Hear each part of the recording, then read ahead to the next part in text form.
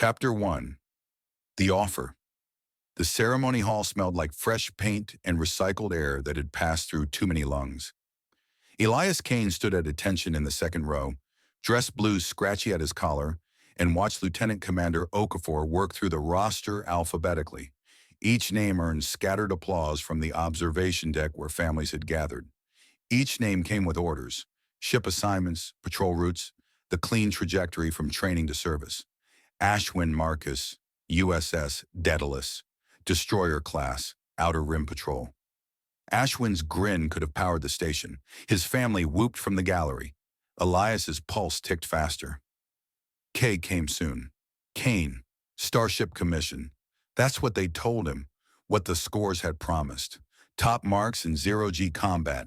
Perfect scores on tactical simulations. He'd earned this. The deck vibrated faintly beneath his boots. Blackwater Station's rotation creating the illusion of gravity. Through the viewport behind Commander Okafor, Earth hung like a blue marble against the black, close enough to see the Great Lakes glinting. Close enough to see Detroit's lights, though he knew he couldn't pick out the reclamation zone from here. Didn't matter. He carried it with him. The glass neighborhoods.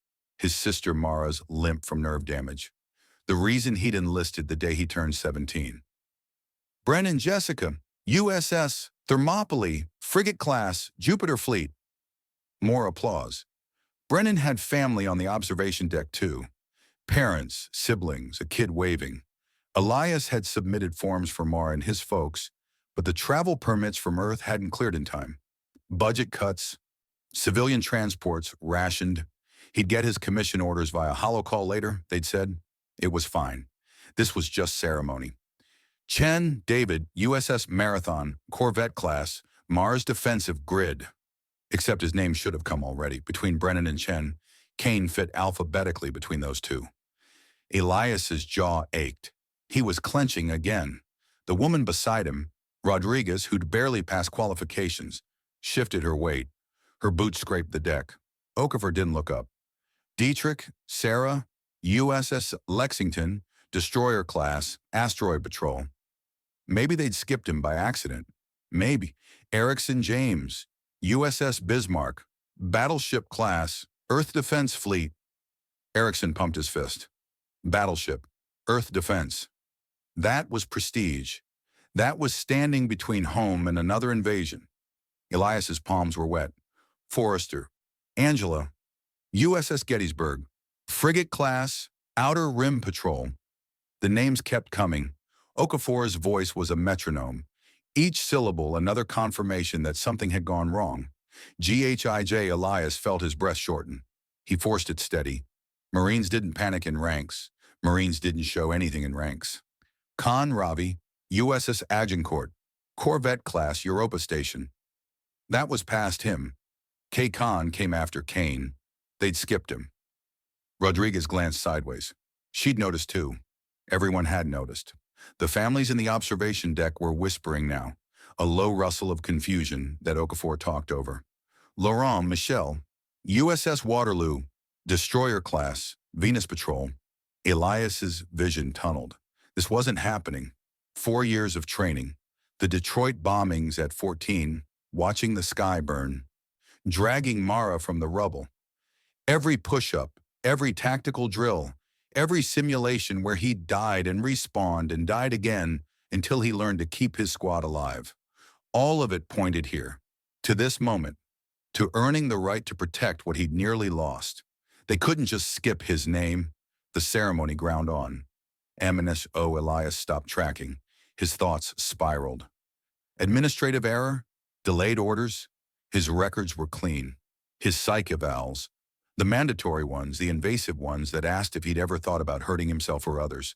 Those had all cleared. He'd answered correctly. Lied where he needed to. Everyone lied on psych evals. That was expected. Dismissed to your unit commanders for detailed briefings? Congratulations, Marines. You've earned your place among the stars. Applause rolled through the hall. The formation broke.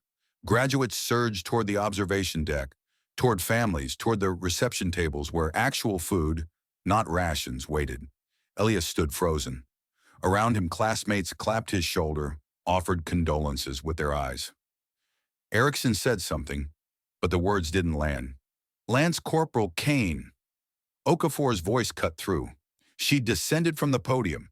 Behind her, flanked by two armed guards in combat dress, stood a woman in colonel's insignia. Sharp features, dark eyes that tracked Elias like targeting systems. Her uniform had the subdued patches of OTC Special Operations Division, the people who didn't exist officially, who conducted missions that disappeared from after-action reports. With me, the colonel said, not a request. Elias saluted by reflex. His hand was shaking. He willed it steady. The colonel turned without acknowledging the salute and walked toward the side exit. The guards followed. Elias fell in behind them because he didn't know what else to do. Behind him, the celebration continued. Someone laughed. Glasses clinked. His boots echoed on the deck plates, the sound wrong and lonely.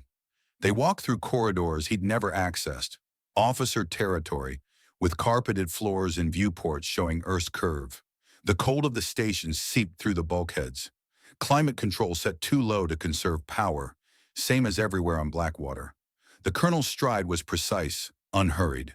She didn't look back to see if Elias followed. They stopped at a door marked Briefing Room 7C, classified access only. Biometric scanner. The colonel pressed her palm to it, then her eye. The lock disengaged with a pneumatic hiss. Inside, a table, 4 chairs, a holographic projector dark and waiting. One wall was reinforced glass looking into an observation room beyond, currently unlit. The other walls were bare metal. Sit, the colonel said. Elias sat. The guards remained outside. The door sealed, just the two of them now. The colonel didn't sit. She circled behind him, deliberate, theatrical. He felt her presence like heat on his neck. Every instinct screamed to turn, to keep eyes on a potential threat. He kept his gaze forward. Do you know who I am, Lance Corporal? No, ma'am. Colonel Ava Reyes. I run operations you'll never hear about. She moved into his peripheral vision, then settled into the chair opposite. Up close, he could see faint scars along her jawline. Old burns, healed but persistent. You've been flagged for reassignment. His stomach dropped. Ma'am, Not a demotion. She waved a hand, dismissive. Not punishment. Opportunity. Opportunity. The word tasted like ash. I was promised a ship commission. You were promised consideration for a ship commission based on performance metrics. Her voice was flat, bureaucratic. Consideration is not guarantee. My scores are irrelevant to operational needs. She leaned forward. The galaxy doesn't care about your test results, Kane. It cares about function, whether you can execute when the mission demands it. He clenched his jaw, counted to 3. What mission, ma'am? Reyes smiled. It didn't reach her eyes. How much do you know about Nexus Prime? Frontier world, contested border zone. Neutral by default because nobody can afford to take it. Diplomatic answer. What do you actually know? Elias hesitated. Black market hub, arms dealers, syndicate operations. Both sides, human and Ketra, use it for back-channel negotiations and things they can't do officially. Better. She tapped the table. The holographic projector flickered to life. An image resolved. A planet half in shadow, neon lights bleeding across the Terminator line. Cities that look like circuit boards.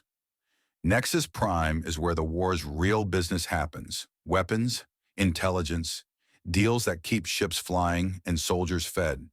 It's also where our enemies meet ours to plan the next invasion. The image shifted. Surveillance footage. Human figures in CPD corporate uniforms shaking hands with Ketra in ceremonial armor. The timestamp read 3 weeks ago. You want me to infiltrate Nexus Prime? Not a question. I want you to volunteer for a covert operation on Nexus Prime, Reyes corrected, posing as a deserter. You'll make contact with black market elements, establish a cover, and gather intelligence on CPD Ketra coordination. You'll be embedded with an experienced handler. The mission duration is classified. And if I refuse, then you forfeit your commission. She said it simply, like commenting on the weather. You'll be reassigned to support duties, logistics, supply chain management. Valuable work, certainly, but not what you enlisted for. His hands were fists on his thighs. He forced them open. Why me? You have useful qualities. That's not an answer. It's the only answer you're cleared for. She stood, moved to the wall panel, and entered a code. The reinforced glass polarized, revealing the observation room beyond. A screen flickered on. Elias's breath caught. The footage was grainy, street-level surveillance, compressed and time-stamped 3 days ago. Detroit Reclamation Zone. He recognized the intersection near his family's housing block. The light was wrong, the angle oblique, but he knew those streets like his own scars. His father walked into frame. Michael Kane looked older than Elias remembered, thinner, shoulders hunched against Detroit's industrial wind. He wore his salvage crew jumpsuit, the one with the radiation patches on the sleeves. Normal, routine. Except he turned down an alley that led nowhere useful, and a figure emerged from the shadows to meet him. Ketra, not in armor. Civilian clothes, or what passed for civilian on a 7-foot frame with too many joints. But the build was unmistakable. Bipedal, but wrong. The way they moved.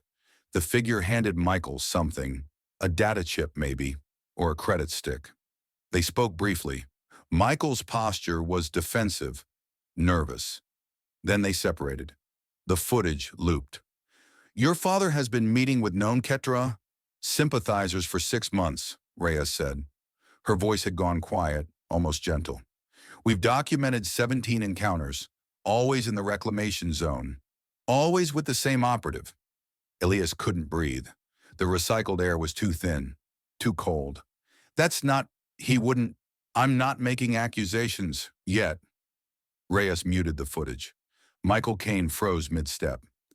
Your father works salvage on alien wreckage. He has access to restricted materials, wreckage analysis, technological insights, very valuable to certain parties. He's not a traitor.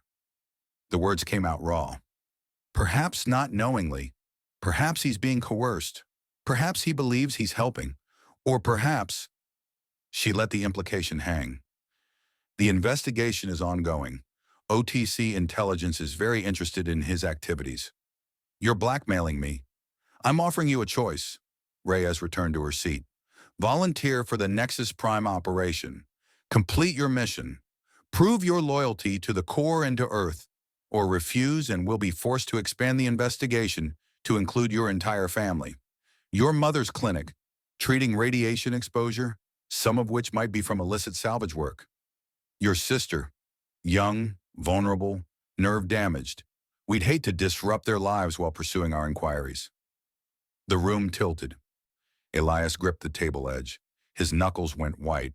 He didn't care about the cliché, about showing weakness. The threat was precise. Surgical, his family, Mara. Or, Reyes continued, you accept this assignment, you complete it successfully, and in doing so, you clear your father's name. Prove the footage is coincidental, that the Kane family is loyal.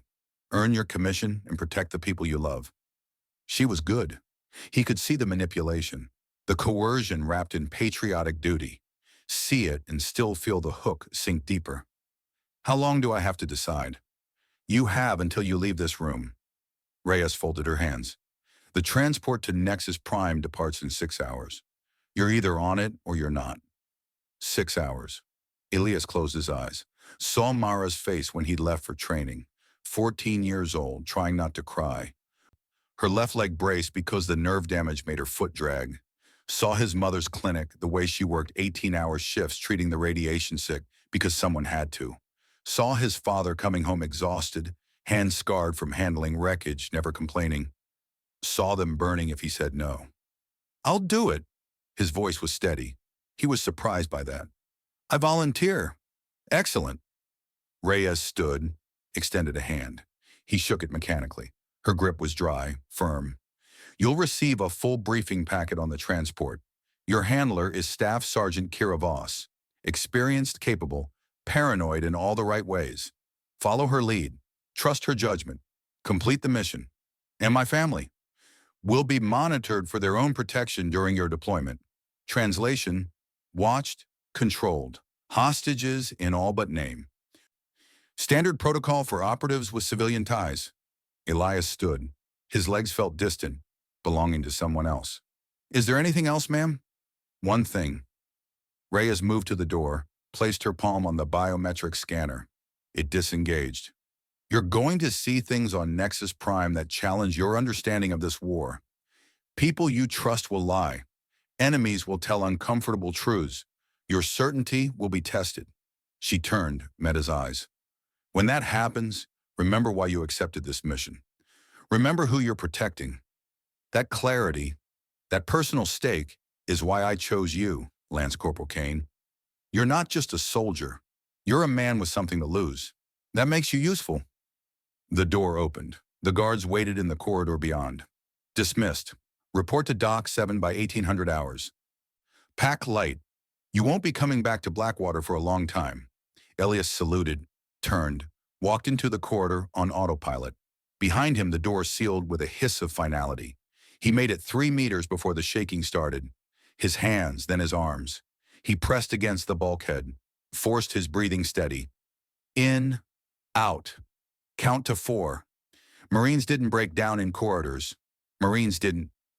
Through the reinforced glass of briefing room 7C, he could see Reyes. She'd moved to the observation window, the one that had displayed his father's footage.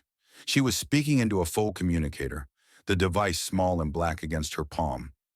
Elias couldn't hear the words through the soundproofing, but he'd trained in surveillance, in reading lips, in extracting information from fragments. He watched her mouth form the words with terrible precision. The Kane boy accepted. Inform Sentinel. The asset is mobile.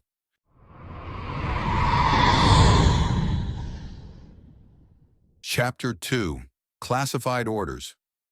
The transport's recycled air tasted like someone else's exhalation and burnt wiring. Kira Voss sat cross-legged on the narrow bunk in cabin 14C, the only berth she'd secured with a functional door lock, and pulled apart Lance Corporal Elias Kane's service record for the 3rd time. Something was wrong with it. She just couldn't pin down what. The tablet screen cast pale light across her face in the dimness. She'd disabled the cabin's overhead lighting 2 hours ago. Easier to spot surveillance feeds when the room was dark. Easier to notice the faint telltale glow of active optics. Old habits, Titan habits. The kind that kept you breathing when your fire team turned into scattered meat across a lunar surface. Kane's file was thin for someone greenlit for Black Ops infiltration. 4 years training. Acceptable marks. Good even. Top 15% in his cohort. 0G combat specialist. Tactical simulation scores that suggested he could think under pressure. Nothing exceptional. Nothing that screamed, send this kid into Nexus Prime to play spy. She scrolled to his psych evaluations. Standard battery, MMPI, trauma screening, loyalty metrics, all green, 2 green. She'd read enough of these to know what real evals looked like. The hesitations, the careful answers that suggested someone thinking too hard about saying the right thing. Kane's responses were smooth. Textbook, like someone had taken the ideal Marine profile and copy-pasted it into the form fields. Voss pulled up the metadata, evaluator, Dr. Sarah Chen, OTC Psychological Services, Blackwater Station, evaluation date, 14 days ago, authorization signature, Colonel A. Reyes, Special Operations Division. Her jaw tightened. She expanded the signature block, ran a hash verification. The crypto checked out. Reyes had signed it, but the eval itself had been modified after signature. Someone had accessed the file 4 days ago, made alterations, and resealed it using Reyes's credentials. Sloppy, or arrogant, or both. She tabbed to Kane's security clearance. Level 4, standard for covert ops, except the approval pipeline showed it had jumped 3 authorization stages in 48 hours. Background checks that normally took weeks had been rubber-stamped by automated protocols. No human review, just algorithmic approval chaining through systems that shouldn't have allowed it. Son of a bitch, Voss muttered. The kid was a plant, or a patsy.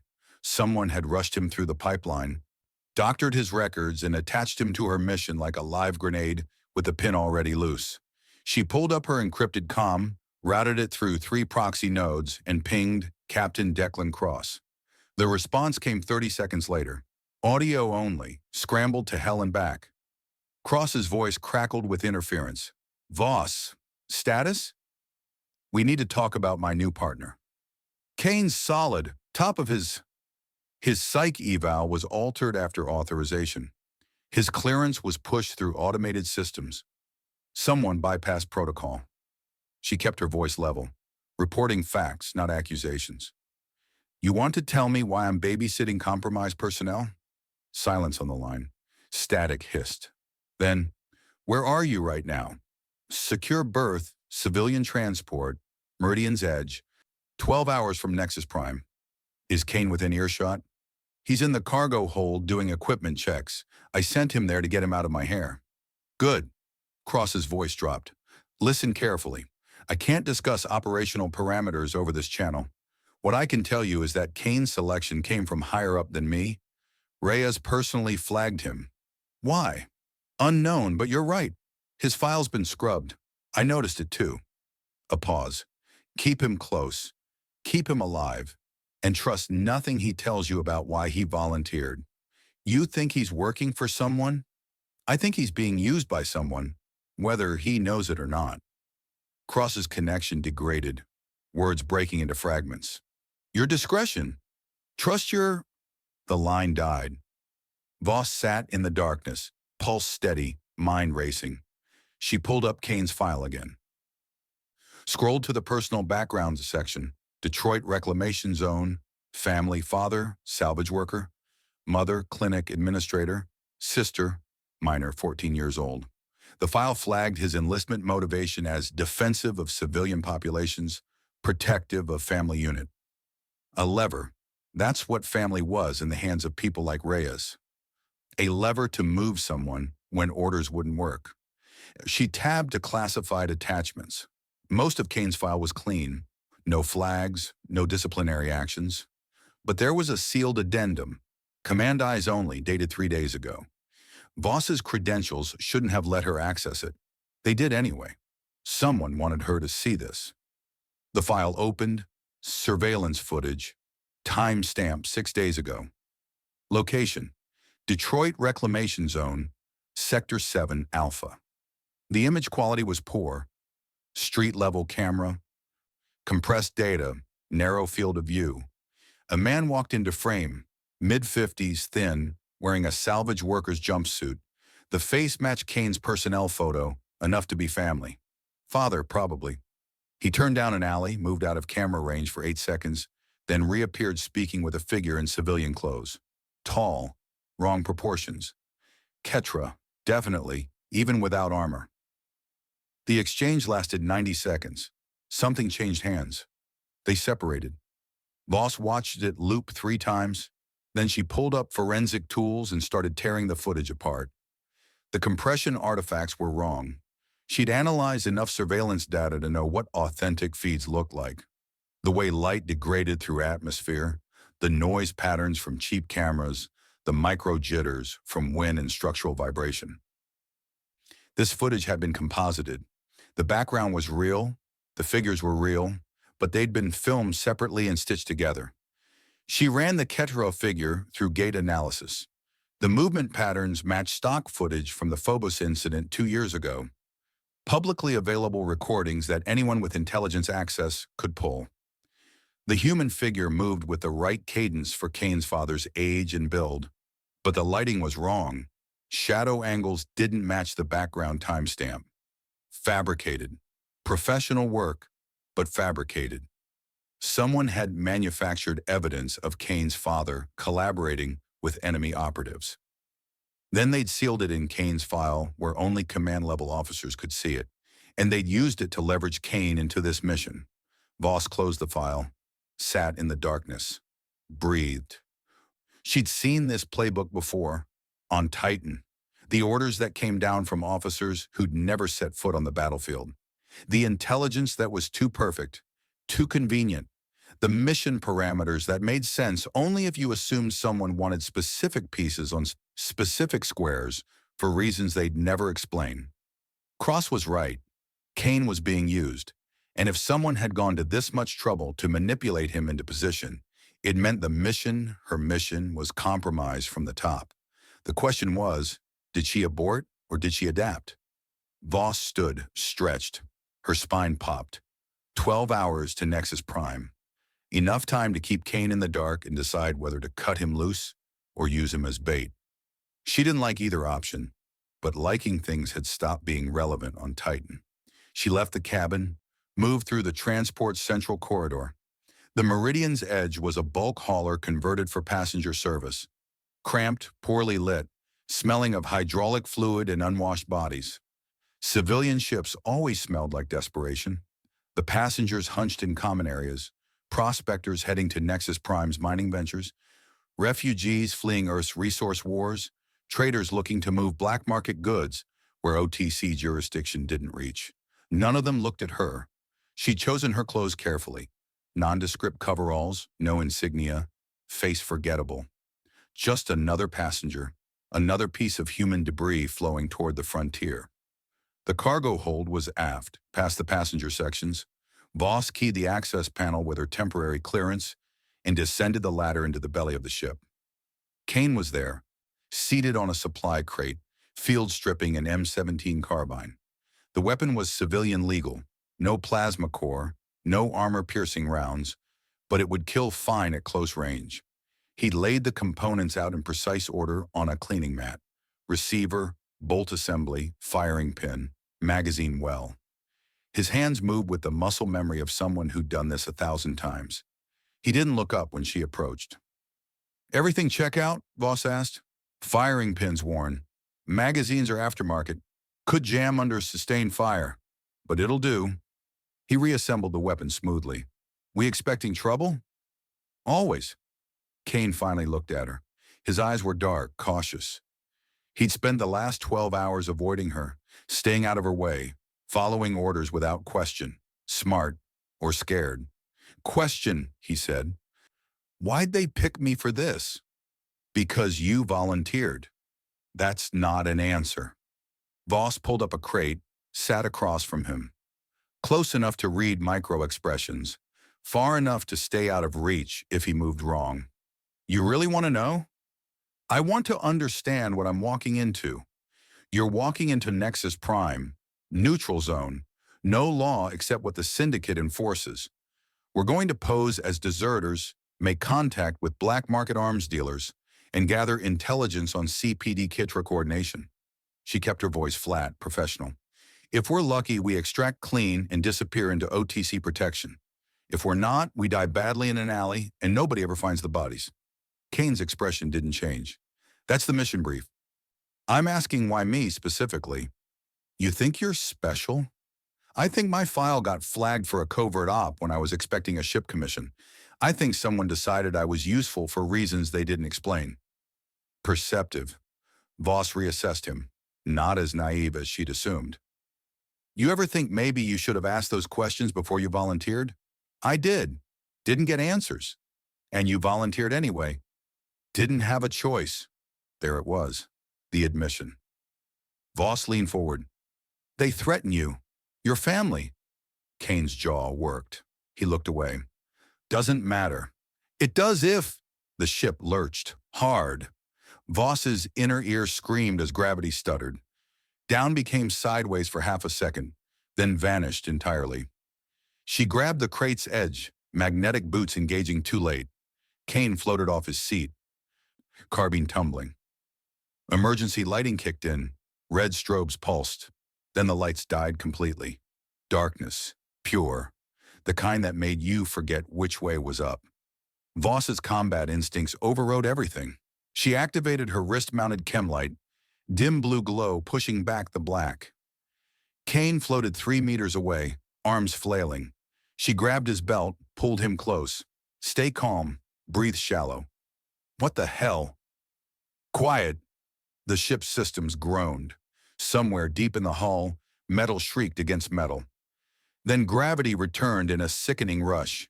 They dropped. Voss twisted, took the impact on her shoulder. Kane landed beside her. The emergency lighting flickered back. Dimmer now. Life support hummed. Wrong pitch, laboring. Voss checked her wrist display. Atmospheric pressure, stable. Oxygen levels dropping slowly. Temperature falling. The ship was bleeding heat and air. Malfunction? Kane asked. No. Voss was already moving, climbing the ladder back toward the main corridor. That was a scan. Military grade. Someone just ran a full diagnostic on the ship from outside. Pirates? Pirates don't have gear that's sophisticated. She emerged into the corridor. Passengers were screaming, crowding toward the bridge, demanding answers from crew who looked just as confused. Voss pushed through, hand on her sidearm under her coveralls. Kane followed. The bridge was locked. She overrode it with her OTC clearance, the one that officially didn't exist on this ship. The door hissed open. The captain was slumped over the helm console, eyes open, breathing shallow. Voss checked his pulse, steady but slow. She lifted his eyelid, pupils dilated. Chemical sedative, fast-acting. Someone drugged him, Kane said, during the scan, timed perfectly. Voss pulled up the navigation console. Their trajectory was locked. Autopilot engaged, manual override disabled. They were still on course for Nexus Prime. Exactly on course, no deviation. She checked the ship's external sensors. They'd gone dark during the gravity failure. When they came back online, there was nothing. No nearby vessels, no debris, no anomalies. But the scan signature was still there in the sensor logs if you knew where to look. Voss did. She'd seen this before. Cloaked military vessel, OTC or CPD, running active diagnostics at close range. The kind of scan that told you everything about a ship. Crew count, cargo manifest, weapon systems, life support status. The kind of scan you ran when you wanted to make sure your target arrived intact. We're being herded, Voss said. By who? That's the question. She turned to wake the captain, to force manual control, to get some goddamn answers from whoever was running this operation. But Kane was staring at the viewport, face gone white. Staff Sergeant. Voss looked. Through the viewport, against the black of space, something moved. Massive, organic. The hull rippled like muscle beneath skin. Bioluminescent patches glowing green and amber along ridges that might have been armor plating or might have been bone. Ketra bioship. Close enough to see the pores in its hull. Then it was gone. Folded space, jump signature, vanished. Voss's blood went cold. They'd been shadowed by a Ketra warship, and it had let them go. No attack, no intercept. Just observation. They wanted us to see that, she said. Someone's making sure we know we're being watched. Kane's hand was on his sidearm now. We abort? Can't. Navigation's locked. We're committed to Nexus Prime, whether we like it or... The door behind them hissed open. Voss spun, hand going for her weapon. A woman stood in the doorway. Tall, corporate suit, expensive cut, CPD insignia on her collar. She held a compact plasma pistol, aimed center mass at Kane's chest. Finger on the trigger, stance professional. Behind her, two more figures. Armed. Combat armor under civilian clothes. The woman smiled. Staff Sergeant Voss, Lance Corporal Kane. You're going to come with us. Questions later. Resistance gets him shot first. The pistol's charge coil hummed, heating up. Your choice.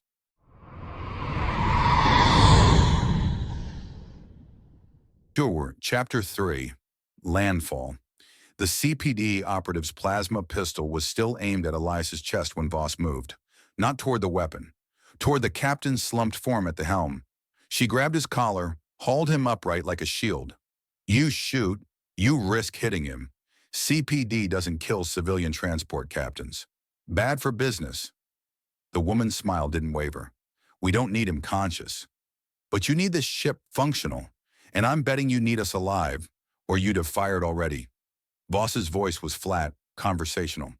So, what do you actually want? A pause. The pistol didn't lower. Behind the woman, the two armored figures shifted. Professional stance, covering angles but not advancing. They were security, not assault troops. Confirmation of identity. Standard procedure for flagged passengers. Flagged how? OTC travel restriction list. You tripped biometric scanners during boarding. The woman's eyes flicked to Elias. Both of you. which means you're either military traveling under false credentials or deserters. Either way, we're authorized to detain pending verification. Voss set the captain down gently. We clear verification? Depends on what we find when we run your prints. The woman gestured with the pistol. Hands! Now! Elias didn't move. His pulse hammered in his ears. If they ran his biometrics, his OTC service record would flag immediately. Deserter cover, blown before they even reached Nexus Prime. But Voss was already extending her hands, palms up, calm as asking for the time. The woman scanned them both with a handheld unit. Biometric capture. Neural lace signature. Retinal scan. The device beeped. Processing, 30 seconds. 40. The arm figures behind her remained still. Then the device chirped. Green status light. The woman's eyebrows rose fractionally. Huh, you're clear. Civilian contractors, non-OTC affiliation. She lowered the pistol. My apologies for the inconvenience. Elias's confusion must have shown. Voss grabbed his arm, pulled him toward the door. We understand. Just doing your job. She moved past the CPD team, dragging Elias with her. They were halfway down the corridor before he found his voice. How? Fake credentials. Cross set them up before we left Blackwater. Biometric spoofing, neural lace masking, expensive as hell and good for one use. Voss kept walking, not looking back. Which means CPD wasn't random. Someone flagged us specifically, tested our covers, and our covers held. The Ketra ship.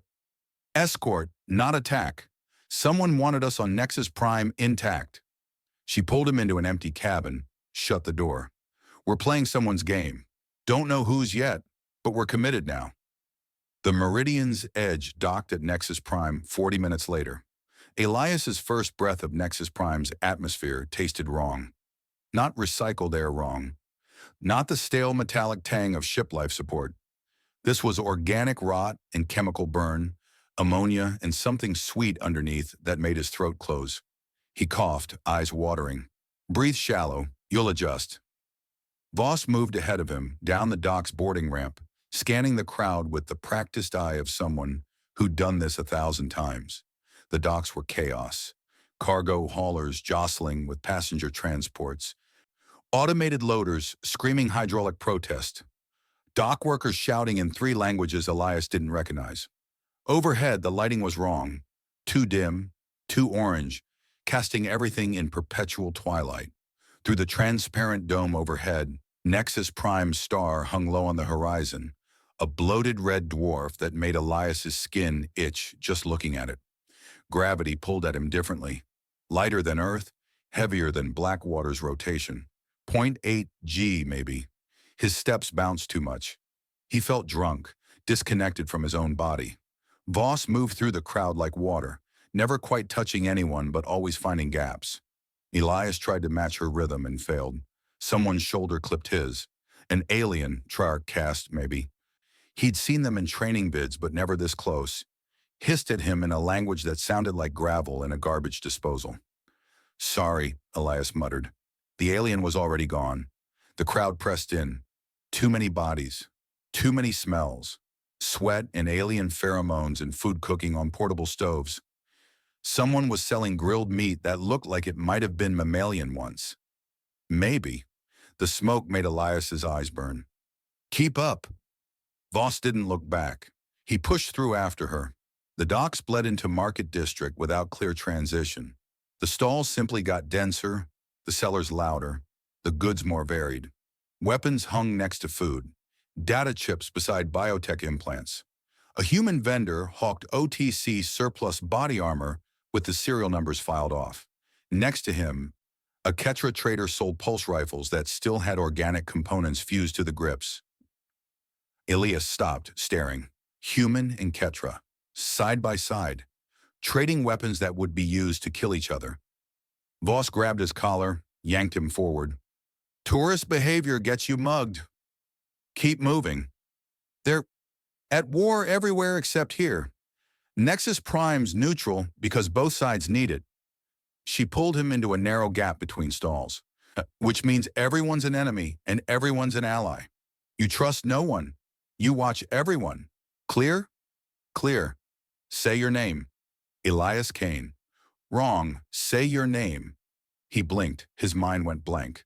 The cover identity. Voss had briefed him on the transport, but the details scattered like dust. Eli Carson, deserter from Blackwater Station, navigation specialist. You got cold feet after seeing combat footage from the Phobos incident, decided the paycheck wasn't worth dying for corporate interests. You're here to sell intelligence to the highest bidder and disappear into the outer colonies. Voss's eyes were hard. That's who you are. Kane doesn't exist. That name gets you arrested or killed. Understand? Yes. Say it. Eli Carson, deserter, navigation specialist. The words felt foreign in his mouth. Better, you slip up, you're dead. I'm Lieutenant Caravance, dishonorably discharged for insubordination. We met in a holding cell on Luna Station and partnered up for mutual profit. We're mercenaries, amoral, useful, disposable. She started walking again. Stay close. Safe house is 4 blocks through the market. 4 blocks felt like 4 kilometers. The market pressed in on all sides. Sounds, smells, colors that didn't exist on Earth. Elias tried to process it all and failed. A vendor shouted prices in trade pidgin. Somewhere music played, discordant and alien. The floor was sticky underfoot, some kind of organic resin coating the deck plates. A child, human, maybe 6 years old, ran past clutching a stolen data chip. 2 adults gave chase. No one intervened. Eyes forward, Voss said. Not our problem. They turned down a side corridor, narrower here, darker. The neon market lights faded behind them. Ahead, residential blocks rose in cramped vertical layers, HAB units stacked like shipping containers, balconies festooned with drying clothes and improvised satellite dishes. Voss checked her wrist display. 3rd level, Unit 47. Our contact's name is Marcus Webb. Sergeant, OTC Intelligence. Embedded as a local trader, he'll have equipment, local intelligence, and safe transport if we need to relocate. You trust him? I trust that his paycheck depends on keeping us alive. She climbed a rusted ladder to the 3rd level. Trust is relative here. Unit 47's door was half open. Voss stopped. Her hand went to the sidearm under her jacket. Elias mirrored her, pulse spiking. Webb, she called. No answer. She pushed the door wider. The hinges squealed. Inside, darkness. Voss pulled a chem light, cracked it, tossed it through the opening. Green glow illuminated the interior. Standard HAB unit. 2 rooms, minimal furniture, and blood on the floor. Voss entered, weapon drawn. Elias followed, his M17 carbine feeling too light in his hands. The safe house smelled like copper and scorched meat. The body was in the back room. Marcus Webb, Elias assumed it was Webb based on the OTC combat fatigues, lay on his back in a pool of blood that had started to congeal. His face was unrecognizable, broken. Someone had used him hard, asking questions with fists and blades. His fingers were bent wrong. One eye was gone, socket empty and dark. Elias's stomach lurched. He swallowed bile. Don't vomit on the crime scene. Voss knelt beside the body, checked vitals by rote despite the futility. Dead maybe 2 hours. Torture first, execution after. She pulled back Webb's collar, where his neural lace interface should have been. The port at the base of the skull where military-grade wetware connected to organic neural tissue. There was only torn meat, surgical precision but done in haste. The lace itself was gone, extracted with enough force to leave fragments embedded in the wound.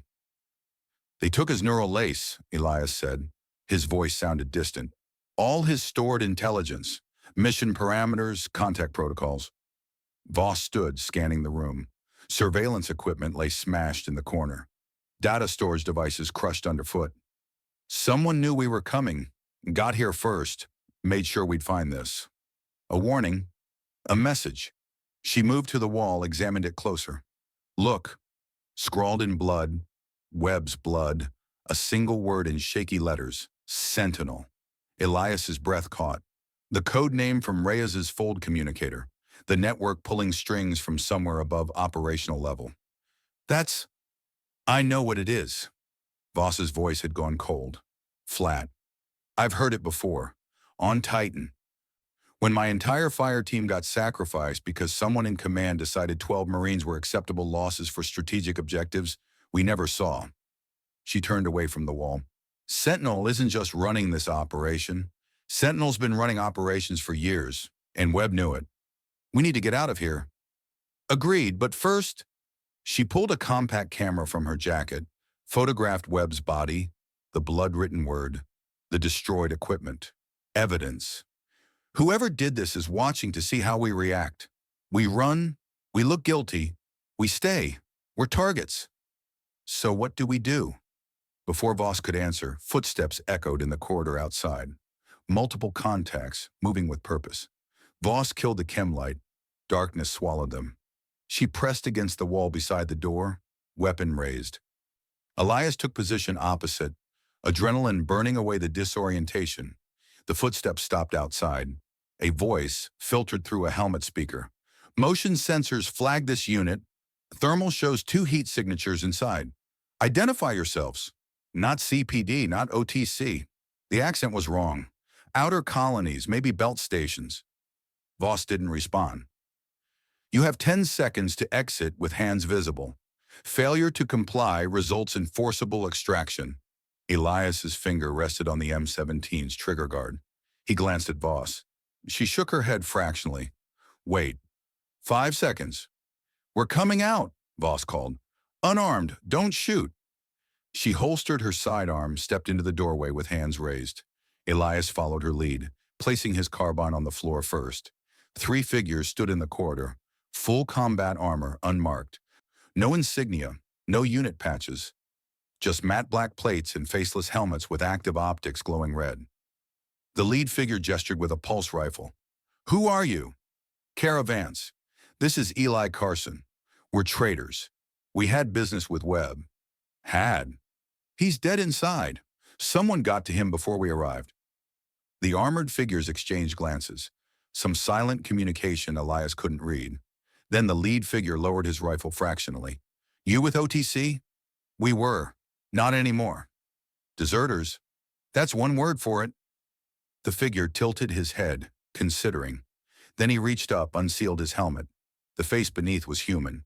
Scarred, middle-aged, eyes that had seen too much. Marcus Webb was our informant, too.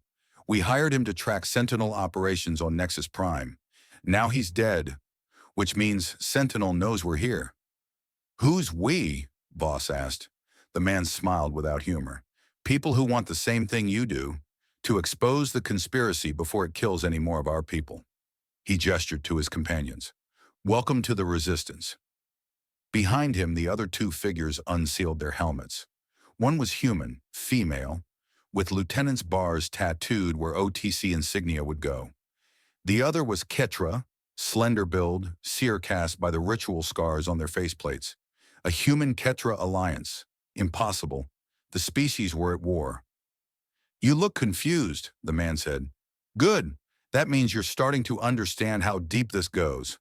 He extended a hand. Commander Luis Navarro, former OTC, current pain in Sentinel's ass, and you 2 just became very valuable assets. We're not assets, Voss said. Then you're corpses. Pick one. Navarro's hand remained extended. Sentinel's cleaning house. Webb was just the first. They'll come for you next. You can die alone, or you can join us and fight back. Elias looked at Voss. She was weighing options, calculating odds. Her paranoia versus the immediate threat, the enemy of her enemy. What do you want from us? She asked. Information. You came from Blackwater Station. You have access to current OTC intelligence. Sentinel's next move. Navarro lowered his hand. Help us, and we'll help you stay alive long enough to matter. And if we refuse, then we walk away.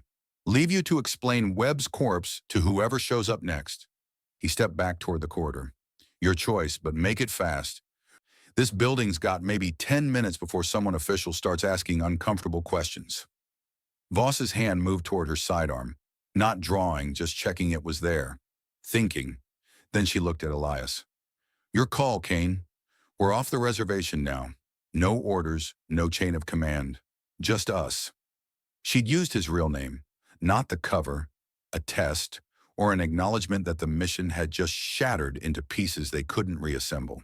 Elias looked at Navarro, at the human lieutenant, at the Ketra cast, who returned his gaze with eyes that reflected too much light. "Who else is in your resistance?" he asked. Navarro's smile widened. "You'll find out if you survive the introduction." From somewhere deeper in the hab block, an alarm shrieked. Security response. Someone had found Webb or tripped a sensor. "Time's up," Navarro said. "Coming or staying?" Voss moved first. She grabbed Elias's carbine from the floor, tossed it to him, and stepped into the corridor. "We're coming, but cross us, and the Ketra won't be your problem anymore." "Noted." Navarro resealed his helmet. "Follow me, stay close, and whatever happens, don't shoot the things that look like spiders. They're with us." Things that look like spiders. Elias followed Voss into the corridor, his mind reeling. The mission parameters were gone. Webb was dead.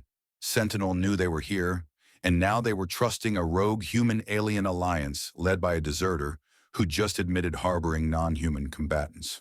Navarro led them down a maintenance shaft Elias hadn't noticed. The Ketra moved last, sealing the access behind them with organic resin that hardened instantly. Below in the darkness, something chittered. Legs, dozens of them, scraped against metal. Navarro's voice echoed up from below. "Don't worry, they only eat what we tell them to." Elias descended into the dark, following Voss, following strangers, following a war that had just revealed rules he'd never been taught. Above, the alarm screamed. Below, the chittering grew louder, and somewhere in the shadows, red eyes opened, watching.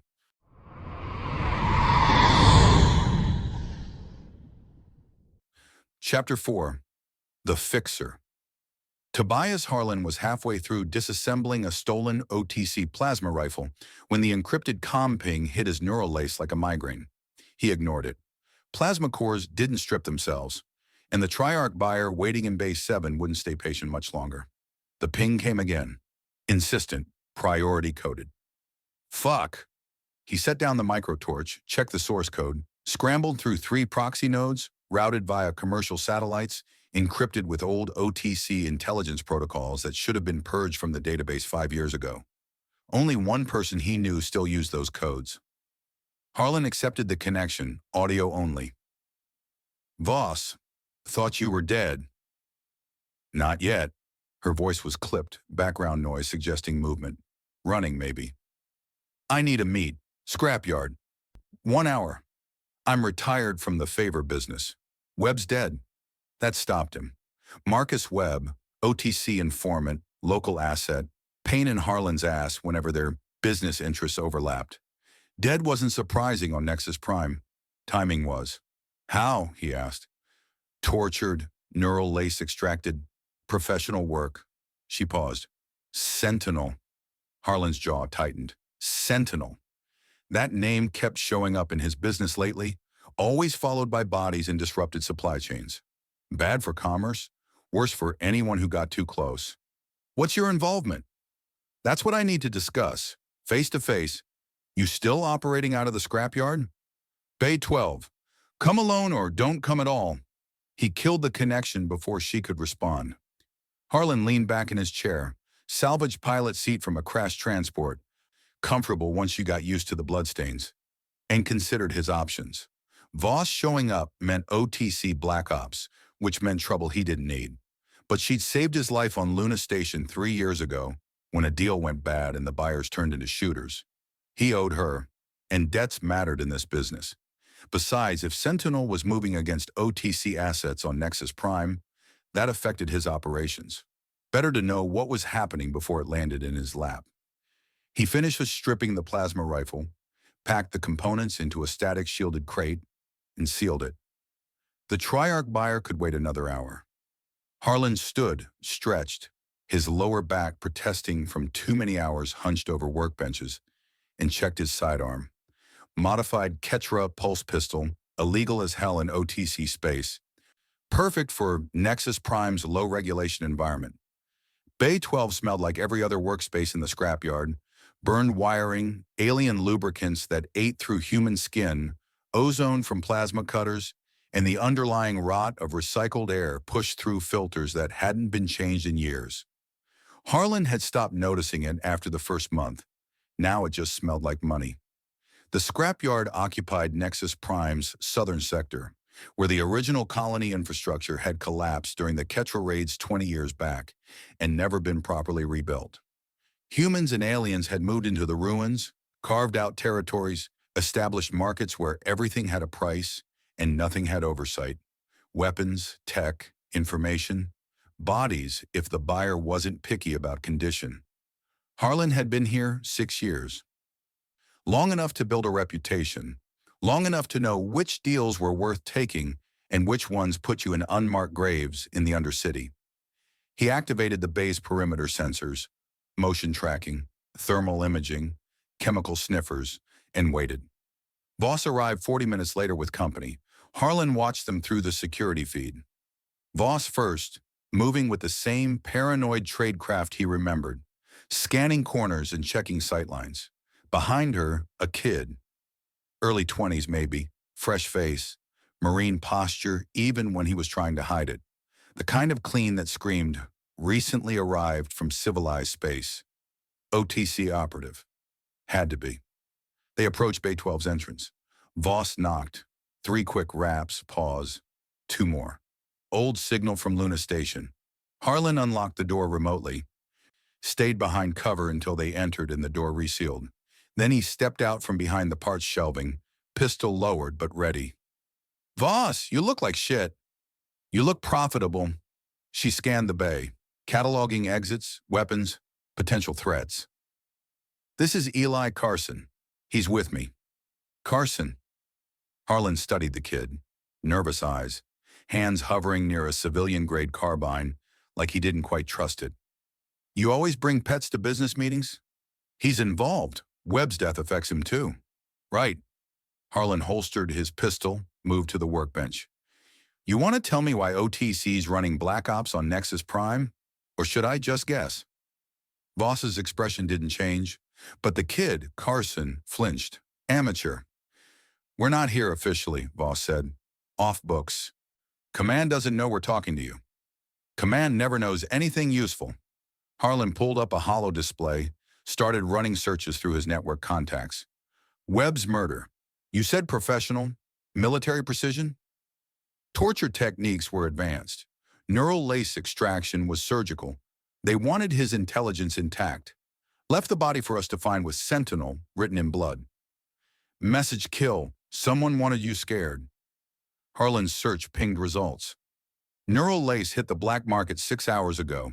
Encrypted auction, high-end buyers only. Sold to a CPD shell corporation for 80,000 credits. The kid whistled. That's, twice what it's worth, Harlan finished, which means the buyer wanted Webb's specific intelligence, not just random OTC data. They're paying premium for targeted information. He pulled up the buyer's profile, layers of corporate obfuscation, but the money trail led back to CPD's Special Projects Division. Your conspiracy's well-funded. You believe in Sentinel? Voss asked. I believe in money. Sentinel's been disrupting my supply chains for months. Weapon shipments vanishing, sellers dying in accidents, buyers getting arrested by people who shouldn't know about the deals. Harlan closed the holo display. Conspiracy or not, someone's running a coordinated operation that's bad for business. So yeah, I'm interested. Interested enough to help? Depends what you need. Safe location, off the grid, no surveillance.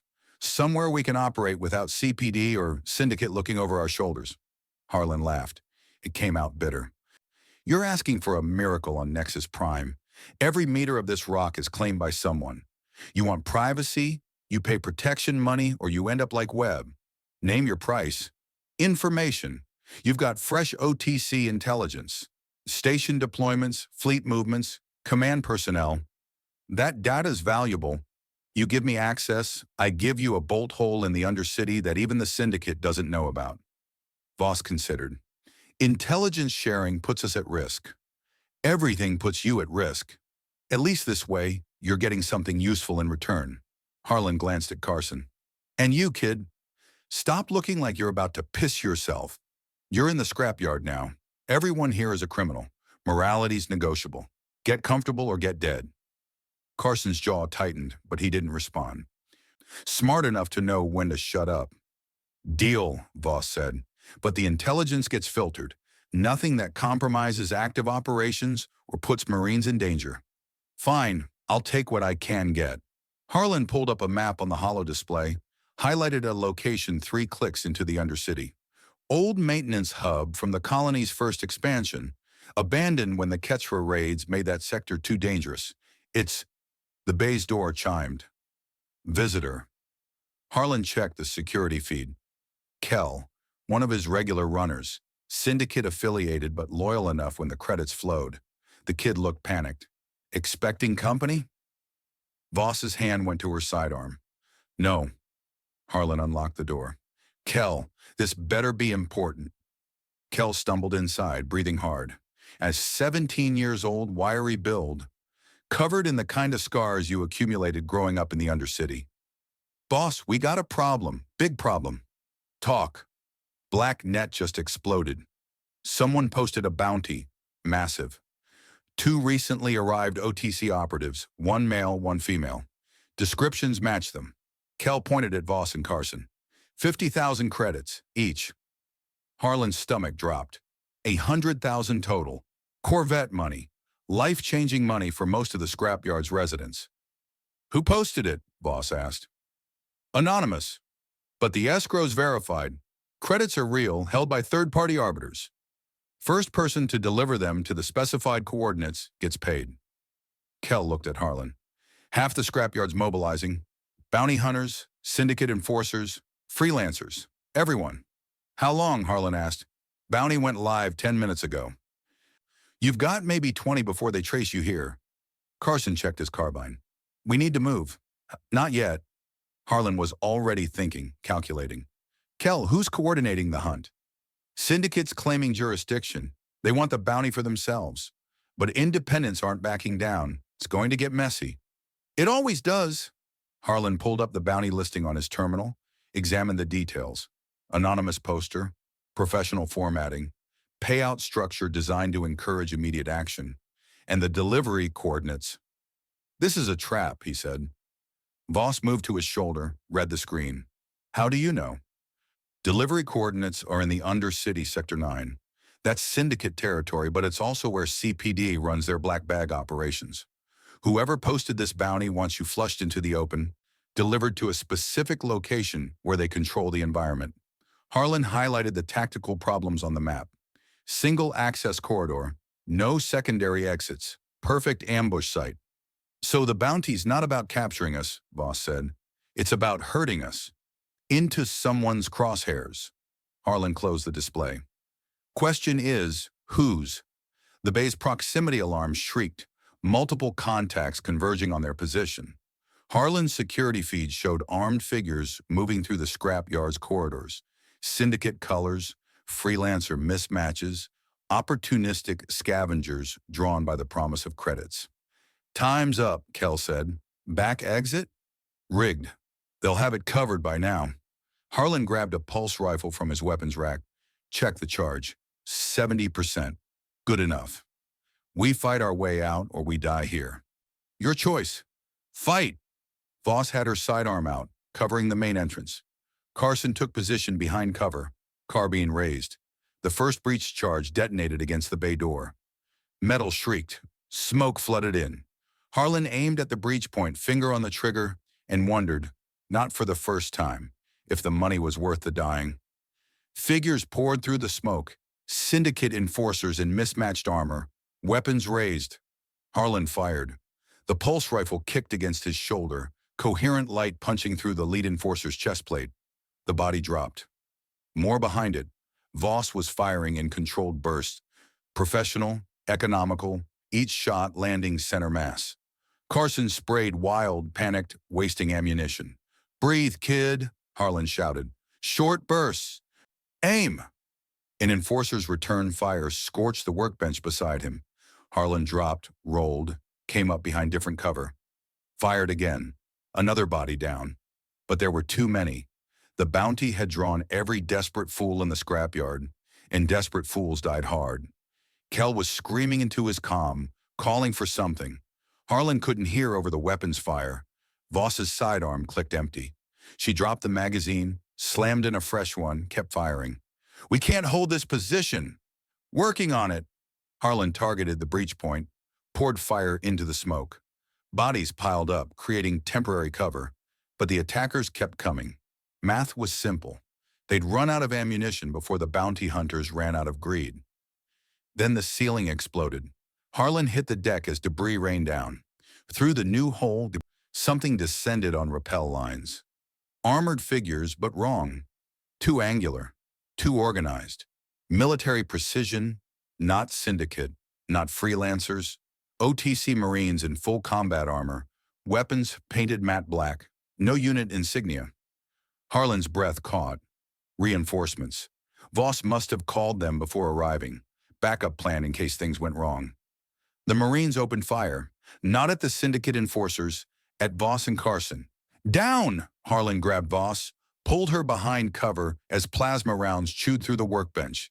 Carson scrambled beside them, eyes wide with shock. "What the fuck?" Carson shouted. Voss was already moving, returning fire at the Marines. "They're not ours." "They're OTC," Carson's voice cracked. Look at the armor," Harlan said, combat analysis overriding panic. "No transponders, no unit patches, stealth insertion gear." He fired at the nearest Marine, rounds glancing off powered armor. "These are Sentinel's people." The Marine assault was surgical.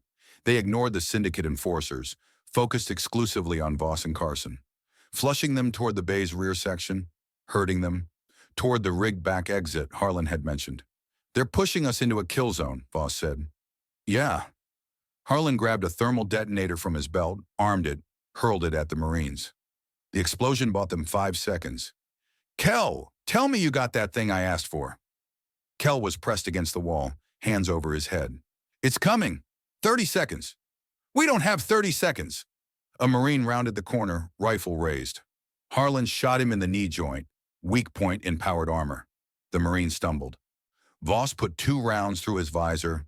The body dropped, but 3 more replaced him. And behind them, through the smoke and debris, more figures descended on rappel lines. Dozens. Sentinel had committed a full assault team to this extraction.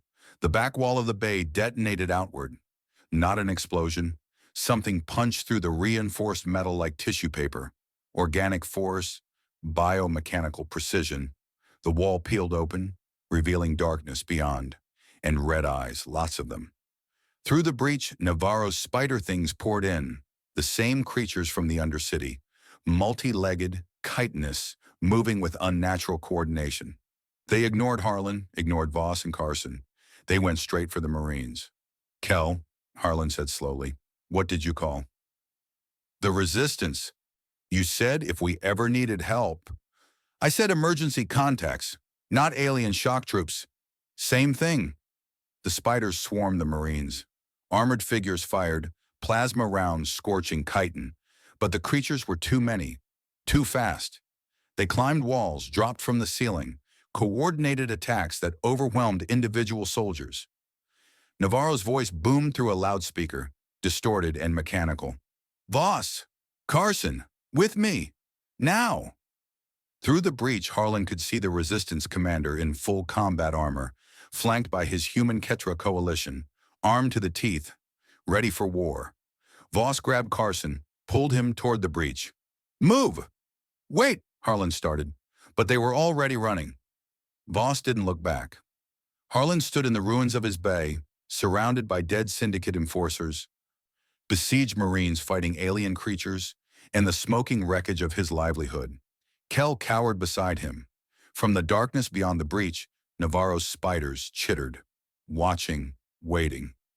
Harlan raised his rifle. "Well, shit."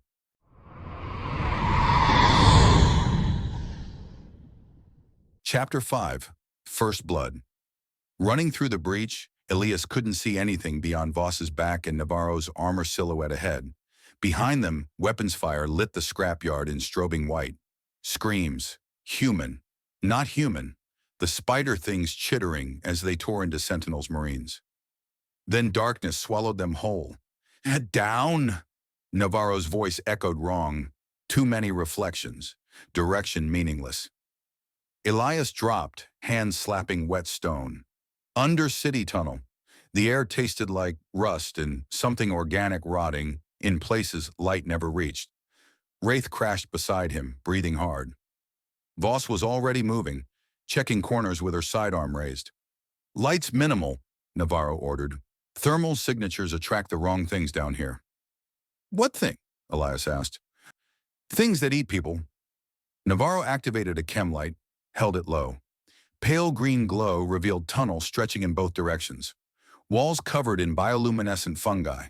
Patches of blue and amber creating a landscape like diseased stars. Water dripped somewhere. Everything echoed. "Move! They'll follow!" Navarro took point. His Ketra seer cast ally moved last, sealing the breach behind them with organic resin that hardened as it cooled. Voss grabbed Elias's collar, pulled him forward. "Stay close. Step where I step. Touch nothing." They ran deeper into the Undercity. The tunnel branched, split, rejoined. Elias lost track of direction after the third turn. Down here, without GPS, without external reference, every passage looked identical. Fungi provided just enough light to see obstacles, not enough to navigate. Behind them, distant sounds. Pursuit, lots of it. "Bounty's still active," Wraith panted. "Every hunter in the scrapyard probably followed us down." "Let them." Navarro didn't slow. "The tunnels filter out the stupid ones. What's left, we deal with." "Comforting," Voss muttered. Weapon fire erupted from a side passage. Muzzle flash, blinding in the dark. Rounds sparked off stone. Ricocheted screaming. Elias dove left. Carbine up. Finger on trigger. Couldn't see the shooter. Just flash patterns and sound. Voss returned fire. Controlled bursts. Someone screamed. "Contact left." Navarro was already shooting. Pulse rounds chewing through something soft. Body hit the ground. Elias scrambled forward, eyes adjusting. Two figures in the side passage. Syndicate colors, both down. One still moving, clutching a stomach wound, whimpering. "Move!" Voss shoved him past the bodies. They ran. More passages. More turns. The tunnel descended sharply, stone giving way to something that looked like it had grown instead of being carved. Organic architecture. Ketra construction, maybe, from when they'd held this sector before the human reclamation. Elias's lungs burned. Low oxygen. The air down here wasn't meant for extended human habitation. "How much farther?" Wraith asked. 3 clicks to the bolt hole. Navarro checked his tactical display. "We're making good." Gunfire from ahead. Different weapon signature. Heavier. Someone had circled around, cut them off. "Ambush!" Voss yanked Elias into a side alcove as rounds chewed the space where he'd been standing. Rock fragments peppered his face. He tasted blood. Returned fire from Navarro's position. The Ketra moved with unnatural speed, scaling the wall to get firing angle on the ambushers. Their weapon, some kind of organic projectile launcher, spat rounds that exploded on impact with wet cracks. Elias pressed against the alcove wall, heart hammering. This wasn't simulation. This was people trying to kill him for 100,000 credits. The carbine felt too light in his hands. Voss was firing around the corner, providing covering fire while Navarro advanced. "Carson!" Voss's voice cut through. "Suppressing fire, now!" Training overrode panic. Elias stepped out, aimed center mass at muzzle flashes, squeezed trigger, 3-round bursts. The carbine kicked. Spent casings ejected hot against his cheek. Targets were shadows with guns. Nothing human about them in the dark. One shadow dropped. Another returned fire. Rounds impacted the alcove edge, spraying rock dust into Elias's eyes. He couldn't see. Fired blind. The carbine clicked empty. Reloading. His hands fumbled the magazine change, dropped it. Cursed. Found another, slammed it home. Voss moved past him, firing as she advanced.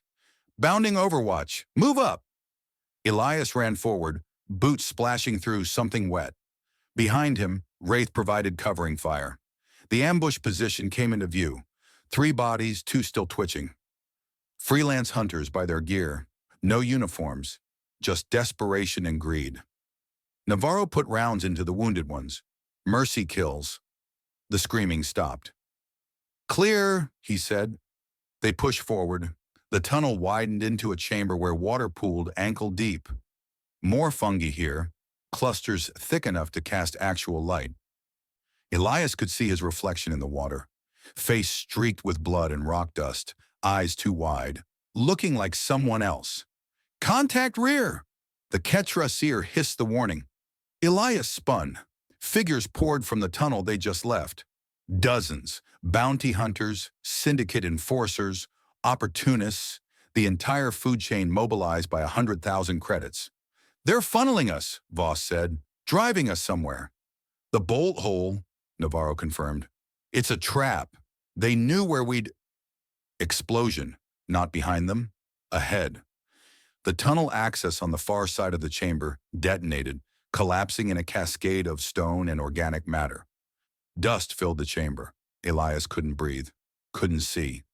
When the dust cleared, the exit was gone, sealed, trapped. "Alternate route?" Voss asked. "None. This chamber's a dead end." Navarro's voice was flat, professional, already writing their tactical situation report for the corpse recovery team. The hunters were advancing. 50 meters, 40, taking their time. No rush when the prey was pinned. "Defensive positions," Voss ordered. "Make them pay for it."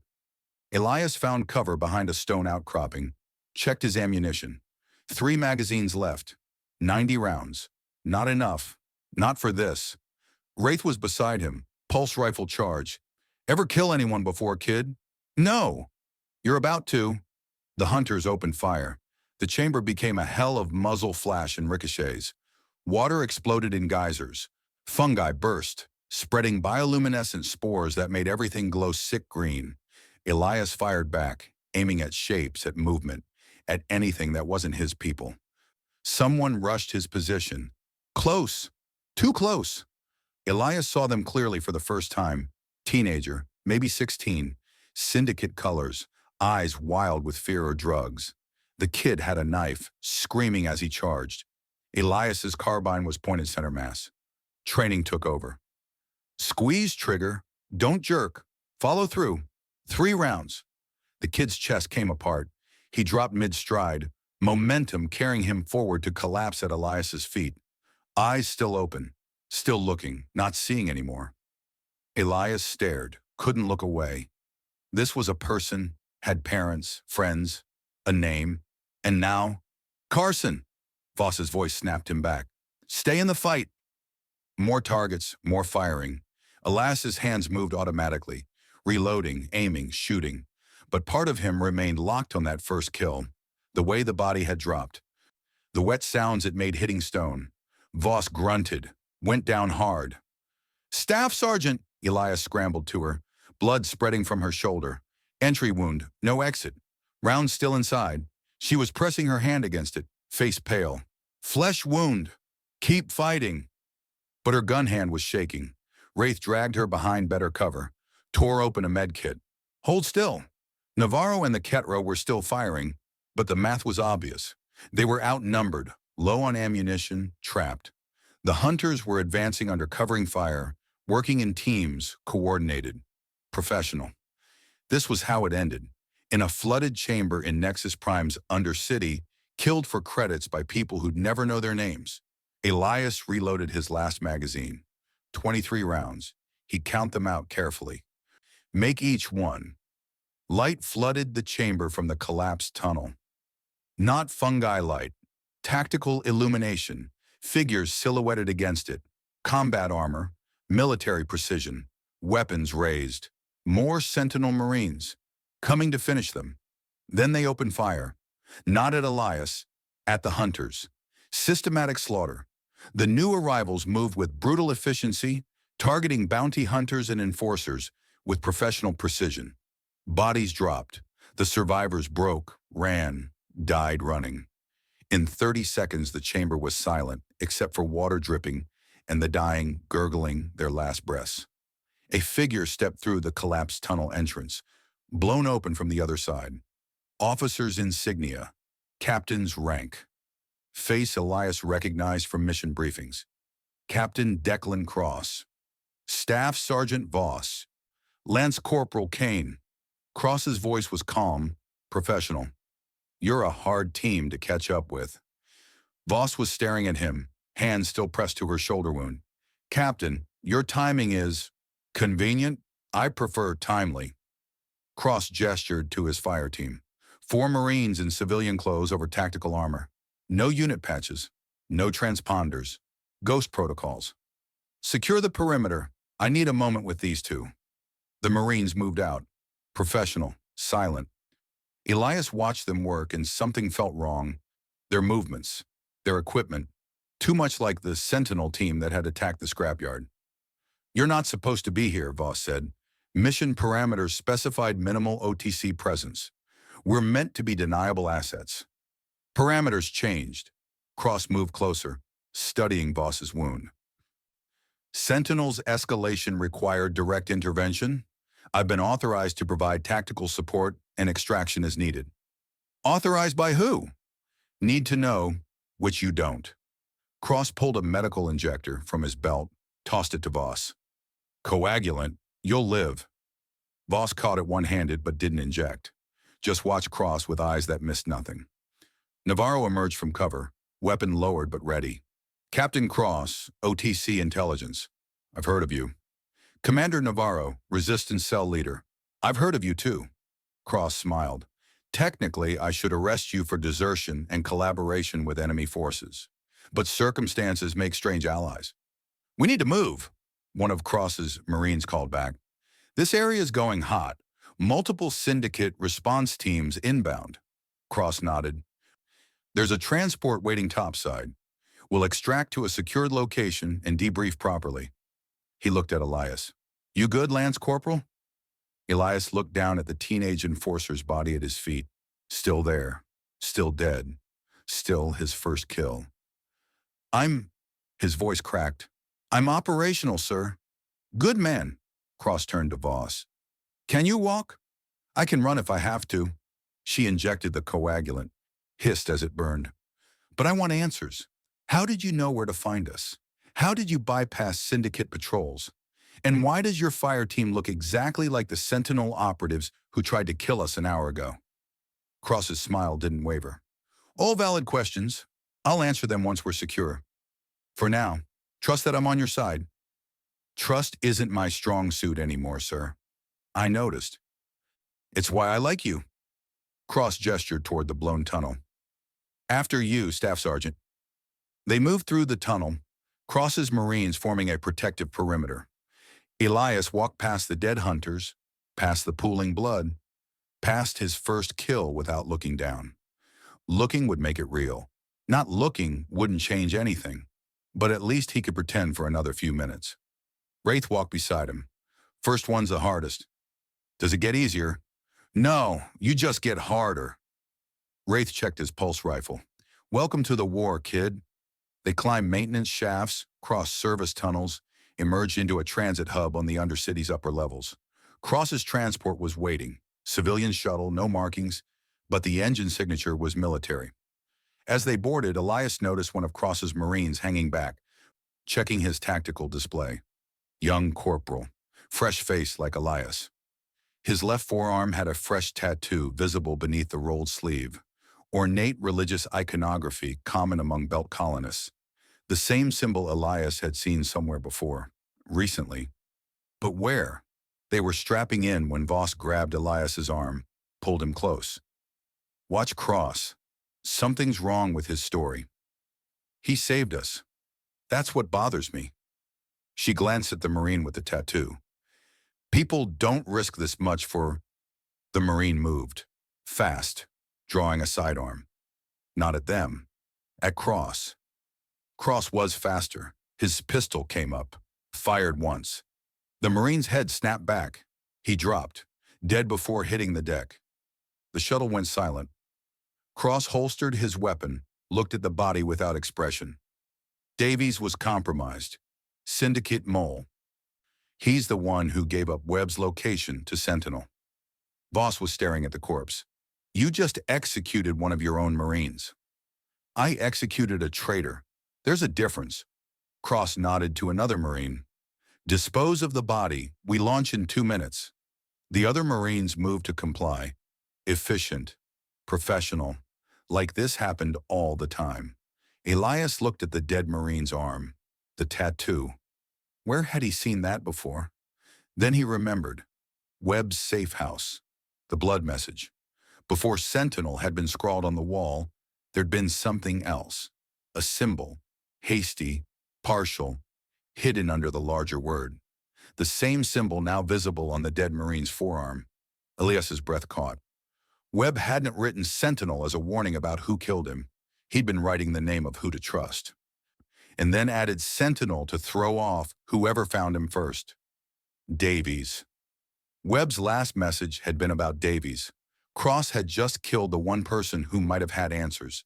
Webb died trying to give them.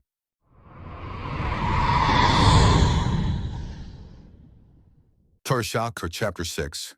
The Academic. The surveillance footage didn't lie. Cross's Marines had executed Davies cleanly. Single shot. Professional.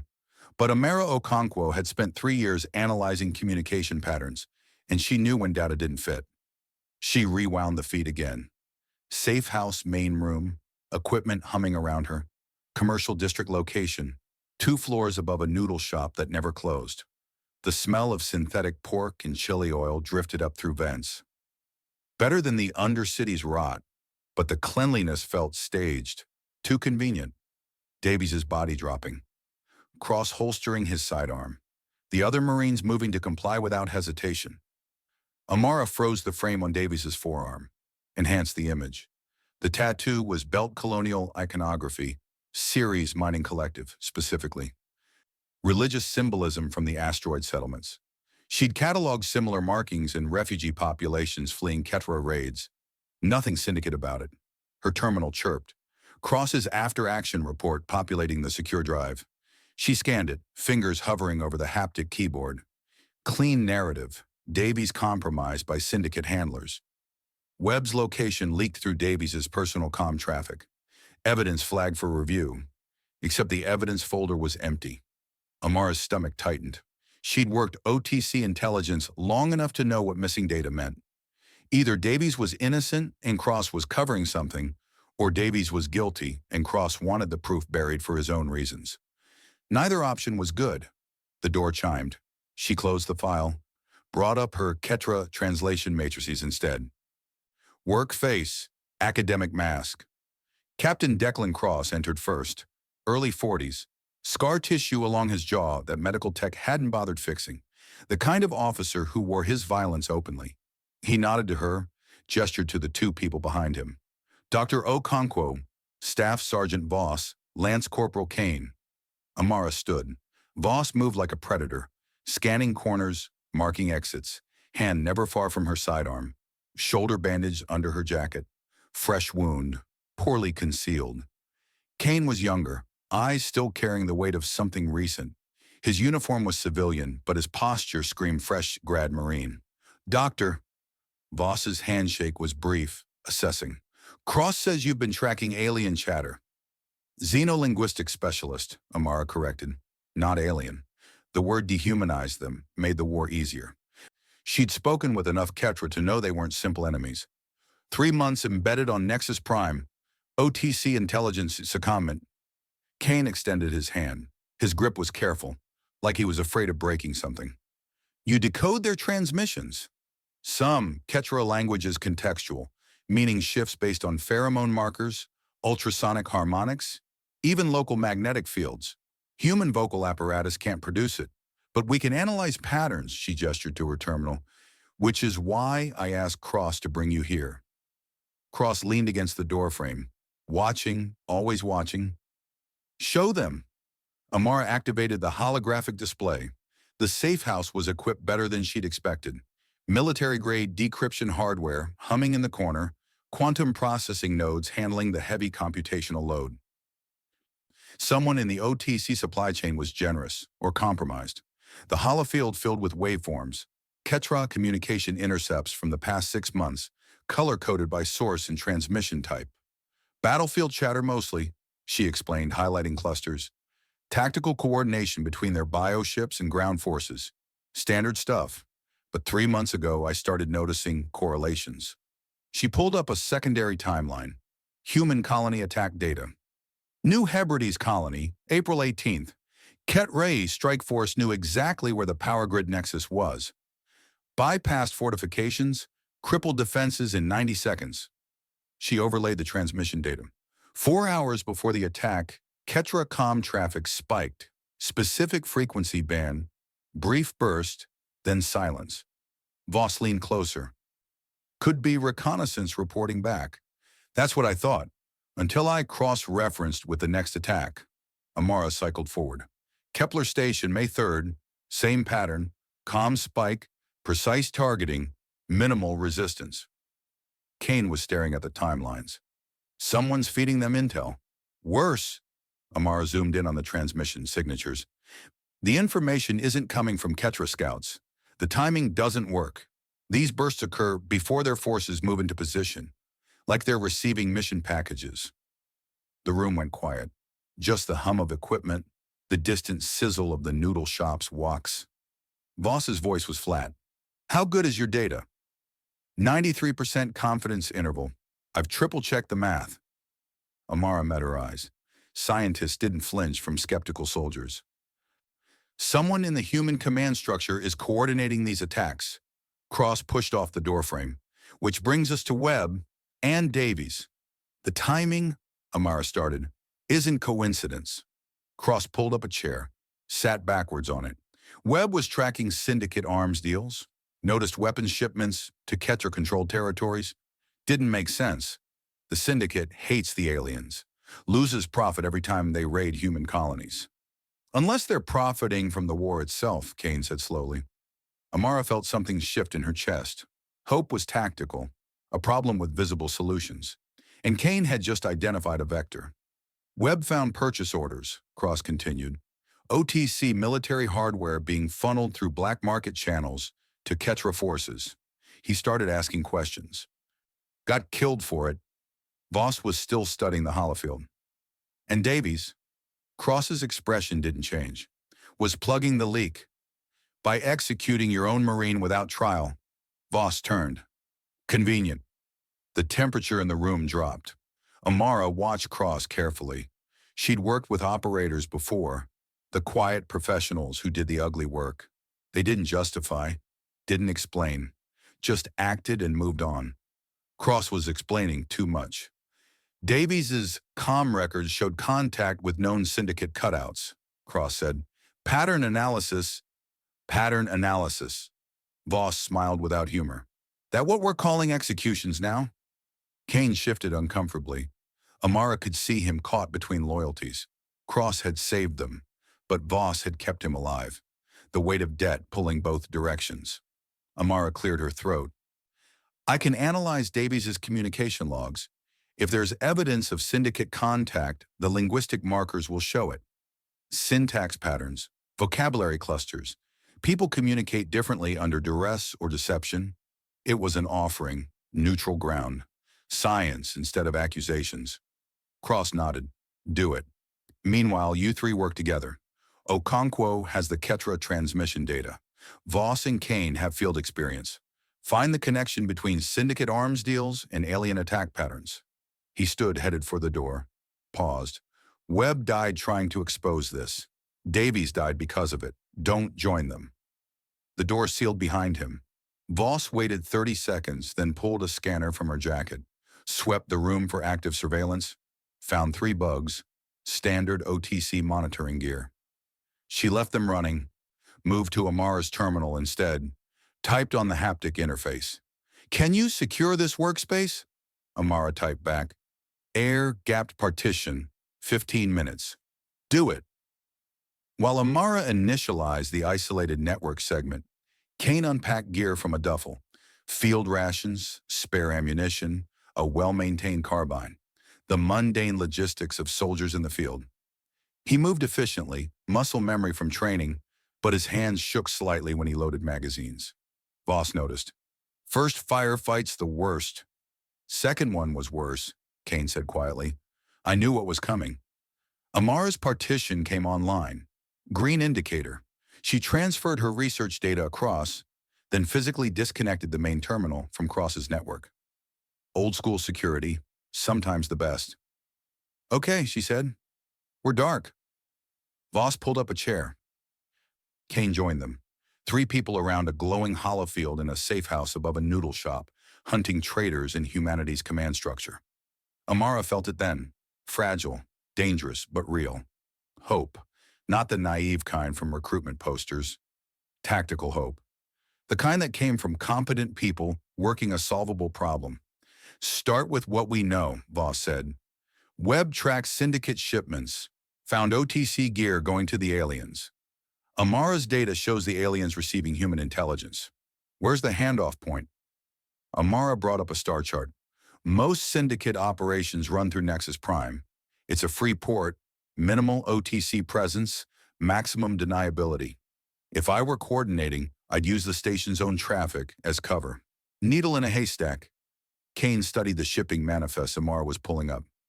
Thousands of transactions per day. How do we filter this? Linguistic analysis. Amara highlighted specific vendors. The syndicate uses code phrases in their invoices. Buyer nomenclature follows patterns. Legitimate businesses versus shell companies. I can flag anomalies. She set algorithms running. Watch probability matrices populate. Outside, the noodle shop's evening rush was starting. Normal life, continuing despite the war. People eating, laughing, surviving. Inside the safe house, they worked.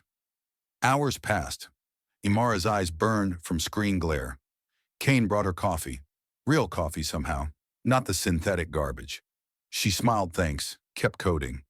Voss cross-referenced syndicate-known associates with Amara's vendor list. 37 matches, then 17, then 5. There, Voss pointed.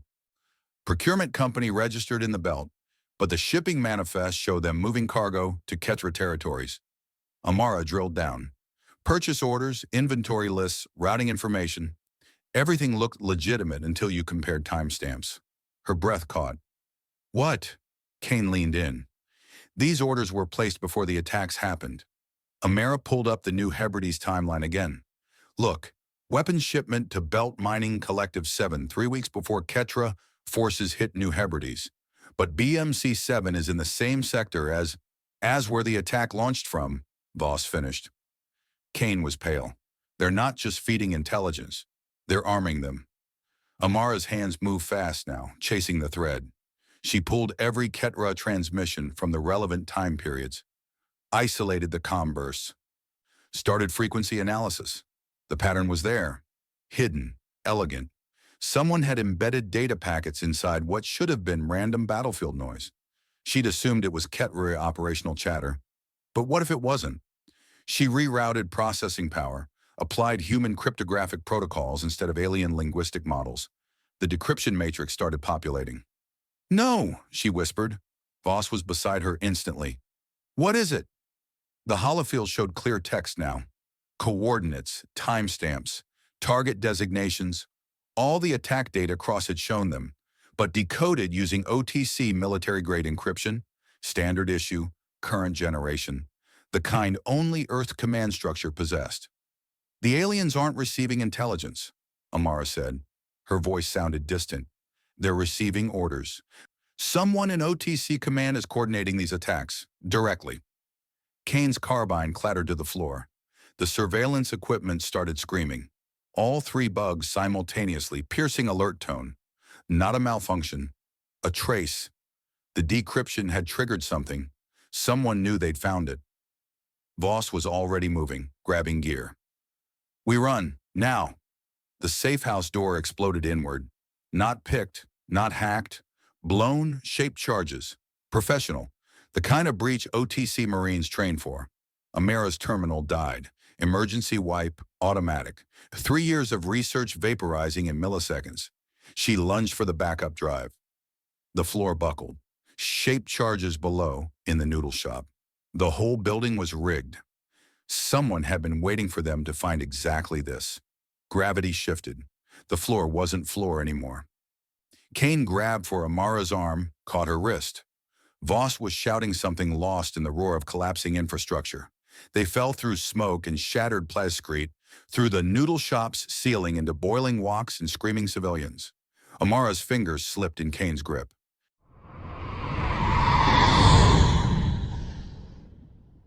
Chapter 7, Fracture.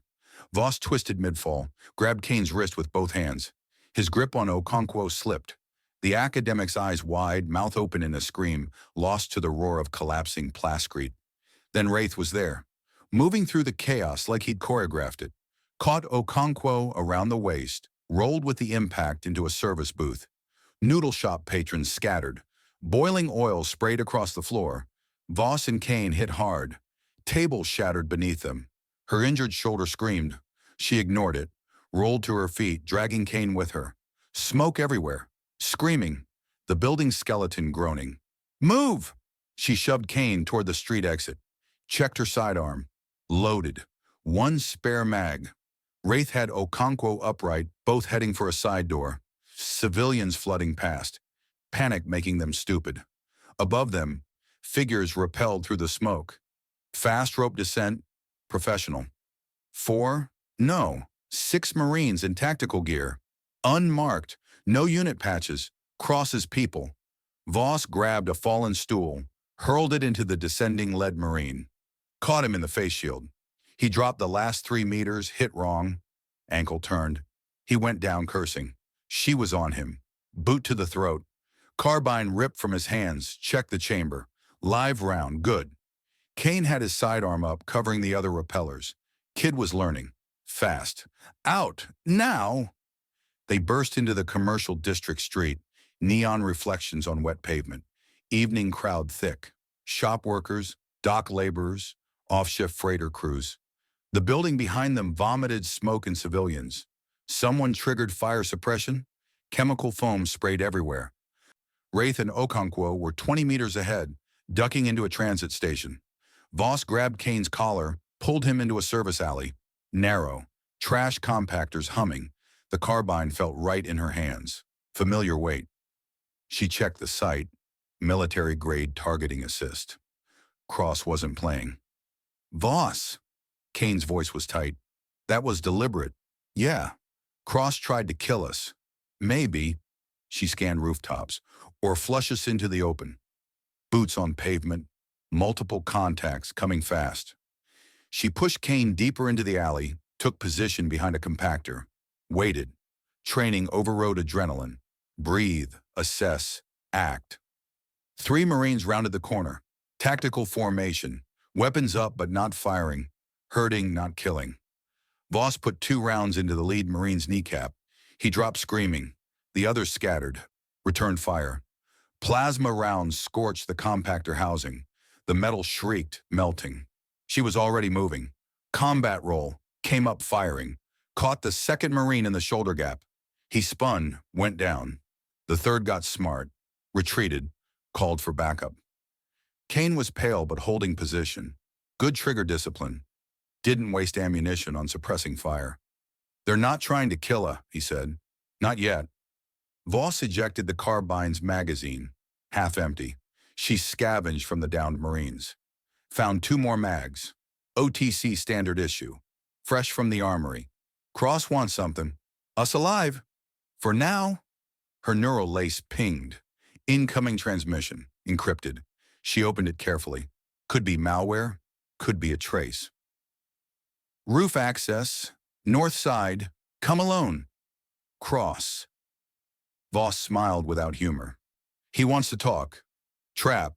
Yeah. She checked her appropriated carbine one more time. Combat sling. Attached it properly. You get to Wraith. Make sure Okonkwo's data survives. Kane stared at her.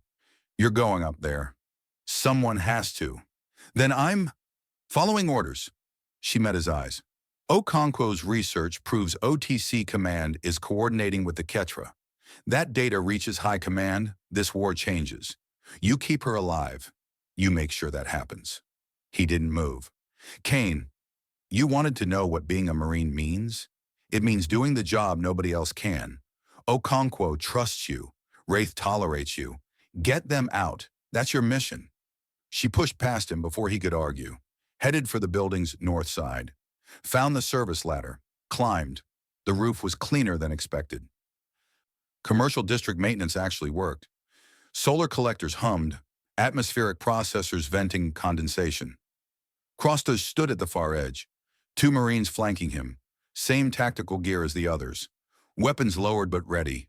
Voss kept the carbine at low ready. Walked forward slowly. 15 meters. 10. 5. That's close enough, Cross said. She stopped. You blew the safe house. Had to be convincing. Davies. Webb. The whole damn thing. Her finger was on the trigger guard. One twitch. This was a test. Had to know if you'd run or fight, if Kane would follow orders or think for himself. Cross's expression didn't change. If Okonkwo's research was worth protecting or bearing. So you tried to kill us. Tried to see what you'd do under pressure. He gestured to the street below. Emergency response teams converging on the noodle shop. Casualties were civilian, none terminal. You extracted your team. Kane sided with you over me. Okonkwo preserved her data. Wraith showed his cards. Voss raised the carbine. Center mass. Give me one reason. The Marines flanking Cross moved. Fast. Professional. She shot the left one in the chest plate. Kinetic impact threw him back. The right one had his weapon up. Kane came over the roof access. Sidearm firing. Caught the Marine in the side. The man went down. Cross didn't flinch. Didn't draw. Just watched. You're a shit officer, Voss said. Testing your people by orchestrating a building collapse. I'm an officer hunting traitors in OTC command. Cross pulled something from his jacket. Slowly, hands visible. A data chip. Webb's final intel package, the real one. Davies was trying to deliver it when I executed him. The world tilted. Davies was loyal, Cross continued. Syndicate made him look dirty. I killed him to maintain my cover as a Sentinel operative. They trust me now. Voss's carbine didn't waver. Prove it. Cross tossed the chip. It clattered on the roof between them. That chip has everything Webb discovered. Sentinel structure, the OTC officers coordinating with Ketra forces, the money trail through Nexus Prime syndicate operations. Cross's voice was flat, professional. I've been running a parallel investigation for 8 months. Reyes knows. High Command doesn't. That's why you're here. Why Kane's here. Why Okonkwo was embedded with the transmission analysis. Kane was breathing hard. Weapons still trained on Cross. Webb's message. The tattoo. Belt colonist religious iconography. Davies' family was from Ceres. Webb knew that. Knew I'd recognize it. Knew I'd have to kill Davies to maintain cover. Cross finally looked away. Down at the street. 23 years of service. Never executed a loyal Marine until 8 months ago. Silence. Just the city's background hum. Sirens, crowds. Voss lowered her weapon. Not much. Enough. Okonkwo decoded the transmissions, found targeting data. I know. The safe house was wired for audio surveillance. Sentinel knows too. That's why the building came down. Cross turned back to her.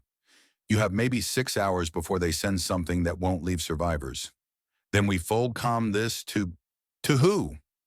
Cross's laugh was bitter. High Command is compromised. Reyes is running interference, but she can't ID which admirals are clean. We transmit, we die. Sentinel scrubs the data, kills everyone connected, continues coordinating human Ketra attacks. Kane spoke up. What's the play? Prove it. Cross retrieved the data chip, pocketed it. Find the coordination point, the location where Sentinel passes targeting intel to Ketra forces. Get evidence a court-martial can't ignore. Transmit simultaneously to every OTC base and civilian network. Saturation release. Make it too big to bury. Voss's shoulder was screaming. The adrenaline was fading, leaving just pain and exhaustion. You could have told us this before blowing up the safe house. Could have. But then I wouldn't know if you'd break under pressure. If Kane would run. If Okonkwo's conviction was academic or personal. Cross gestured to his downed Marines. Both breathing, wounded but alive. This wasn't a test. This was confirmation.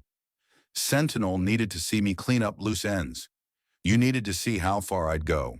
Now we all know. Her neural lace pinged. Private channel. Encrypted. She opened it reflexively. Trust Kane. Eliminate Cross. Sentinel. No routing data.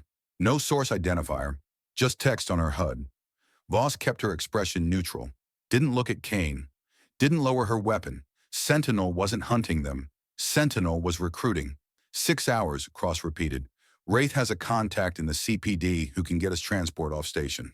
We relocate. Plan next. No. Voss cut him off. We don't relocate together. You're compromised. Davies proved it. This whole setup proves it. I'm running a parallel investigation that conveniently required killing your own Marine and nearly killing 3 more people. She raised the carbine again. You want to work this op? You do it separately. Feed us intel. We'll verify independently. But you don't get close to Okonkwo's data. You don't coordinate our movements. You're quarantined. Cross's jaw tightened. That's how it works now, sir. She let the pause hang. Or I transmit everything anyway. Burn it all down. Your investigation, your cover, Sentinel's whole network, scorched earth. The Marines Cross had brought were stirring. One reaching for a sidearm. Kane put a round into the deck next to his hand. Don't. Voss's lace was still displaying the message. Trust Kane. Eliminate Cross. Sentinel wanted fracture. Wanted them divided, playing sides against each other, which meant Cross might be telling the truth, or Sentinel wanted her to think that. Layers on layers. Fine. Cross straightened. You want separation? You have it. But when Sentinel comes, and they will, you're on your own. We've been on our own since Webb died. Voss backed toward the roof access. Kane moving with her, covering angles. You get us that CPD transport. We'll verify it through Wraith. Anything else, don't contact us. We'll contact you. Cross watched them retreat, his face unreadable. They were 3 meters from the access door when Voss's lace flared red. Proximity alert. Multiple contacts coming fast. The building's far side erupted. Plasma fire. Heavy weapons. The distinctive whine of syndicate pulse rifles. Not OTC, not Marines. Bounty hunters. Down! Voss tackled Kane. Roof access exploded behind them. The door turned into shrapnel. Plasma rounds chewed through solar collectors. Molten metal sprayed. Atmospheric processors ruptured. Coolant flooded the roof. Cross and his Marines returned fire. Coordinated, professional. One Marine called for Casevac. The other covered Cross's 6. Voss low-crawled to the roof's edge. Looked down. The commercial district street was a war zone. Wraith had Okonkwo pinned behind a transit kiosk. Syndicate enforcers were closing from 3 directions. Civilian casualties everywhere. Bodies screaming. Her lace pinged again. Different alert. Priority transmission. Nexus Prime security override. CPD orbital sweep inbound. Plasma bombardment. Commercial district target zone. Evacuation window. 180 seconds. The countdown started on her HUD. 259. 258. Someone had escalated. CPD wasn't taking chances. They were sterilizing the whole sector. Kane saw her expression. What? Voss looked at the street below. Wraith and Okonkwo. Looked at Cross and his Marines. Looked at the syndicate enforcers closing in. We have 3 minutes before orbital strike. Cross's face went white. They wouldn't. They would. Voss was already moving. Everyone off this roof. Now. The countdown ticked. 247. 246. 245.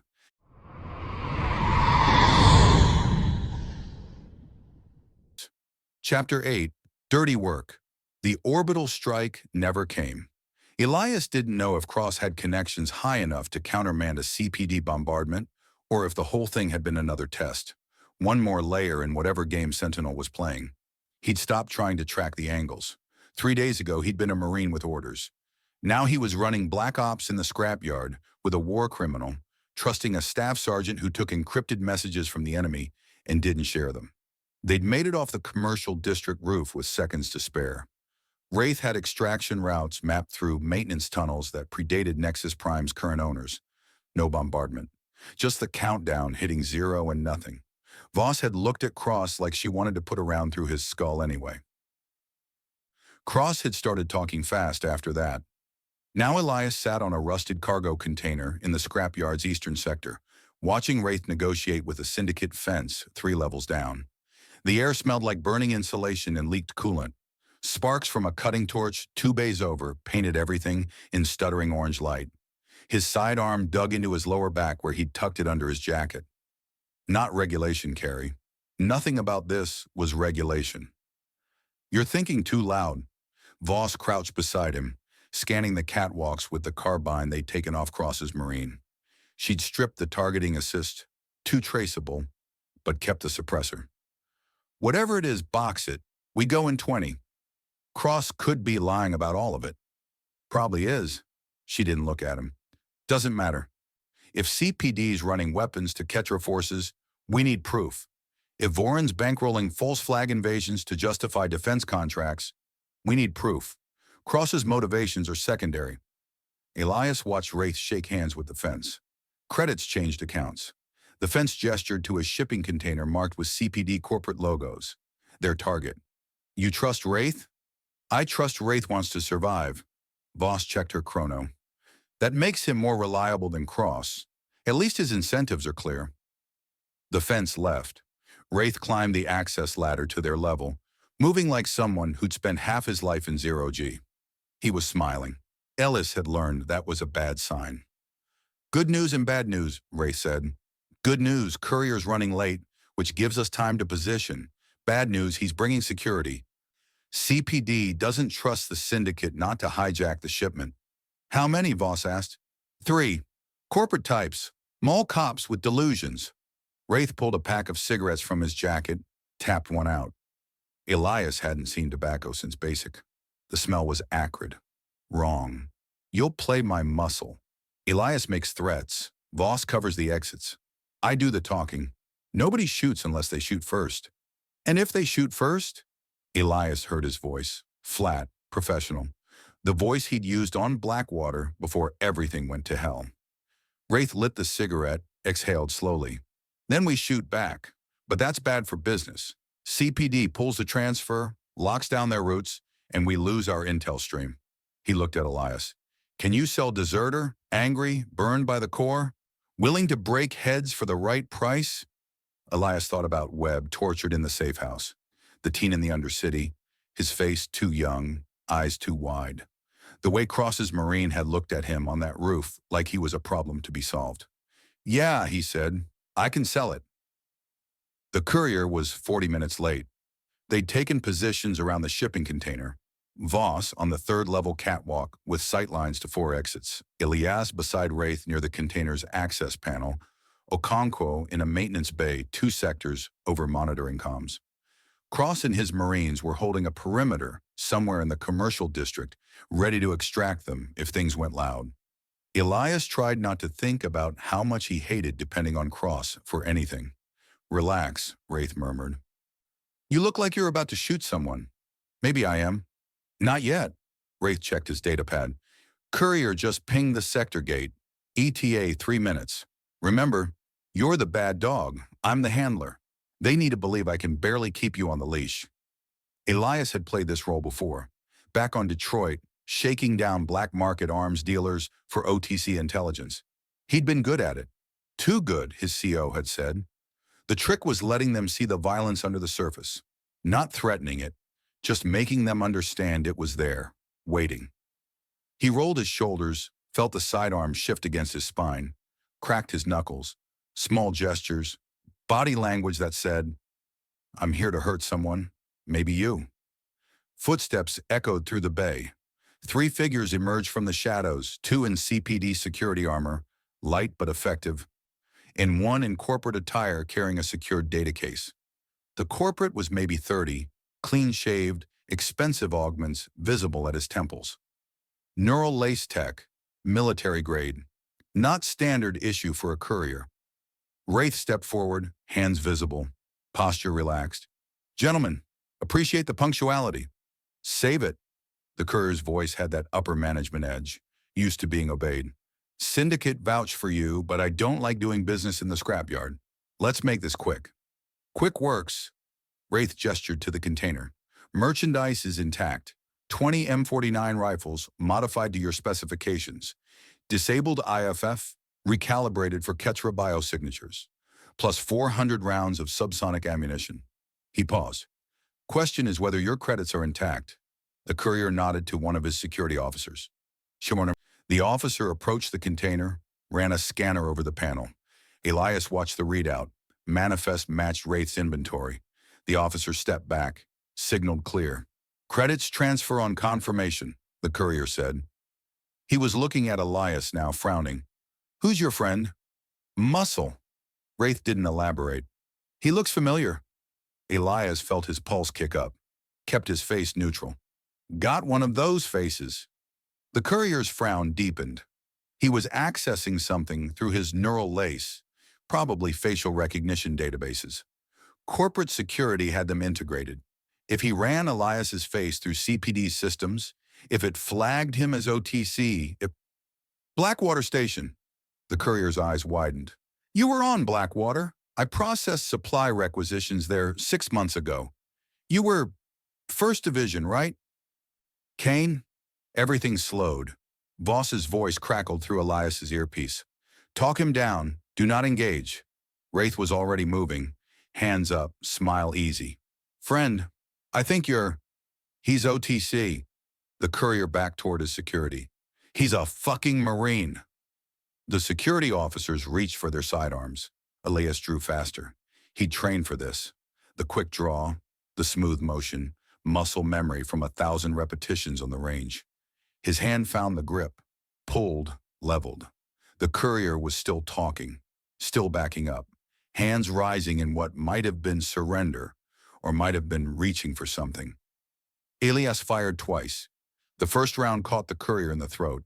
The second hit center mass as he was falling. The security officers froze. Don't! Elias's voice was someone else's, flat, cold.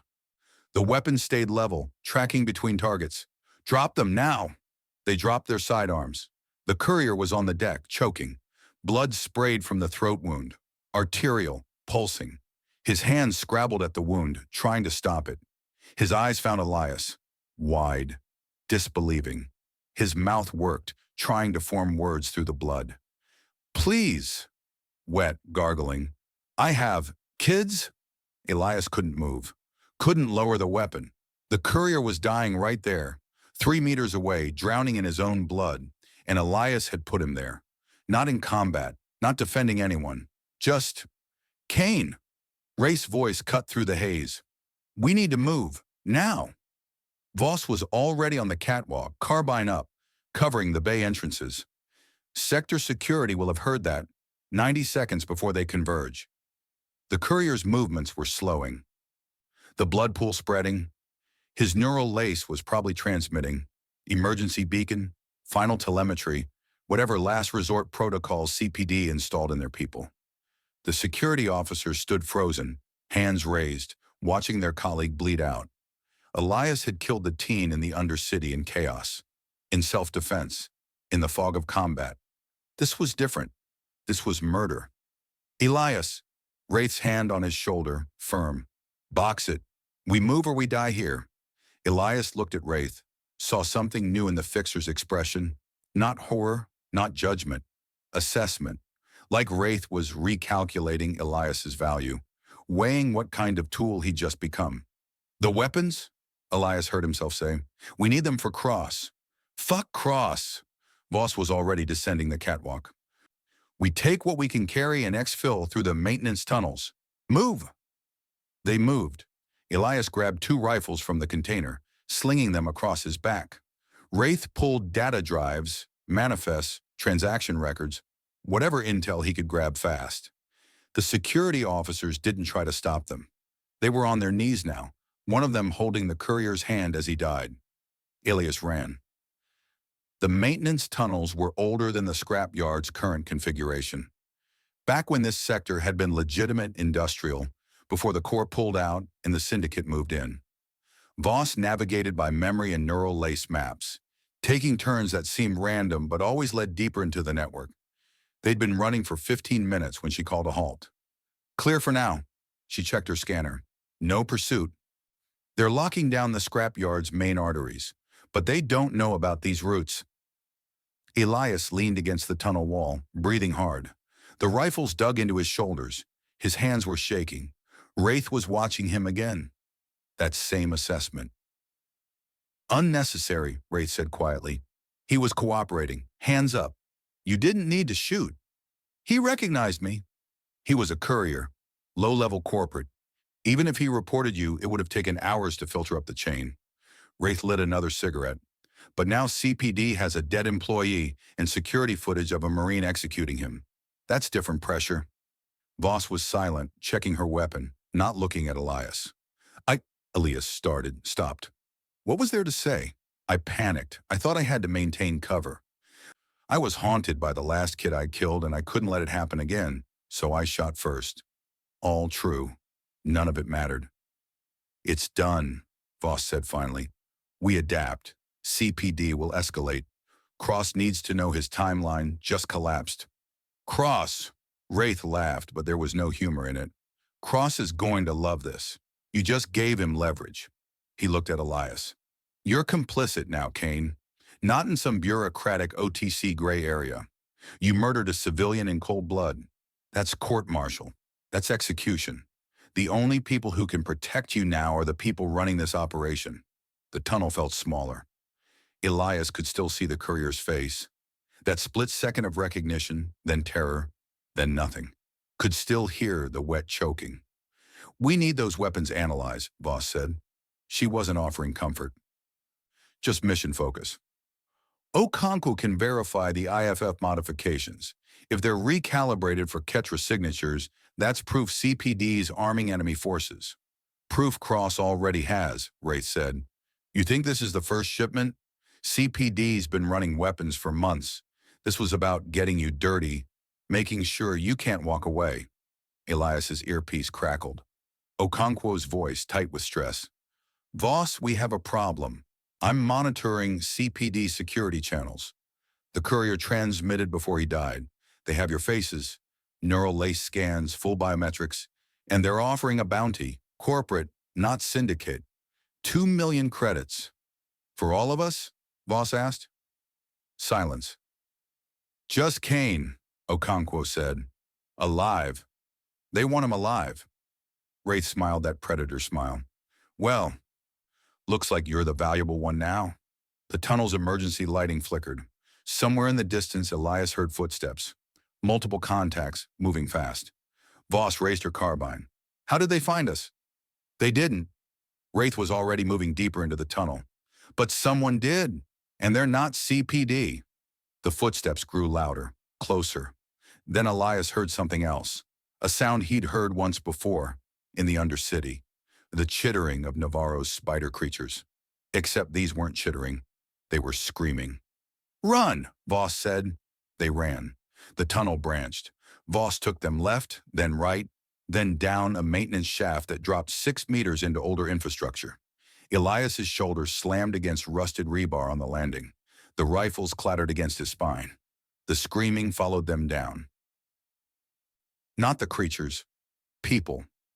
Someone was dying back there, and the sound was getting closer. They emerged into a junction chamber, 4 tunnels converging, water pooling on the floor, the walls slick with condensation. Voss stopped, scanning each passage. Her lace was glitching, the map fragmenting. Signal interference, she said. Something's jamming our nav. Wraith checked his datapad. The screen showed static. Electromagnetic pulse, narrow band, military grade. Cross? Elias asked. Cross doesn't have this tech. Wraith looked at the tunnel they'd just exited. The screaming had stopped. Now there was only silence. Nobody in the OTC does. The water on the floor rippled. Footsteps. Heavy. Multiple contacts. Moving in synchronized rhythm, the way Marines moved when they'd trained together for years. Voss backed toward the far tunnel. Formation. Kane, center. Wraith, my 6. They positioned. Elias unslung one of the M49s, checked the chamber. Loaded. He'd never fired this model. CPD used different calibration than OTC standard. The weight was wrong, the balance unfamiliar. The footsteps stopped. A figure emerged from the leftmost tunnel. Marine armor, but wrong. No unit patches, no rank insignia. The helmet was closed, reflective faceplate hiding whoever was inside. They moved with the careful economy of someone who'd seen combat. A lot of combat. Then another figure. Then 3 more. 5 Marines in unmarked armor surrounding them. The first Marine spoke. The voice was synthesized, stripped of gender and accent. Lieutenant Elias Kane, you're coming with us. On whose authority? Voss had her carbine up, tracking targets. The authority that's been protecting you since Blackwater. The Marine tilted their head. Sentinel sends regards. Elias felt his stomach drop. We're not going anywhere, Voss said. You don't have a choice. The Marine raised one hand. The other 4 leveled their weapons. The doctor's research has progressed beyond useful. You've become a liability. Kane, however, still has value. Value for what?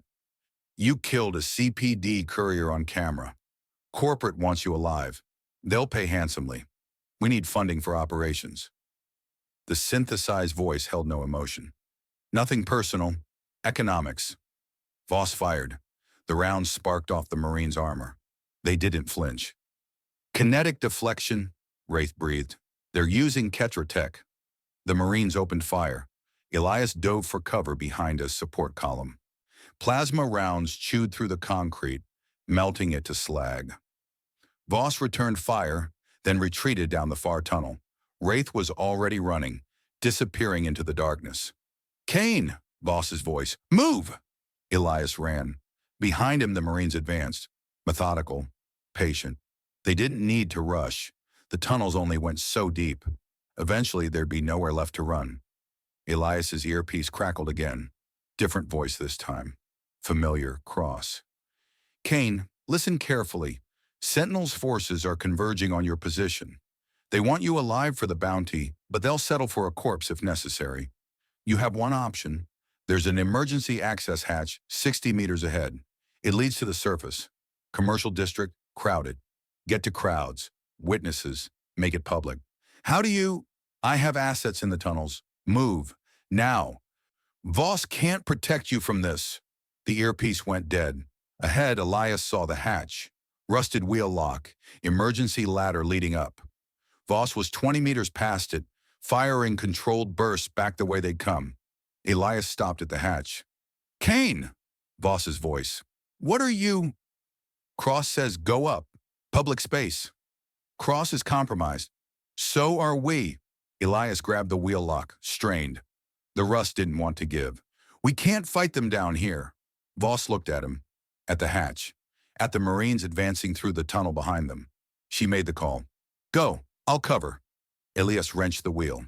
It gave. The hatch opened. Fresh air flooded in. Night air, the smell of the city. He started climbing. Below, Voss fired another burst. Then her boots hit the ladder rungs. The Marines were close now. Elias could hear their synthesized breathing through the vents. He emerged onto the street. Commercial district. Late evening. Crowds everywhere. Workers changing shifts. Vendors closing shops. Normal people living normal lives. Voss came up behind him. Which way? Elias looked around, trying to orient. They were 3 blocks from the transit station, 2 blocks from where the safe house had collapsed. He could see CPD security drones overhead, scanning the crowd. His earpiece crackled one more time. Not Cross, not Voss, not Okonkwo. Lieutenant Kane. The voice was different, human, familiar from somewhere he couldn't place. I'm the one who sent the orbital strike warning. I'm the one who's been keeping you alive. We need to talk. Who is this? Check your neural lace. Private channel. Encryption key. Web. Elias's lace flared. New message. Video file. He opened it. The screen showed a room he recognized. OTC headquarters, Detroit. 6 months ago. A briefing. Elias had been there, along with 30 other officers from 1st Division. The briefing officer's face filled the screen. Colonel Ava Reyes. "Hello, Elias," her recorded voice said. "By the time you see this, you'll have killed your first civilian. Maybe your second. The guilt will be eating you alive." She smiled. "Good. That means you're still human. Stay human. I need you that way." The video cut to a different angle. Live feed, real time. Reyes sitting in what looked like a ship's command deck. The Verdance bioship architecture visible through the viewport behind her. "Your courier friend?" she said. "He's not dead. The wound looked arterial, but you missed the carotid by centimeters. He's in surgery. CPD doesn't know yet. I had assets extract him before their security arrived. He'll live." Elias couldn't breathe. "I'm offering you a choice," Reyes continued. "Come work for me. Help me burn Sentinel down from the inside. Or stay with Cross, stay with Voss, and watch them use you until there's nothing left." She leaned forward. "You have 60 seconds to decide. After that, my extraction team pulls out and the courier's life support gets..."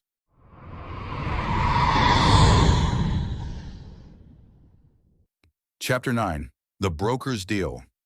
Wraith had seen plenty of people cross the line. Hell, he'd pushed a few of them over it himself when the price was right. But watching Kane execute that courier, watching him pull the trigger on a man whose hands were already up, that was different. That was the moment the kid stopped being OTC property and became race leverage. He was stripping down the M49s in his workshop while Kane and Voss argued 3 meters away. The workshop was buried deep in the scrapyard's East Warren, accessible only through a cargo lift that didn't officially exist. Music played from speakers, cobbled together from ship salvage. Something pre-war, guitars and drums, loud enough to defeat most surveillance tech. The air smelled like gun oil and recycled coolant. Home sweet home, at least until the next time someone tried to burn it down. "Reyes is playing you," Voss said. Her voice had that tight control that meant she was about 3 seconds from violence. "Everything she said is designed to fracture us." Kane sat on an ammo crate, head in his hands. Kid looked like he'd aged 5 years in the past hour. "She said the courier's alive, that I didn't kill him." "She's lying." "You don't know that." Wraith pulled the firing pin from the M49, examined it under magnification. The serial had been filed off, then re-etched with a false registry. Professional work. CPD had entire divisions dedicated to this kind of thing. Weapons that couldn't be traced, couldn't be linked, couldn't tell the truth about who pulled the trigger. "Both of you shut up," he said without looking up. "Reyes might be lying. And might be telling the truth. Doesn't matter. What matters is Kane put 2 rounds in a man who recognized him, which means CPD has footage, biometrics, and motive. That courier was their employee. They'll want justice or they'll want blood. Either way, Kane's worth more to them alive than dead." "That's supposed to be comforting," Kane asked. "No, it's supposed to be useful." Ray set the firing pin aside, reached for the next rifle. "You're complicit now, not in some OTC gray area where you can claim following orders. You murdered a civilian in front of witnesses. Cross can't protect you. Voss can't protect you. The only people who can are the people who want something from you." "Like you," Voss said. "Like me." Wraith smiled. He'd learned to smile in negotiations. It put people off balance, made them think you were holding cards you didn't have. "Difference is, I'm honest about it. Reyes wants you to think she's saving you. I just want you useful."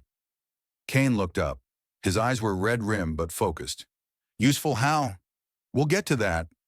Wraith pulled the next rifle from the pile, started the breakdown sequence. Barrel, chamber, trigger assembly. The M49 was a solid platform, reliable, modular, easy to modify. He'd sold hundreds of them over the years to everyone from resistance cells to corporate death squads. Good weapon, no conscience. "First, let me show you what your murder bought us." He activated the workshop's holo display. The M49 schematic floated in the air, annotated with his analysis. Voss moved closer. Kane stayed on the crate. "Standard M49 platform," Wraith said. "Manufactured at CPD's Detroit facility. Batch designated for OTC procurement 6 months ago. Except they never made it to OTC. Someone intercepted them, stripped the IFF transponders, and recalibrated the targeting systems. He highlighted the modifications. See this? The IFF should ping friendly signatures, prevent fratricide. These don't. They're blind. They'll shoot anything the operator aims at. False flag weapons, Voss said quietly. Exactly. Use these in an attack, leave them at the scene, and they can't be traced back to anyone. No electronic signature, no identity markers. Just human-made rifles killing human targets, and everyone assumes it was the enemy. Kane stood, walked to the display. His hands were steadier now. Having a problem to analyze seemed to help him. How many were in this shipment? 20 rifles, 400 rounds. Wraith pulled up the manifest. But this isn't the first shipment. I've been tracking CPD's blacknet transactions for 2 years. They've moved at least 500 of these through the syndicate in the past 8 months. 500? Voss's voice was flat. That's enough to arm multiple operations, multiple targets. Wraith brought up another file. News reports, colony distress signals, OTC incident reports. 3 months ago, Persephone 6 reported a Ketra raid. 57 colonists dead. Evidence at the scene included spent casings from human weapons, which the official report dismissed as scavenged gear. He highlighted the ballistic analysis. Those casings matched the firing signature of these rifles. The workshop went quiet except for the music. Some old song about soldiers coming home. Wraith had always found it maudlin. Kane was staring at the casualty reports. They're killing their own people, blaming it on the Ketra, starting a war. They're sustaining a war, Wraith corrected. War's already started. This just keeps it profitable. CPD gets defense contracts, OTC gets emergency funding, Vorin and his friends get richer. The dead get buried. Everyone wins except the colonists, who can't tell the difference between a false flag and a real attack. And the Ketra, Voss added, who take the blame for massacres they didn't commit. Wraith shrugged. Not my fight, I just move merchandise. Kane turned to look at him. There was something new in the kid's expression.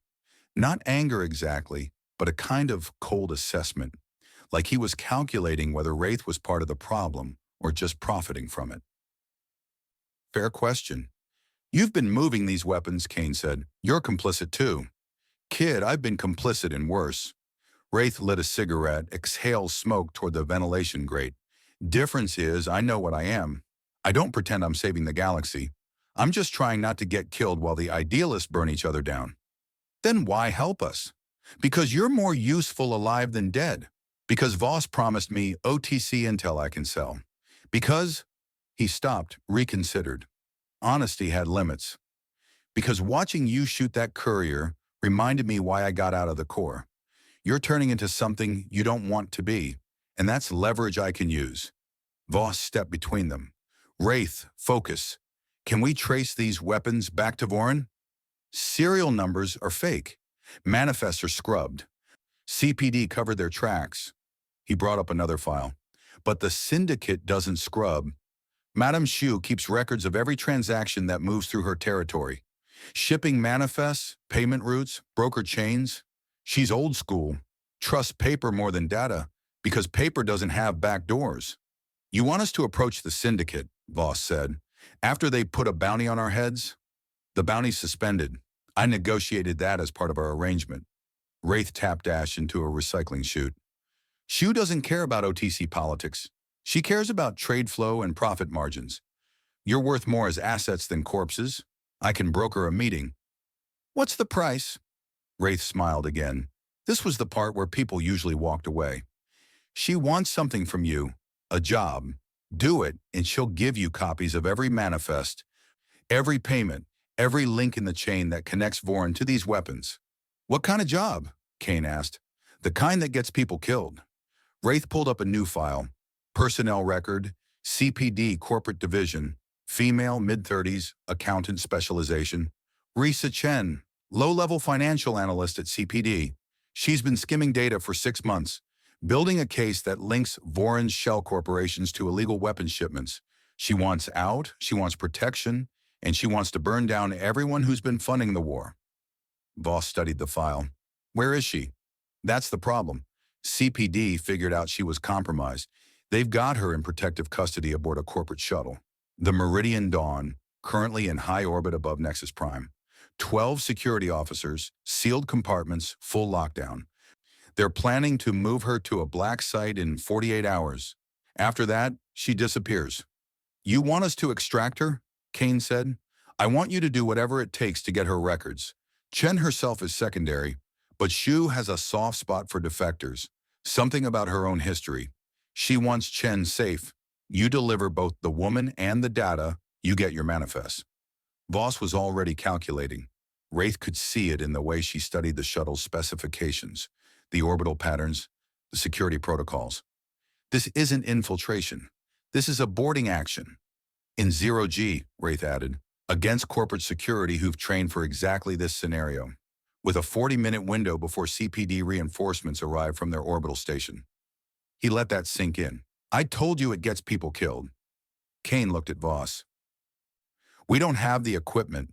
No breaching charges, no EVA suits, no. I have equipment, Wraith interrupted. I've been running black market operations in this sector for 8 years. You think I don't have vacuum gear? He gestured to the workshop's back room. 4 EVA suits, military grade, plasma cutters, magnetic grapples, enough to board a ship if you're fast and lucky.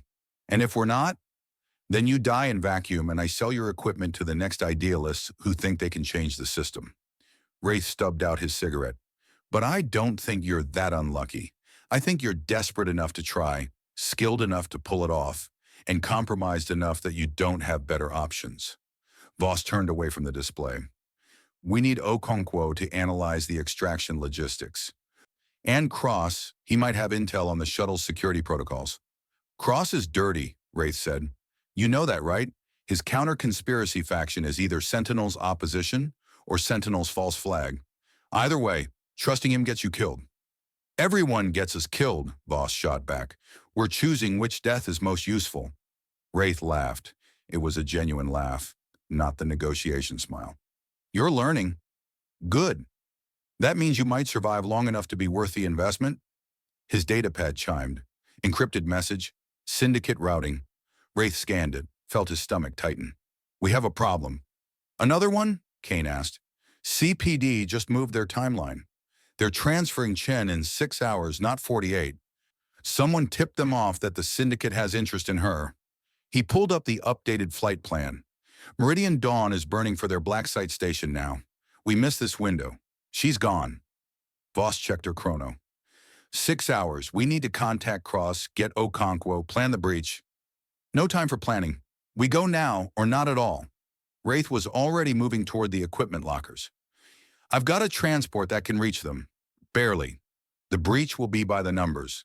Cut through the hull, neutralize security, grab Chen, run. Simple. Simple gets people killed, Kane said. Complicated gets people killed too. At least simple is fast. Wraith pulled EVA suits from the locker, started checking seals. Make your choice. Do this job, get the manifest, prove Voron's conspiracy, or walk away. And Chen disappears along with your evidence. Voss and Kane looked at each other. Some unspoken communication passed between them. Trust or desperation, Wraith couldn't tell which. Maybe both.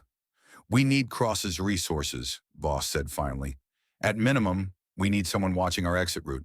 Wraith tossed her an EVA suit. Call him. But we launch in 90 minutes whether he's ready or not. The transport was a salvaged OTC dropship that Wraith had acquired through channels he didn't discuss with anyone who still wore a uniform. It smelled like hydraulic fluid and burned insulation. The cockpit displays were half-functional, held together with bypass circuits and prayer. But the engines worked, the seals held, and the stealth plating kept them off most civilian scanners. Wraith piloted while Voss coordinated with Cross over encrypted comms. Kane sat in the crew bay, checking weapons with the methodical focus of someone trying not to think about what came next. Okonkwo had stayed groundside. Someone needed to monitor CPD's response when this went loud. Cross confirms he has extraction assets in position, Voss reported. Commercial district, 3 locations. We signal when we're clear of the shuttle. He provides cover for landing. If we're clear of the shuttle, Wraith corrected, He pulled up the Meridian Dawn's trajectory on the nav display. Corporate shuttle, modified for executive transport, reinforced hull, dual airlocks, internal security compartments. Crew of 5 plus 12 security officers. Chen will be in lockdown, probably the aft cabin, sealed and guarded. How do we get through the hull? Kane asked. Wraith patted the plasma cutter secured to his EVA suit. Carefully, we burn through at the primary airlock. Draws their attention, while two of us go aft and cut through near the cabin section. Classic breach maneuver. They respond to the obvious threat. We come through the back door. Who goes where? Voss asked. You and me on the aft breach. Kane draws their fire at the primary airlock. Wraith saw Kane's expression. Problem? I'm the distraction. You're the Marine. You've trained for combat boarding actions. Voss and I haven't. Wraith adjusted their approach vector. You make noise, survive long enough for us to reach Chen, then we all fight our way to the primary airlock and exit together. Timing matters. If we're not synchronized, they pick us off one by one. The Meridian Dawn appeared on long-range sensors. Sleek corporate design, all curves and expensive plating. Running dark but not silent, Wraith sensors picked up their engine signature, comms chatter, life support systems. They know we're coming, Voss said. They have to. CPD doesn't move assets this fast without reason. Probably, Wraith armed the transport's weapons. Minimal, just enough to discourage pursuit. But they're corporate security, not Marines. They'll follow protocol. Lock down, call for backup, defend the package. That gives us maybe 30 minutes before reinforcements arrive. Kane started securing his EVA suit. 30 minutes to breach, extract, and disengage. 20 minutes if we're smart. The last 10 we spend running. Wraith brought the transport into final approach. Everyone suited up. We dock in 5. The suits were older models, civilian-rated but military-modified. Wraith had replaced the standard seals with combat-grade, added armor plating, integrated weapons mounts. Not perfect, but better than dying. Voss sealed her helmet, tested comms. Check. Check, Kane confirmed. Good. Remember, vacuum is the real enemy. You get separated from the ship, you drift until your air runs out or someone picks you up. Neither option is pleasant. Wraith activated the transport's docking clamps. Breach in 3, 2, 1. The transport shuddered as magnetic grapples locked onto the Meridian Dawn's hull. Wraith's console flared red. Proximity alerts, security protocols, automated defenses coming online. They're responding, Voss said. Sealing internal compartments. Expected.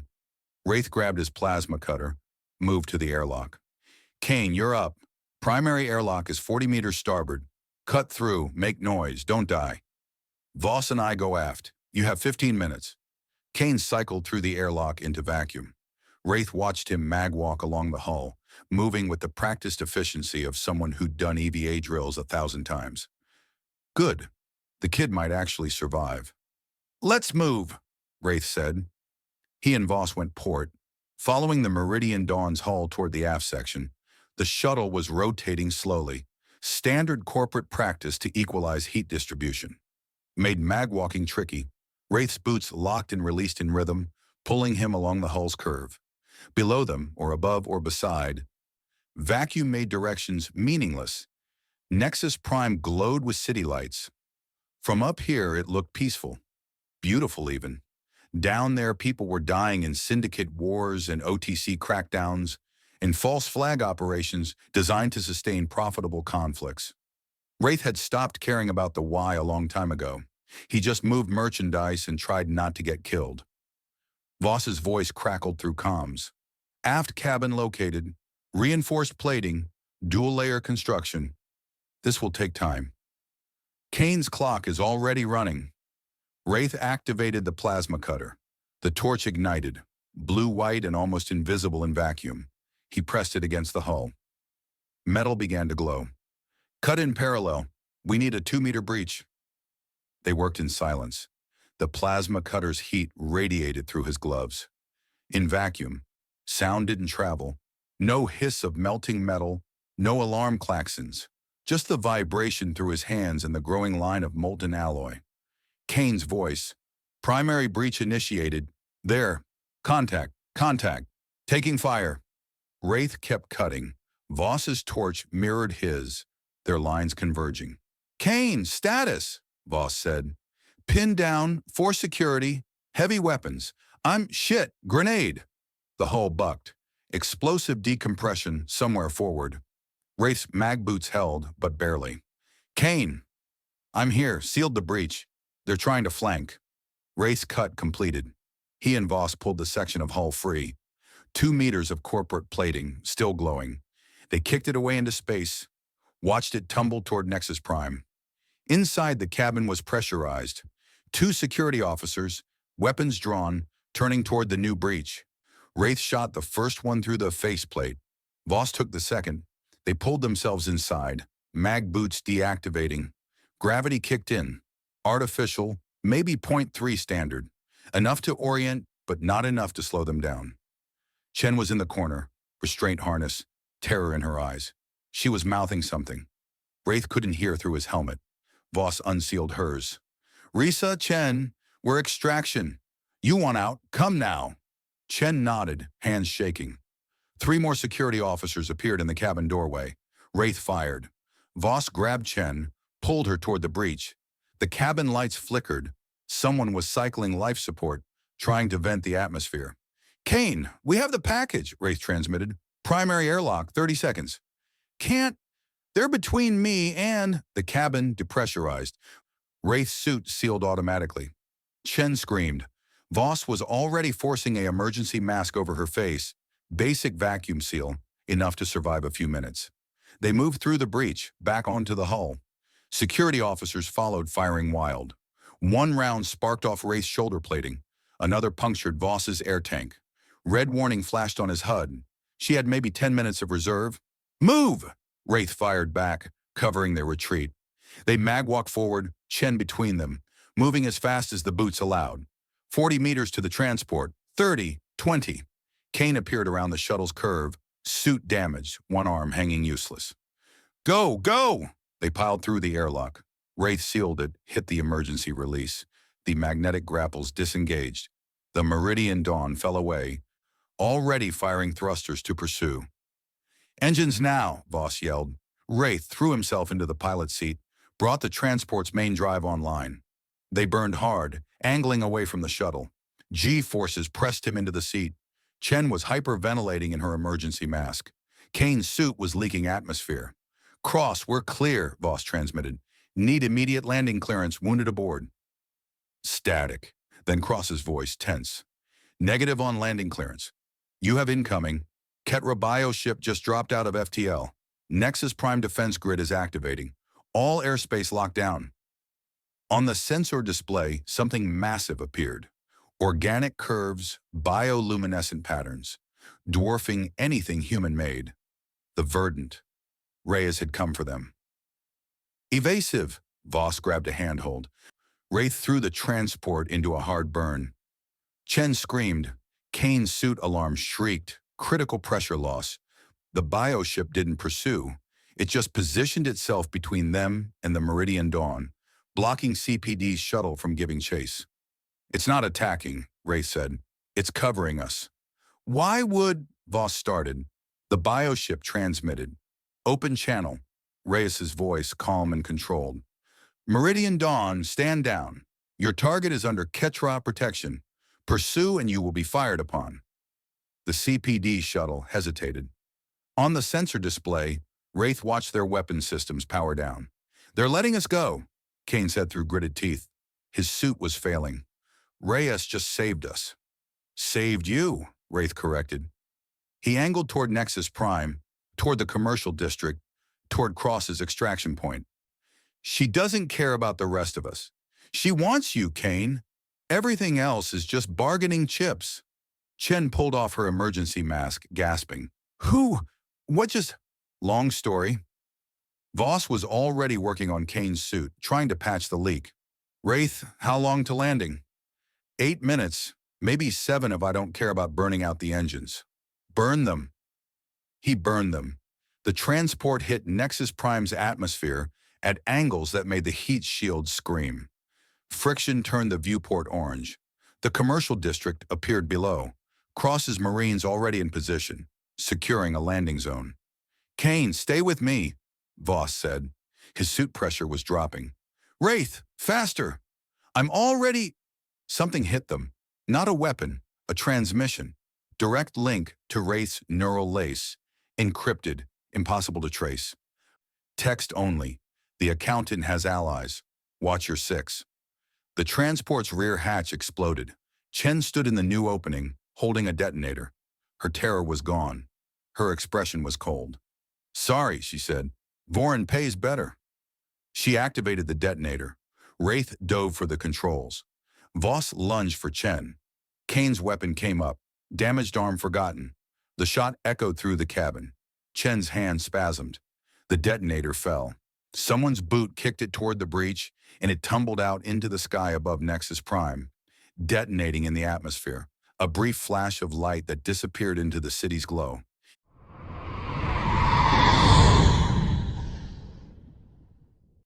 Chapter 10. Midpoint. The boarding. The smoke cleared. Voss stood over Chen, boot on the woman's wrist. The detonator was gone, spinning somewhere in Nexus Prime's atmosphere. Chen's face bled from where Voss had struck her. Not the shot. That had come from— Elias looked at his sidearm. Still raised, still aimed where Chen had been standing.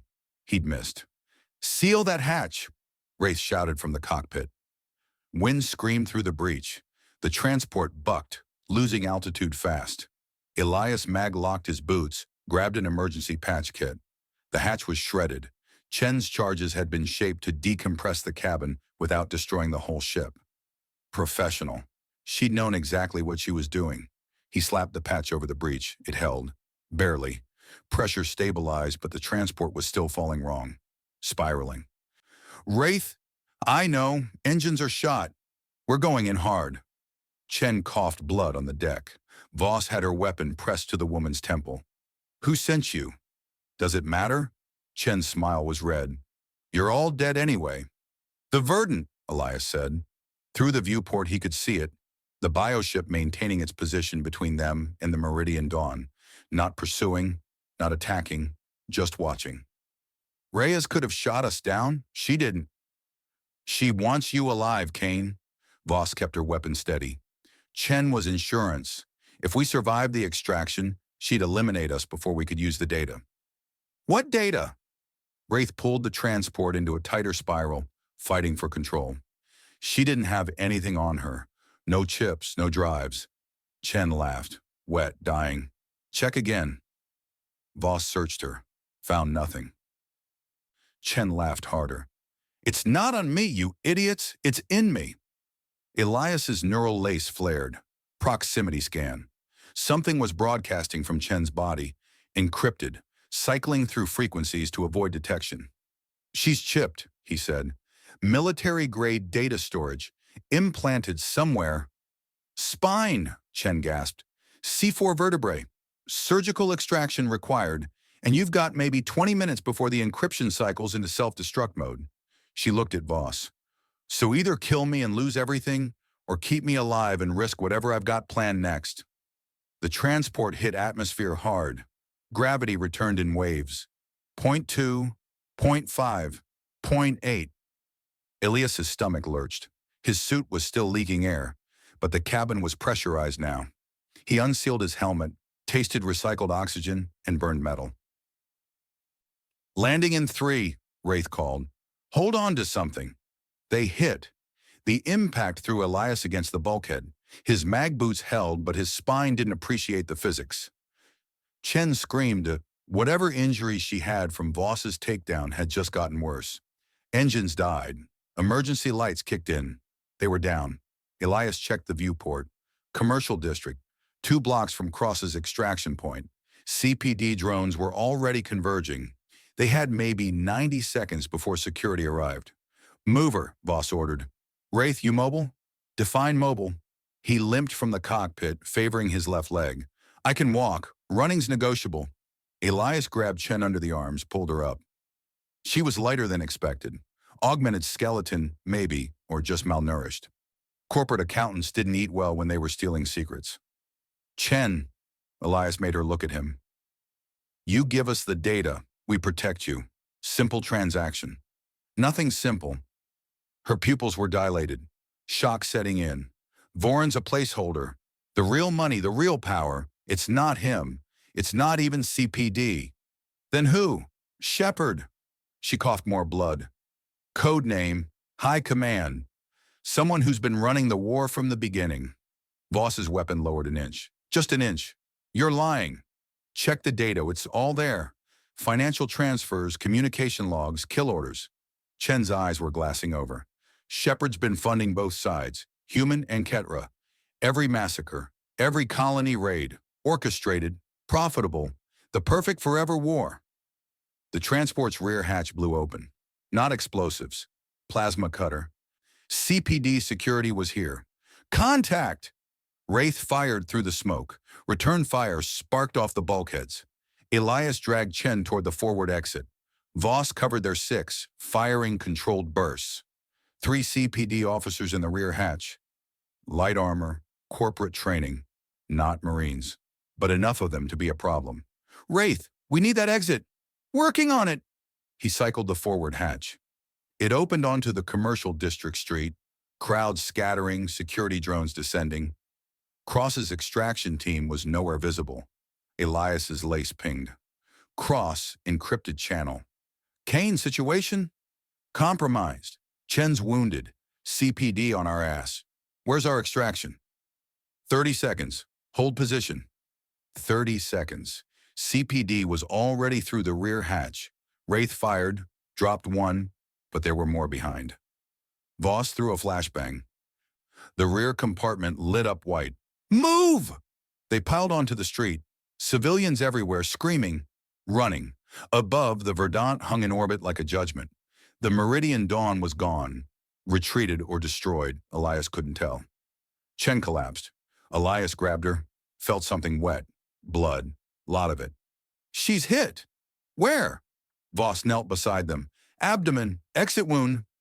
The bullet had punched through from behind. One of the CPD rounds meant for them had found Chen instead.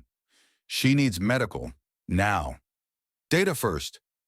Voss pulled a field scanner from her kit, ran it over Chen's spine.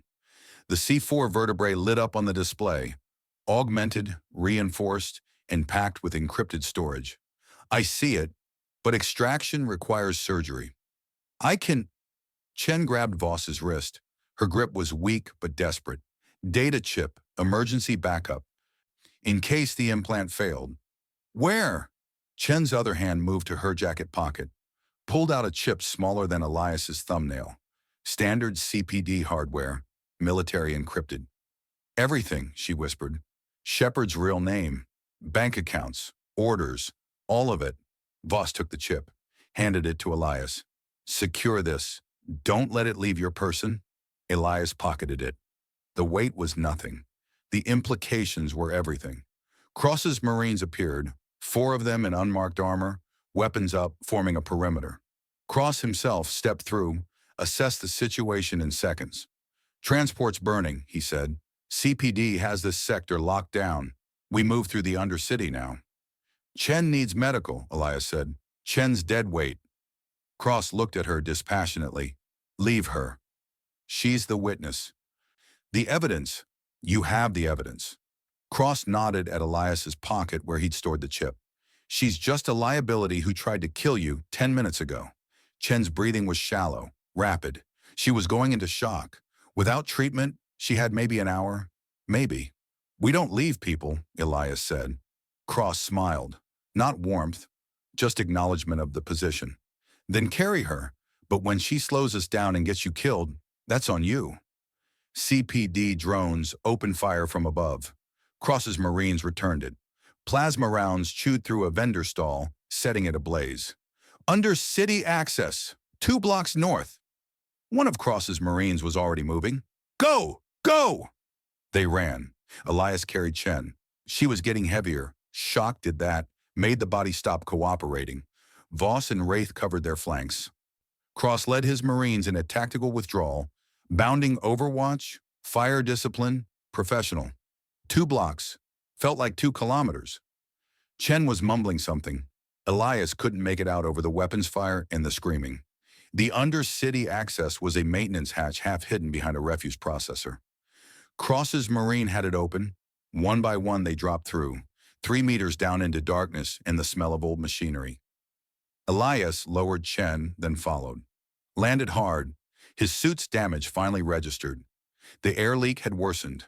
He had maybe 30 minutes of reserve. The undercity's atmosphere was breathable. Barely. "Seal it!" Cross ordered. The hatch slammed shut. Mag locks engaged. Above, CPD security was pounding on the metal. They'd cut through eventually, but eventually gave them time. "Move," Cross said. "Safe house is 6 sectors east. The deck shook, not from above, from orbit. Elias looked up. Through the hatch's reinforced viewport, he could see the sky. The meridian dawn was breaking apart, secondary explosions cascading through its hull. Someone had scuttled it, and falling from the wreckage were Ketra boarding pods. "They're coming," Voss said quietly. "Who?" one of Cross's Marines asked. "Everyone." Wraith checked his data pad. "Commercial district is about to become a war zone. Ketra, CPD, and whoever else Ray is invited to this party." Chen grabbed Elias's arm. Her grip was stronger now, adrenaline fighting the shock.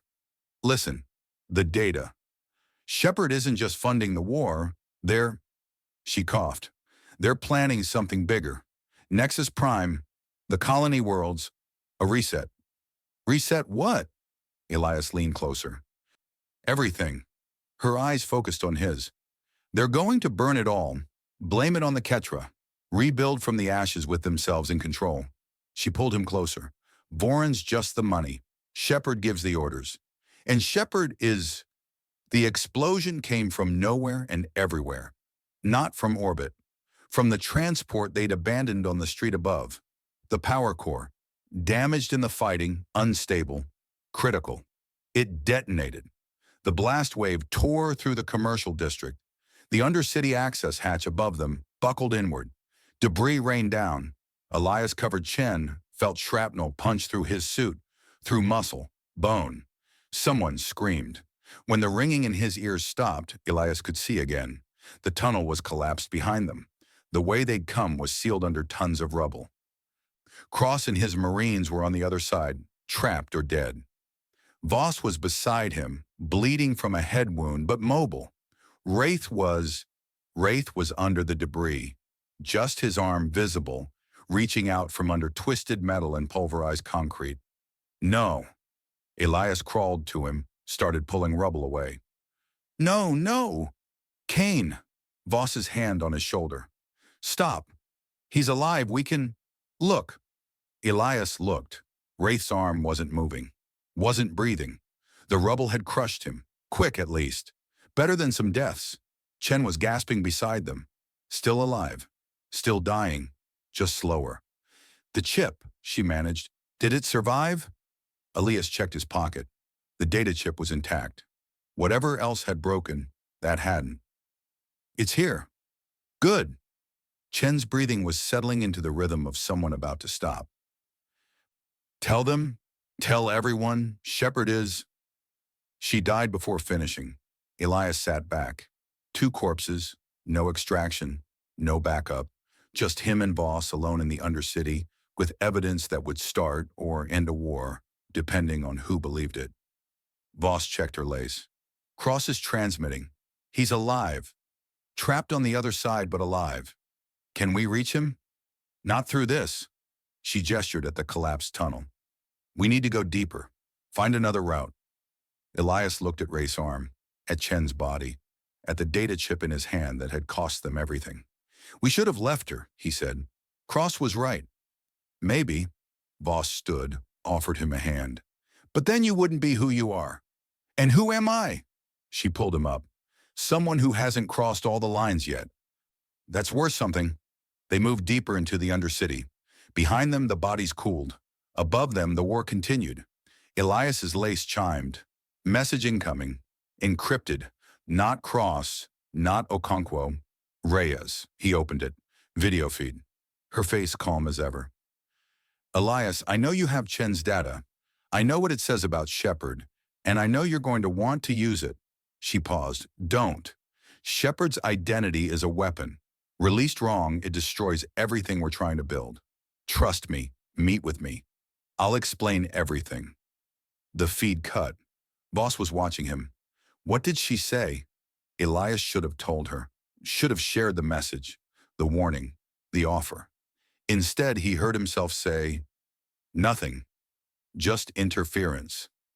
The lie sat between them, small at first, but lies grew in the dark.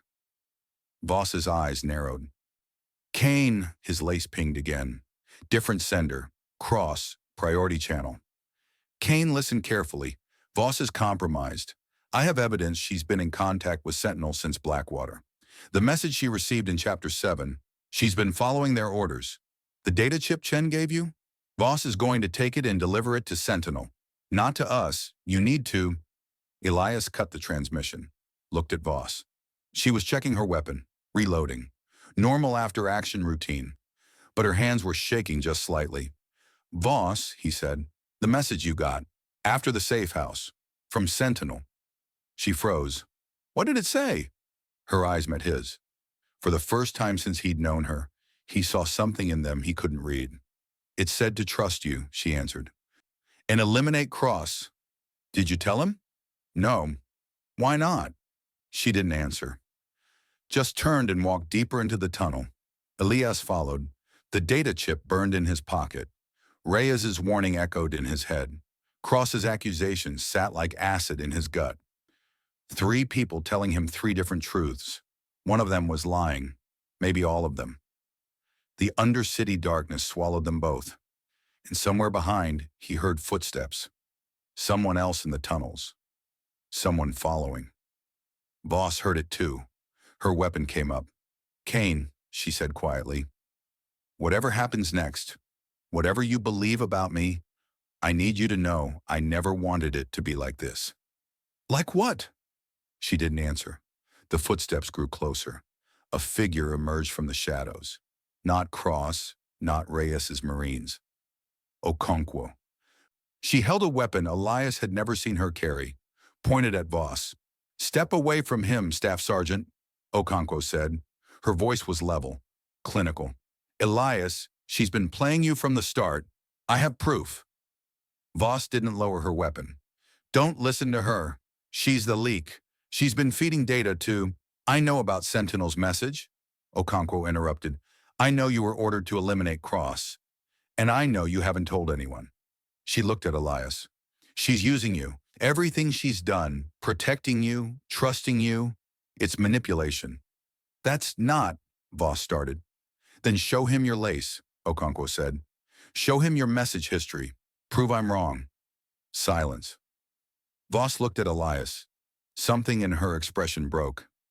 I can't, she said. The words landed like a round between them. Because there's more. Voss's weapon lowered. Messages I didn't share. Decisions I made without you. Things I did to keep you alive that you wouldn't have approved of. What things? Elias asked. Webb, she said quietly. I knew he was compromised. 2 days before we arrived on Nexus Prime, Sentinel contacted me, warned me. I could have extracted him. Instead, I used him as bait to see who'd come for him, to track the conspiracy. The tunnel felt colder. You let him die, Elias said. I used his death. Voss met his eyes. Just like I've been using yours. Every choice, every mission. I've been playing you and Cross and everyone else against each other to get closer to Sentinel. For what? His voice sounded distant to his own ears. For this. She gestured at the data chip in his hand. For proof. For evidence. For something that matters more than any one person's life. Okonkwo's weapon stayed level. Elias, she's admitting she's a traitor. Arrest her. Now. But Elias was looking at Voss. At the woman who'd saved his life a dozen times. Who'd taught him how to survive when the Corps had just taught him how to follow orders. Who'd been lying to him since the beginning. Did you ever trust me? He asked. Voss's smile was broken. No. The word hung between them. But I needed you to trust me, she continued. And you did. That's how this works. That's how we survive. Elias pulled the data chip from his pocket, looked at it. Everything they'd lost, Wraith, Chen, the burned bridges and the bodies, all for this. You're right, he said. That is how it works. He handed the chip to Okonkwo. Kane. Voss reached for him. He stepped back. Don't. Her hand dropped. You used me, he said. You used Webb. You used everyone. And maybe you're right. Maybe that's what it takes to win. He looked at her one more time. But I don't want to be whatever you've turned into. He walked past Okonkwo, deeper into the tunnels, leaving Voss standing alone in the darkness. Behind him, he heard her call his name. He didn't turn back. The footsteps didn't follow.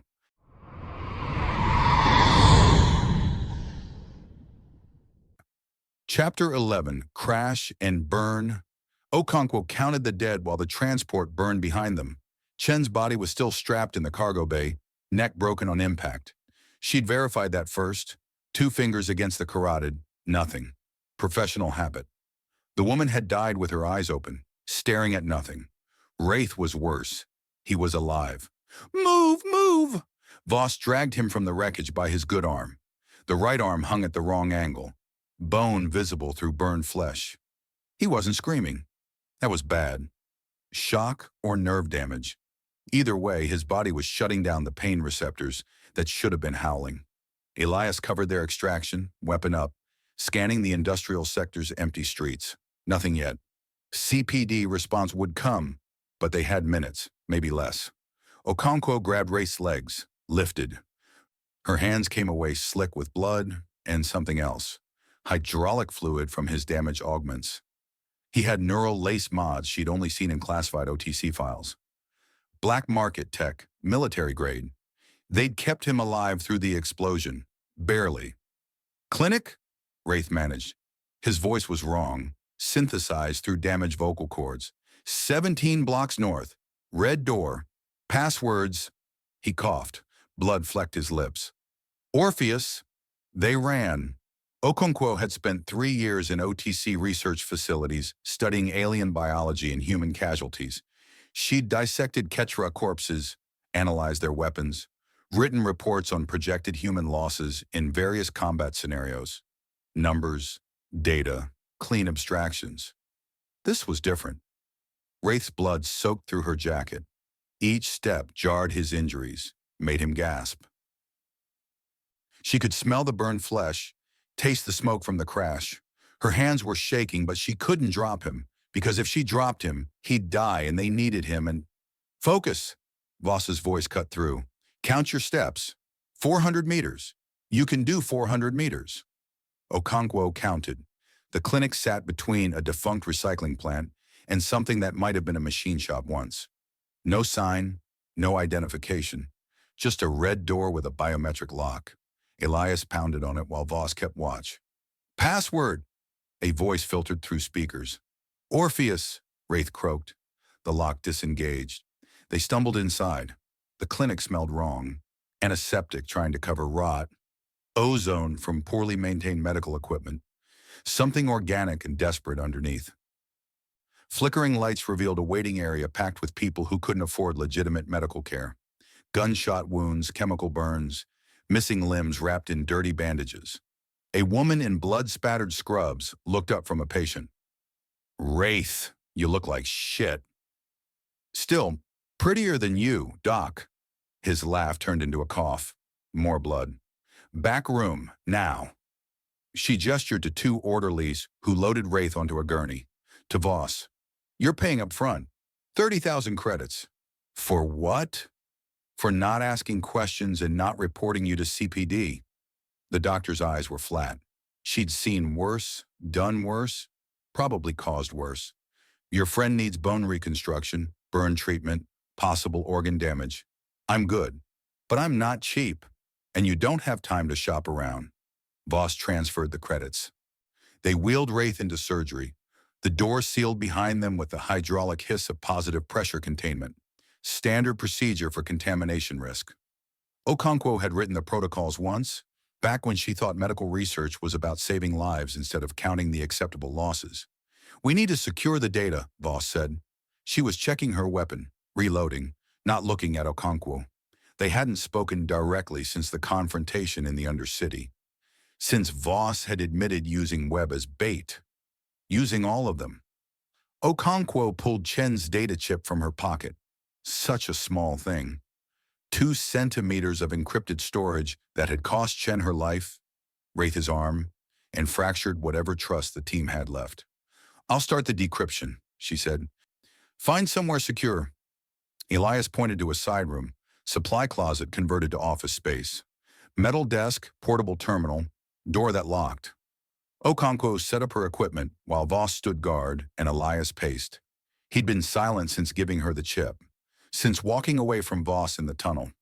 The trust between them had broken so completely, Okonkwo could see the fracture lines in how they moved now, always keeping distance, never turning their backs fully, weapons within reach. She'd done that. She'd told Elias the truth about Voss's messages and broken the team apart right when they needed cohesion most. No, Voss had done that by lying in the first place. Or maybe they were all responsible. Maybe that's what happened when you fought a war with no clear enemy and everyone was playing everyone else. Okonkwo plugged the chip into her terminal, ran her decryption algorithms. The data was military encrypted, cycling codes designed to resist brute force attacks. She'd need 12 hours minimum to crack it. She had 4 before CPD traced them to this location. Her hands found the keyboard, started typing override commands, backdoor protocols, exploits she'd learned working OTC black operations that were never supposed to exist. The kind of knowledge that could get her court-martialed or recruited, depending on who found out. Chen's files began unpacking. Financial records, communication logs, video files, so much data. "How long?" Voss asked from the doorway. "Hours, maybe days if they use quantum encryption." Okonkwo didn't look up from the screen. "You should get some rest. This is going to take no rest." Voss's voice was hollow. "Every minute we wait is a minute Shepard uses to prepare, to cover tracks, to eliminate anyone else who knows." "Then help me." Okonkwo gestured to the spare terminal. "Cross-reference these financial transactions against CPD's public records. Look for shell companies, dummy accounts, anything that doesn't match." They worked in silence. Just the sound of keystrokes in the clinic's ventilation system cycling contaminated air. Elias stood by the door, watching both of them. Guard duty or distrust, Okonkwo couldn't tell anymore. The first files decoded after 90 minutes. Purchase orders for weapons shipments. The M49 rifles Wraith had analyzed, but hundreds more. Enough to arm multiple false flag operations across a dozen colony worlds. The serial numbers matched OTC requisitions that had been marked as lost or destroyed, not lost, repurposed. "They're not even hiding it well," Okonkwo said. "These transactions are traceable. Anyone with access to OTC supply chains could have found this. They didn't need to hide it." Voss was reading the communication logs. They controlled the auditors, the oversight committees, the people who were supposed to notice. Next came the communications, encrypted transmissions between Voron and someone using the call sign Shepard 1, orders to coordinate with Ketra forces, intelligence on colony defensive positions, attack schedules. "It's real," Elias said quietly. "All of it.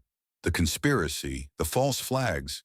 They're not paranoia, they're coordinated." Okonkwo opened another file. Bank transfers from Voron's corporate accounts to numbered accounts in neutral space. Billions of credits moving through networks designed to be invisible. But the receiving accounts weren't invisible. Not to someone with Okonkwo's training. She could trace the routing codes, identify the financial institutions, cross-reference against OTC personnel records. She did, and her blood went cold. "What?" Voss moved to her screen. Okonkwo highlighted the account holders. "Shepard isn't one person. It's a network. Multiple high-ranking OTC officials coordinating the conspiracy." The names appeared on screen. Admiral Marcus Holt, Fleet Command General Sarah Kincaid, Strategic Operations Colonel Ava Reyes, Intelligence Division Captain Declan Cross, Internal Affairs, Cross. Elias's voice was dead. "He's on the list." "Could be a false flag itself," Voss said, but her tone said she didn't believe it. "Reyes could have planted his name to fracture us further." Okonkwo kept scrolling. Found Cross's transaction history. Payments received from Voron's shell companies. Dates matching their operations on Nexus Prime. Amounts that suggested compensation for services rendered. He'd been playing them from the start. There's more. Okonkwo opened another encrypted folder. Video files, meeting recordings, surveillance footage. The first video showed a conference room she recognized from OTC headquarters on Earth. 3 people sitting around a table. Voron in his corporate armor, Colonel Reyes in dress uniform, and a third figure whose face was obscured by poor lighting. Okonkwo enhanced the image, ran facial recognition. Captain Declan Cross. The meeting's timestamp was 3 months ago, weeks before Blackwater Station, before any of this started. She played the audio. Acceptable civilian casualties for Phase 3, Voron was saying. The Ketra need a credible target, something that justifies OTC's expanded defense budget. How many casualties? Cross's voice, projecting between 8 and 12,000. Reyes consulted a datapad. Acceptable losses given the strategic value. Detroit Reclamation Zone has been economically stagnant for years. Losing it won't impact industrial output. And the response? Voron asked. OTC counterattack within 72 hours. Ketra withdraw as planned. We secure emergency funding authorization, expand recruitment, justify the next phase. Reyes smiled. The cycle continues. Cross nodded. Timeline? 4 weeks. Ketra forces are already in position. We just need to provide them the targeting data and ensure OTC response is delayed long enough for maximum impact. The video ended. Okonkwo's hands had stopped moving. Detroit Reclamation Zone. 4 weeks. 8 to 12,000 casualties. Elias made a sound, not words, just air forced through a throat that had forgotten how to work. My family, he said. Mara, Mom, everyone, is in the target zone, Okonkwo finished. She pulled up the map overlay. Detroit Reclamation Zone. Population centers highlighted. Elias's home sector was marked in red. Priority target. When was this recorded? Voss asked. Okonkwo checked the timestamp. 3 months ago, which means the 4-week timeline is now. Elias was checking his lace, trying to raise his family on comms. It's happening now. They're planning it now. No response from Earth. Either the channels were jammed or his family wasn't answering, or they were already gone and we warned them. Elias turned to Voss. We transmit the data to OTC High Command. We blow this open. They'll have to abort. High Command is compromised, Voss said. Half the names on that list are flag officers. We transmit to them. We're signing our death warrants and changing nothing. Then we go public. Media, civilian networks, anyone who'll listen. And they'll bury us as traitors leaking classified intel during wartime. Voss's voice was gentle but implacable. We have evidence of conspiracy, but no proof it's real until the attack happens. And by then, they're dead. Elias's weapon was in his hand now, not aimed at anyone but there. Everyone I enlisted to protect, everyone I've been fighting for, they're going to die unless we do something. Okonkwo looked at the data, at the financial records and communications and video evidence of treason at the highest levels of Earth's military command. Everything they needed to prove the conspiracy, everything that would be dismissed as fabricated intelligence or enemy propaganda unless they had something more, something undeniable. We need to stop the attack, she said. Physically prevent it, not just expose it. How? Voss asked. We're 4 people, 3 with Wraith and surgery, against an OTC conspiracy that controls fleet movements, intelligence operations, and resource allocation. We contact Reyes, Elias said. She's on the list, but she also tried to recruit me. She said she wants to burn Sentinel down. Maybe she's playing you, Voss interrupted. Maybe she's exactly what the evidence shows, a conspirator working with Voron. Or maybe she's the only one powerful enough to stop this. Elias met her eyes. You've been making choices about who to trust, who to use, who to sacrifice. This is my choice. My family. I'm contacting Reyes. No. Voss's weapon came up. Not aimed at Elias. Just ready. We bring her into this. We lose control of the operation. We don't have control. We never did. Elias's voice was breaking. I just want to save them. That's all. Is that too much? The surgery room's doors opened. The doctor emerged, blood-stained and exhausted. He'll live, she said, but he's out of action for weeks. Maybe months depending on how the bone grafts take. She looked at them. 3 people holding weapons in her waiting room, covered in blood and ash, wanted by every authority on Nexus Prime. Whatever you're planning, do it somewhere else. I don't need CPD raiding my clinic. How long until he's mobile? Voss asked. 6 hours minimum. I've got him in a medical stasis. She held out her hand. Another 10,000 for the recovery suite. Take it or leave him. Voss paid. They moved Wraith to a converted storage room with a medical bed and monitoring equipment. His breathing was steady, assisted by machines. The burned arm was wrapped in regenerative gel that would take days to work. His face was pale but stable. Okonkwo had watched people die in her research. Test subjects who didn't survive the experimental treatments. Soldiers whose bodies couldn't handle the augmentations. She'd written the reports, filed the numbers, moved on. This felt different. This was someone she knew, someone who'd helped them, someone whose sacrifice might not matter if they couldn't stop what was coming. I'm going to Earth, Elias said. With or without you. I'm warning my family. I'm stopping this attack. You'll be arrested the moment you enter OTC space, Voss said. You're wanted for desertion and murder. The courier you killed, CPD has your face plastered across every checkpoint. Then I'll go illegal. Smuggler routes. Wraith probably knows a dozen. Elias looked at the unconscious fixer. When he wakes up, he'll help me. No. Okonkwo heard herself speaking. He won't. Both of them looked at her. She pulled up another file from Chen's data. Personnel records, smuggler networks, black market operations that Wraith had been part of for years, and funding sources. Voron's shell companies had been paying Wraith. Not large amounts. Not enough to suggest active conspiracy, just enough to suggest he was keeping them informed. Feeding them intelligence on black market activity, playing both sides. He's been compromised, Okonkwo said. Maybe for years. Chen's data shows payments made to his accounts, routing codes that match Voron's network. Elias shook his head. Wraith wouldn't. Wraith is a survivor, Voss said quietly. He told us that himself. He works for whoever pays, and Voron's been paying. We don't know that means betrayal, Elias said. Could be he was just taking their money while helping us.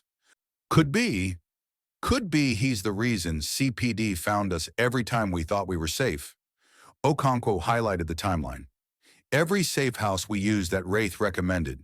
Every extraction point. They found us within hours. The evidence was there. Not conclusive, but enough to question everything. Elias looked at Wraith's unconscious form. Even if that's true, he still almost died helping us extract Chen. Or he almost died trying to maintain his cover, Voss said. We can't trust him. We can't trust Cross. We can't trust anyone except each other. The irony of that statement hung in the air. Voss, who'd admitted using them all. Elias, who'd just been told his mentor was compromised. Okonkwo, who'd broken their trust by revealing Voss's secrets. They were 3 people who couldn't trust each other trying to stop a conspiracy that controlled armies. 4 weeks, Elias said.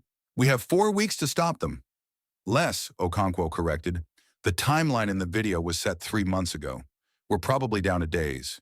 Maybe hours depending on when they finalize the attack schedule. Then we move now. Elias checked his weapon. I'll go to Earth. Warn who I can. Evacuate if possible. You'll die, Voss said, and your family will still be in the target zone when the Ketra attack. One person can't evacuate a reclamation zone. Then what do you suggest? His voice was raw. Voss looked at Okonkwo, at the data still scrolling across the screens, at the evidence that could damn them all or save millions depending on how they used it. We don't warn them, Voss said.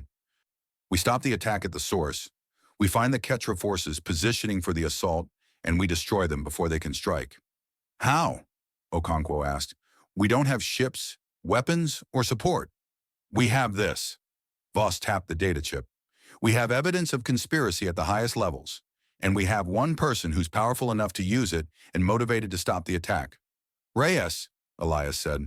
Reyes, Voss confirmed. She's either genuinely opposing Shepard, or she's the architect. Either way, she has the resources we need. We approach her. We offer the data. We make her prove which side she's on. That's insane, Okonkwo said. She's on the list. The video shows her planning the attack. The video shows someone who looks like her, Voss corrected. Could be fabricated. Could be taken out of context. Could be real. We won't know until we confront her. And if she's real, Elias asked, if she really is planning to murder my family, then we kill her and everyone else in that video. Voss's voice was flat, matter of fact. We take the verdant. We use the Ket-Ray bioship's weapons to destroy the force's positioning for the Detroit attack. And then we run until OTC stops hunting us or we die. The plan was suicide, multiple suicide missions stacked on top of each other. But Okonkwo couldn't think of better options. We need to vote, she said. Democratic decision, all three of us. Since when are we democratic? Voss asked. Since we stopped trusting each other. Okonkwo met her eyes. You've been making decisions for us, using us.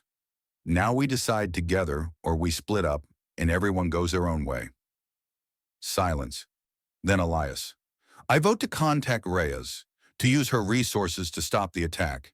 And if she betrays us, we burn down everyone involved. Voss nodded. Agreed. They both looked at Okonkwo. She thought about the soldiers she'd dissected in research, the casualties she'd projected in her reports, the abstract numbers that were about to become 8,000 to 12,000 real people with real lives ending in fire. She thought about Webb tortured in the safe house, Chen dying in the crash, Wraith unconscious from injuries sustained helping them, all the costs already paid, all the bridges already burned. Agreed, she said. Okonkwo pulled up Reyes's last transmission to Elias. The contact information was there. Encrypted channel, quantum secure, impossible to trace. Her finger hovered over the send key. This was the moment. Contact Reyes, and they were committed. No going back. Either she helped them stop the Detroit attack, or she killed them all and buried the evidence. Do it, Voss said. Okonkwo pressed send. The message transmitted. Encryption engaged. Somewhere in orbit above Nexus Prime, aboard the Verdant, Colonel Ava Reyes would receive notification that they were ready to talk, and then they'd find out if they just saved Earth or doomed themselves. The terminal chimed. Response incoming. Faster than should have been possible. Text only. Undercity Sector 7. Abandoned transit station. 1 hour. Come alone or don't come at all. Trap, Voss said immediately. Probably, Elias agreed. But it's the trap we chose. Okonkwo saved Chen's data to 3 separate encrypted drives, distributed them, 1 for each of them. Insurance in case Reyes decided to eliminate them and destroy the evidence. We should leave Wraith here, she said. He's compromised and vulnerable. If this goes wrong... When this goes wrong, Voss corrected, we don't want him caught in the crossfire. They gathered their equipment, checked weapons, prepared for whatever came next. Okonkwo looked one more time at the video of the planning meeting, at Vereen and Reyes and Cross discussing acceptable civilian casualties like they were quarterly projections, at the cold calculus of starting wars for profit. 8,000 to 12,000 people. She'd written reports justifying similar numbers once. Acceptable losses for strategic objectives. The cost of defending Earth against alien invasion, except the invasion was orchestrated, the defense was profitable. And the people dying weren't numbers on a report. They were Elias's family, someone's neighbors, lives that mattered. Okonkwo closed the file, pocketed the encrypted drive. They had 1 hour to reach the meeting point. 1 chance to stop the attack. 1 opportunity to trust someone who'd been planning mass murder or to die trying to stop it. She followed Voss and Elias out of the clinic into Nexus Prime's industrial sector. Behind them, Wraith lay unconscious, his fate uncertain. Ahead, in the Undercity's abandoned places, Reyes waited. And somewhere between here and Earth, Ketra forces were positioning for an attack that would kill thousands. Unless they stopped it. Unless they'd already failed. Okonkwo's hands weren't shaking anymore. She'd made her choice. Now she'd see what it cost.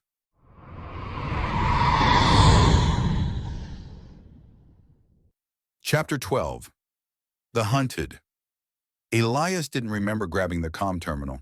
One second he was staring at the meeting coordinates Reyes had sent. The next his fingers were keying in the Detroit Reclamation Zone's public emergency line. The number he'd memorized when Mara was 7 and got lost in the market district. The number that would connect him to local authorities who could warn his family that in 28 days armed men would come to their neighborhood and turn it into a massacre zone for profit. Voss's hand closed over his wrist. Hard. Let go. His voice came out wrong, flat. The rage was a pressure behind his eyes and his chest, turning his vision red at the edges. Can't do that. She didn't pull the terminal away, just held his wrist. Her grip was iron. You transmit from Nexus Prime. Sentinel knows. They're monitoring everything, every comm line, every data packet. You warn your family. You tell them where we are. I don't care. You should, Okonkwo's voice cut through, clinical. The moment Sentinel knows you've seen the Detroit footage, they accelerate the timeline. Your family dies tomorrow instead of 4 weeks from now, and we lose our only advantage. Elias's fingers tightened on the terminal edge. The metal bit into his palm. 28 days. His little sister teaching third graders in a reclaimed school building 3 blocks from the target zone. His mother running the community clinic where she'd stitched up his knee when he was 12. Neighbors who'd watched him grow up, who'd celebrated when he enlisted, who thought the OTC protected them. 8 to 12,000 acceptable casualties.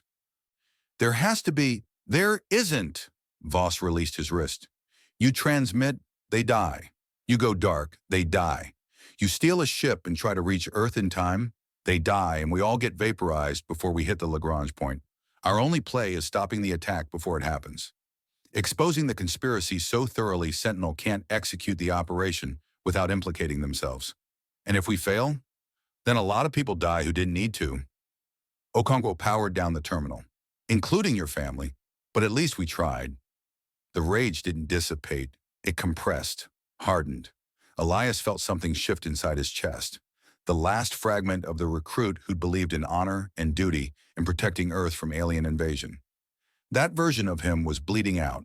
What remained was colder, more practical. He'd signed up to save people. Now he'd kill anyone who stood between him and that goal. The encrypted comm chimed. Cross's voice distorted through triple-layer scrambling. Abort the Reyes meeting.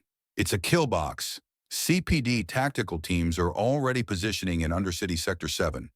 You walk in there, you don't walk out. Voss keyed the response channel. Then we're back to 0 options. Not 0. There's a Ketra defector on Nexus Prime. Seer caste priestess named Velnara. Opposes the war. Might have intelligence on who's manipulating Kalthros and the war cast into these orchestrated attacks. Cross paused. But she's in the Verdant district. Ketra-controlled territory. You go in there, you're deep in enemy space. Enemy, Elias tasted the word. We sure about who the enemy is anymore? No, Cross said. But Velnara might be. The coordinates came through. Verdant district, southern quadrant, third-tier biostructure.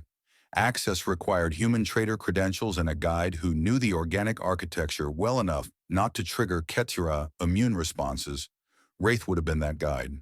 But Wraith was unconscious in the clinic, his augmented arm held together by black market surgical mesh and prayer. I know someone, Okonkwo said. She was already moving, gathering her gear. Old academic contact from before the war, Dr. Tavin Mercer. He studies Ketra biology, trades with them for research samples. If he's still alive and still neutral, he can get us in. Voss checked her sidearm, loaded a fresh magazine. And if he's not neutral, then we improvise. They left the safe house through the maintenance tunnels.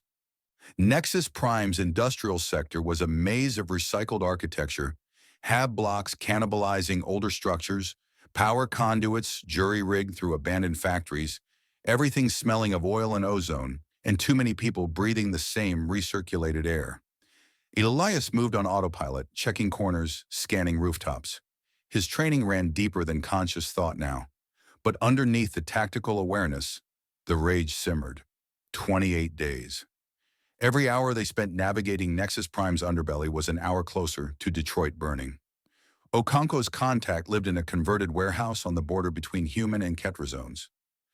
The building's lower floors were standard prefab construction. The upper floors were different. Organic matter fused with metal, bioluminescent growths climbing the walls like decorative cancer, the architecture breathing. Dr. Mercer answered the door in a stained lab coat, his hair gone gray at the temples, his hands trembling slightly. Age or stimulants or fear. Amara, didn't expect to see you again after the Persephone station collapse? Didn't expect to be here. Okonkwo stepped inside without waiting for invitation. We need passage into the Verdant. Full access, no questions. Mercer's eyes flicked to Elias and Voss, lingered on their weapons. OTC? Were, Voss said. Close enough. Mercer closed the door, locked it, 3 separate bolts. The Ketra don't tolerate armed humans in the Verdant. You go in there carrying, the warcast kills you before you take 10 steps. Immune response. Their biostructures read weapons as infection vectors. Elias unslung his rifle, set it on the floor. The weight leaving his shoulder felt like losing a limb, but Voss was already disarming. Sidearm, combat knife, the ceramic blade she kept in her boot. Okonkwo followed suit.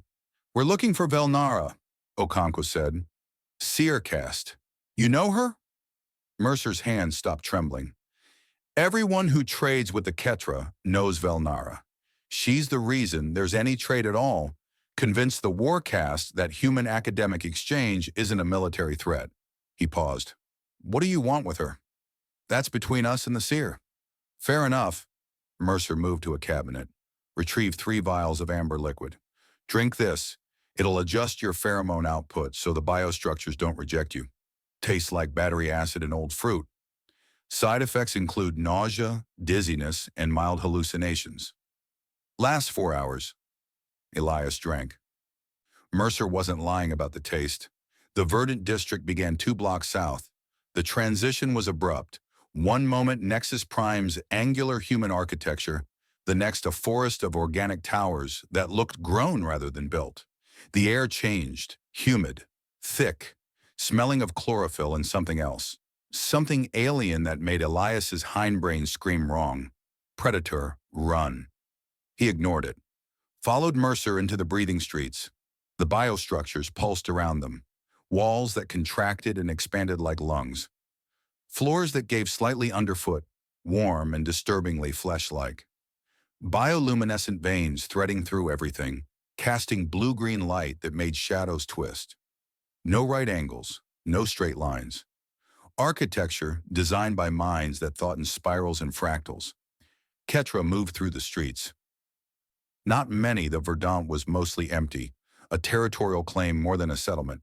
The ones Elias saw were tall, their exoskeletons gleaming, their movements precise and utterly inhuman. They watched the humans pass, didn't interfere. Don't stare, Mercer muttered. Don't touch the walls. Don't speak unless spoken to. The Verdant tolerates us, barely. Elias's hand kept drifting to where his rifle should have been. Finding empty air, the rage was still there but colder now, controlled. He counted exits, mapped routes, calculated how long it would take to fight their way out if this went wrong. 28 days. Velnara's sanctuary was deep in the district's heart, a chamber inside a living tower, the walls breathing visibly, the floor carpeted in something that looked like moss but moved when you stepped on it. The seer herself was larger than the warcast Ketra Elias had fought, her exoskeleton decorated with what looked like carved bone, her sensory stalks moving independently, tracking all 3 humans simultaneously. When she spoke, her voice resonated through the chamber. Not sound exactly, vibration. Dr. Mercer brings armed mammals into sacred space. Explain. They're not armed, Mercer said quickly. They seek knowledge. Testimony about... The ambush hit before he finished. Not Ketra. Humans in CPD tactical gear came through the walls, literally through them, the biostructure parting like curtains to let them pass. 6 shooters, professional, weapons already tracking targets. The lead mercenary's voice was augmented, crackling through helmet speakers. Vorin wants the academic alive. The rest are expendable. Elias moved. No rifle, no sidearm, just muscle memory and the rage that had been building since he'd seen his family marked for death. He caught the nearest mercenary's weapon, twisted, drove his elbow into the helmet's neck seal. Bone cracked. The mercenary went down. Voss had already killed two. Her hands were blurs, disarming, breaking joints, using their own weapons against them. She moved like violence was a language she spoke fluently. Okonkwo ran, smart. They wanted her alive. Being the target made her useless in a firefight. The remaining mercenaries focused fire on Voss. She went down behind a biostructure protrusion, bleeding from her shoulder, returning fire with a stolen rifle. Elias grabbed a weapon from the merc he'd killed. Ceramic rounds, armor-piercing. He put 3 shots into the lead merc's faceplate. The Verdant was screaming, high-pitched keening that Elias felt in his teeth. The walls convulsed. Velnara's voice boomed, "Desecration! Contamination! The sacred space rejects." The floor opened, just split apart like a mouth. The last 2 mercs fell into darkness, their screams cut off wet. Silence, except for Voss's ragged breathing and Elias's hammering pulse. Then movement, behind them. More mercs coming through the walls. Not 6 this time, 12, 20. Pouring in like the Verdant itself was vomiting armed men into the chamber. Elias raised his stolen rifle, did the math, 2 magazines, maybe 30 rounds, 20 plus targets. He was already dead. They all were. Velnara's sensory stalk snapped toward him. Her voice dropped to a whisper that somehow filled the chamber. "The human soldier. You hunt those who corrupt the war." "Yes?" "Yes." "Then you are not the hunter." She gestured with a limb. The walls parted. Behind them, darkness. A tunnel into the biostructure's depths. "You are bait, and the true predators come for you now." The mercs opened fire. Elias dove for the tunnel. Voss was already moving, dragging Okonkwo.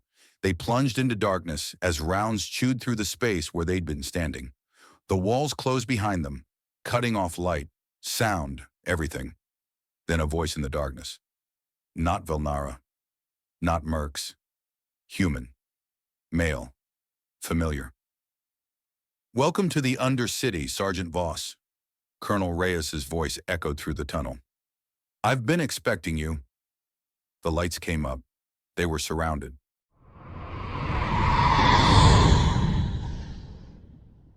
Haruri, Chapter 13. The Seer's Testimony. The lights weren't lights. Bioluminescence pulsing through veins in the tunnel walls. Blue-green phosphorescence that made shadows breathe. Okonkwo's academic brain cataloged it automatically. Chemiluminescent proteins, same family as Earth's deep-sea organisms. Weaponized by Ketra bioengineers, while the rest of her processed the more immediate problem of being surrounded. Except they weren't. The tunnel was empty, just the 3 of them. Okonkwo, Voss bleeding from her shoulder, Elias with a stolen rifle, and the voice that had spoken in perfect imitation of Colonel Reyes. Audio synthesis. Okonkwo's voice came out steadier than she felt. Velnara recorded Reyes during negotiations. The Verdant uses it for psychological warfare. Effective. Elias didn't lower the rifle. His hands were steady. Everything about him had gone cold since Detroit. "Where are the mercs?" The tunnel floor rippled. Okonkwo felt it through her boots. Peristaltic motion. The biostructure digesting something. She didn't want to think about what. The Verdant consumed them. Velnara's actual voice resonated from ahead, vibration more than sound. Contamination requires cleansing. This way, academic, your companions may follow if they maintain respectful distance from the walls. They walked. The tunnel branched, split, reformed. Organic architecture that made no sense to human spatial reasoning. Okonkwo's inner ear screamed wrong with every step. Floors that curved impossibly. Gravity that shifted as the Verdant's mass redistributed itself. She focused on breathing, on not touching the walls that pulse like arterial tissue. Velnara's sanctuary opened before them, not a door. The tunnel simply widened into a chamber that felt more womb than room. Warm, humid. the walls breathing in synchronized rhythm. Bioluminescent growths clustered in patterns that Okonkwo's pattern recognition training insisted were language, communication between the structure's distributed nervous system. The seer herself dominated the space. Larger than Kael'thros, her exoskeleton covered in what looked like carved bone but was actually ossified neural tissue. Sacred markings that designated her caste. Her sensory stalks tracked each of them independently. Dr. Amara Okonkwo. Not a question. Your linguistic analysis of Warcast combat recordings identified human manipulation patterns in Ketra attack vectors. Your superiors dismissed your findings as statistical anomaly. You read my classified research. Okonkwo kept her voice level. Academic to academic, despite the species barrier. How? Persephone Station's data cores were not fully destroyed. Velnara gestured with a manipulator limb. A section of wall extruded itself into something approximating a table. Data crystals, Ketra technology, living storage matrices, arranged in neat rows. 673 human deaths. You proved the attack patterns were choreographed, that targeting priorities violated Warcast doctrine, that someone guided our warriors to maximize civilian casualties while preserving military infrastructure. The equipment was tagged human origin. The words tasted like failure. M49 rifles with modified IFF systems. I had serial numbers. Procurement chains. I brought it to my section chief and he buried it. Because your section chief was Sentinel. Velnara picked up a data crystal. It glowed in her grip, bioluminescent responses to her touch. Major Harrison Curry, deceased, shuttle accident, 3 days after you submitted your report. Okonkwo's legs went weak. She'd attended Curry's memorial, stood at attention while they played the hymn, and folded the flag and said brave words about sacrifice. She'd thought, not an accident. Voss spoke from behind. She'd improvised a pressure bandage for her shoulder, her face gray under the bioluminescence. Sentinel cleaned house. Anyone who saw Okonkwo's research. 5 deaths within 1 week of her submission. Velnara placed the crystal back, labeled accidents, suicides, combat casualties. Adishi, your survival was oversight or judgment that you pose minimal threat. The academic in Okonkwo wanted to scream. She'd been right. 673 people dead because someone orchestrated a massacre, and she'd proven it, and they'd killed everyone who knew and dismissed her as statistical noise. The rest of her, the part that had watched Wraith's arm burn, that had decrypted Chen's files showing Elias's family marked for death, just felt tired. Why tell me this? She met Velnara's multifaceted gaze. Why not just kill us with the mercenaries? Because you hunt the corruptors. Velnara's voice dropped. Not threatening. Grief. As do I. The war between our species is artificial. Manufactured, sustained by those who profit from eternal conflict. Vorin, Elias said. Sentinel. The OTC brass who coordinate with them. And War Prince Kael'thros. Velnara moved to the chamber's far wall. It parted like a curtain, revealing what looked like a shrine. Bone fragments arranged in spiral patterns, each one carved with names. Hundreds of names, thousands. These are Ketra warriors who died in battles they should not have fought. Attacks on empty stations, massacres of civilian populations that serve no strategic purpose. I am seer caste. I read the war's patterns. And the patterns reveal manipulation. Okonkwo stepped closer. The bone fragments were recent. Some still showed char marks from energy weapons. You've been collecting evidence. For 3 solar cycles. Velnara touched one fragment. My clutch sister died at Persephone. She was warcast, honorable. She would never have targeted non-combatants. But her final transmission described receiving coordinates from High Command. Human positions, military targets. She believed the intelligence came from Ketra infiltrators embedded in OTC. But it didn't. Okonkwo saw it. CPD operatives. Feeding false intelligence to justify. Exactly. Velnara activated something. The data crystals on the table synchronized, projecting holographic displays. Comm logs, encrypted transmissions. quantum entangled channels that should have been impossible to intercept. I accessed War Prince Kelthros's command protocols. He receives targeting coordinates through anonymous channels, believes they originate from Seercast intelligence networks, but I traced the encryption signatures. The holograms shifted, showed transmission origins, Earth, Nexus Prime, Blackwater Station, human sources. Okonkwo's hands were shaking. She clasped them behind her back. Academic training. Observe, analyze, report. Don't feel. Feeling clouds judgment. But the data was screaming what she'd known for months, what she'd been called paranoid for suggesting, what had gotten people killed. The infiltrators are CPD. She made herself say it. Clinical, detached. Voron's people, feeding coordinates to Kyle Thros to stage attacks that look like unprovoked Ketra aggression, while also feeding coordinates to Sentinel-controlled OTC units, Voss added, to stage counterstrikes that look like human defense. Both sides think they're responding to enemy aggression. Neither realizes they're dancing to the same choreographer. War is theater. Velnara's stalks drooped. Grief, Okonkwo recognized from her xenobiology studies. Performance for profit. My people die. Your people die. The corporations and conspirators grow wealthy. Elias had gone still. Dangerous still. And Kelthros doesn't know. He is warcast. He believes in honor, in defending Ketra territory, in righteous combat against human aggression. Velnara's voice hardened.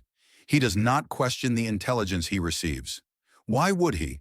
It comes through sacred channels, encrypted by Seercast protocols. He trusts it absolutely. Then we tell him. Elias lowered the rifle. Show him proof.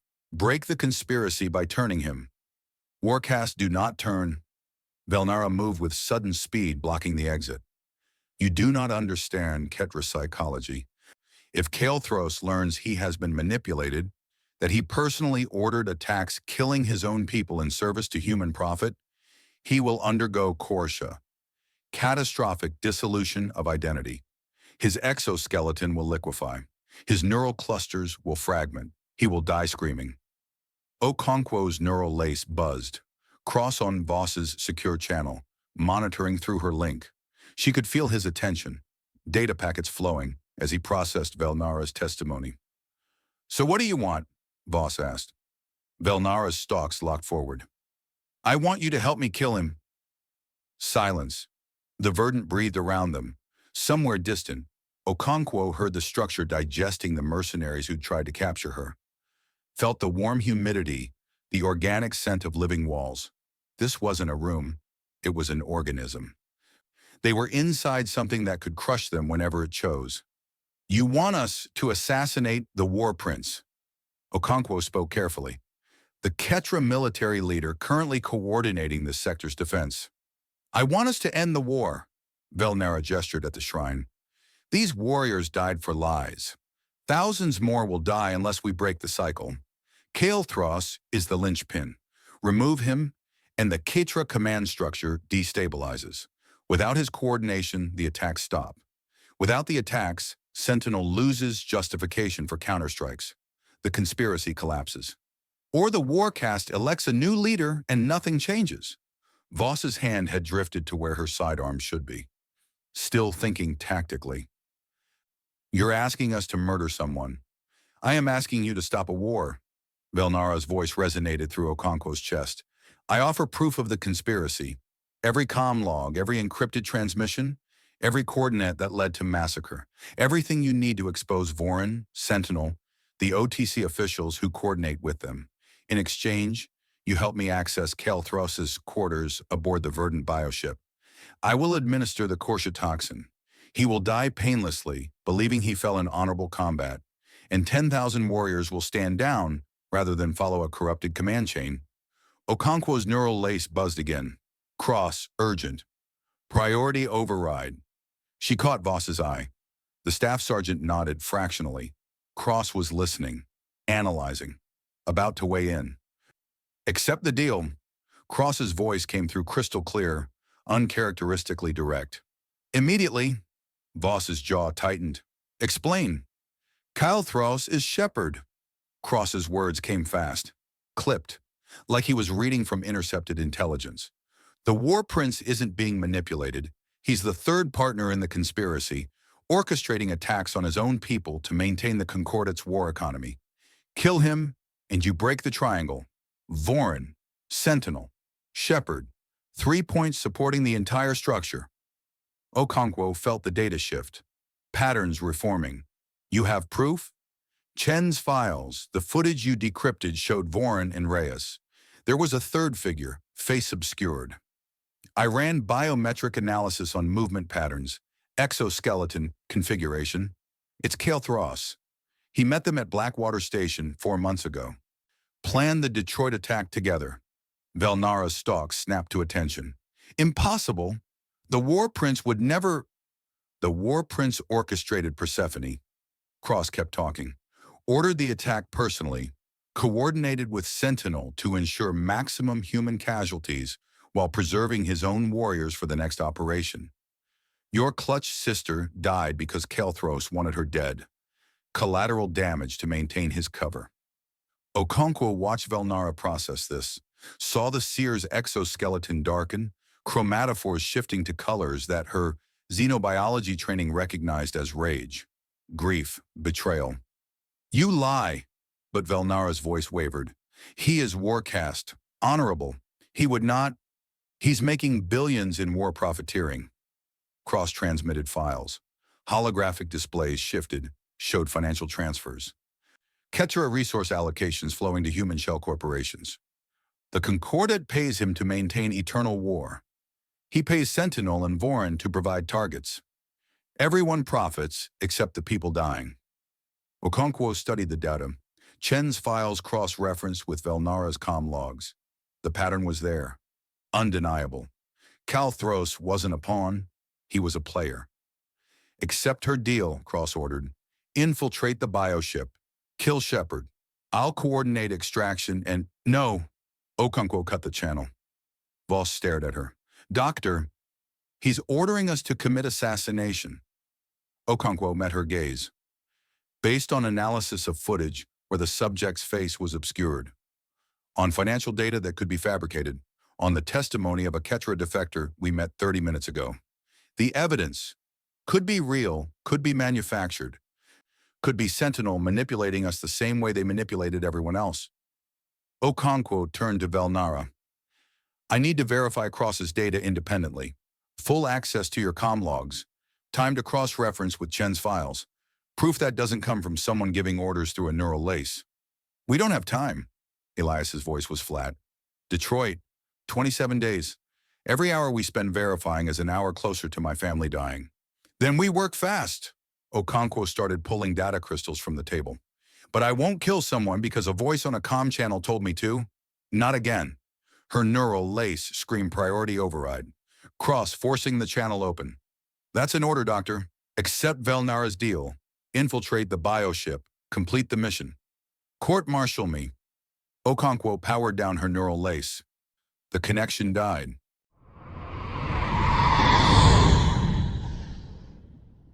Hanu on Chapter 14. The Enemy Within. Voss's neural lace lit up with incoming traffic the moment Okonkwo powered hers down. Cross-trying every channel, every override protocol, every backdoor he'd installed when he'd first equipped them with encrypted comms. She let him burn through his bag of tricks while she pulled Elias and Okonkwo back through the Verdance tunnels toward the safe house. Velnara watched them leave. Didn't try to stop them. The seer's chromatophores had shifted to colors Voss didn't have training to interpret. But grief translated across species barriers. The safe house was a converted shipping container in the industrial sector's forgotten corners. Reinforced walls, Faraday cage mesh blocking external signals. 3 exits and 2 bolt holes. Wraith had set it up before his arm got shredded. Now Voss activated the comm hub, military-grade encryption, quantum scrambled channels, the kind of gear Cross had been feeding them for weeks. The kind of gear that came with strings attached. She opened the channel. Talk. Cross's voice came through tight, controlled. Dr. Okonkwo just committed insubordination during an active operation. You need to explain Kuri. Voss cut him off. Commander Sarah Kuri. Fleet Admiral Zhao's chief aide. The woman you've known about for how long? Weeks? Months? Silence. Elias was checking the perimeter. Okonkwo had her data crystals spread across a workbench, cross-referencing Velnara's comm logs with Chen's files. Working the problem like an academic, like refusing a direct order hadn't just torched her career. 3 months, Cross said finally. I identified Kuri as Sentinel's coordinator 3 months ago. Voss's jaw tightened. And you didn't mention this because Kuri is protected by the highest levels of OTC command. She operates under Zhao's authority. Every order she gives carries the fleet admiral's signature. Arresting her without ironclad proof would look like a coup attempt. So you used us as bait. Voss started pulling up Cross's operational timeline on her neural lace. Every mission he'd assigned, every contact he'd directed them toward. The pattern was there once you looked for it. The safe house raid, the weapons extraction, Chen's files. You've been walking us through Kuri's network, letting her see us coming, waiting for her to make a mistake. I've been building a case that will hold up in military court. Cross's voice hardened. Kuri isn't sloppy. She's been running Sentinel for 6 years, coordinating Vorin, Reyes, and now we know Kyle Thros. She's turned the entire human Quechua war into a profit engine and left no direct evidence linking herself to the conspiracy. Okonkwo looked up from her work. Until Blackwater Station, cross-transmitted files, surveillance footage, time-stamped, biometric verified, encrypted 6 ways.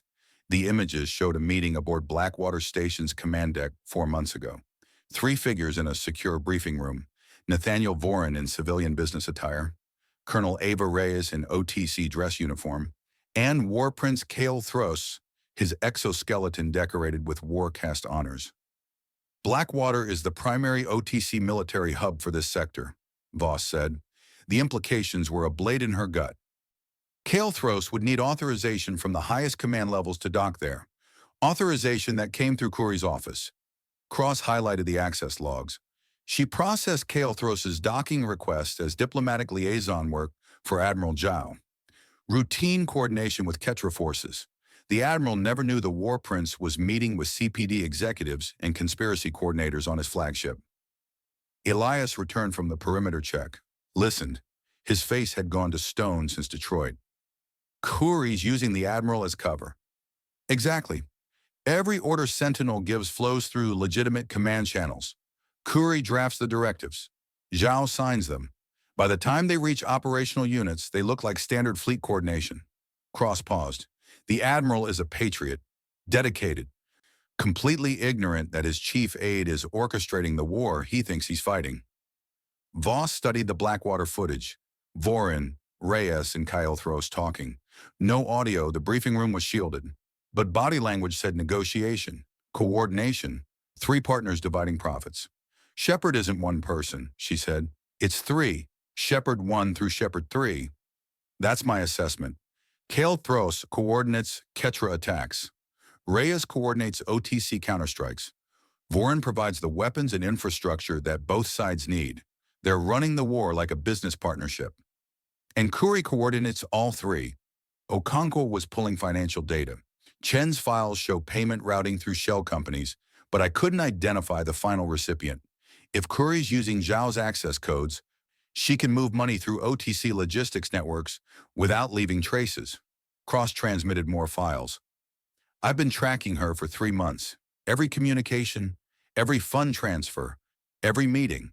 But it's all circumstantial. She's too careful. I need something direct. Something that proves she's not just processing paperwork, but actively coordinating the conspiracy. So you want us to kill Kale Thros and see if she panics. Voss felt the trap closing.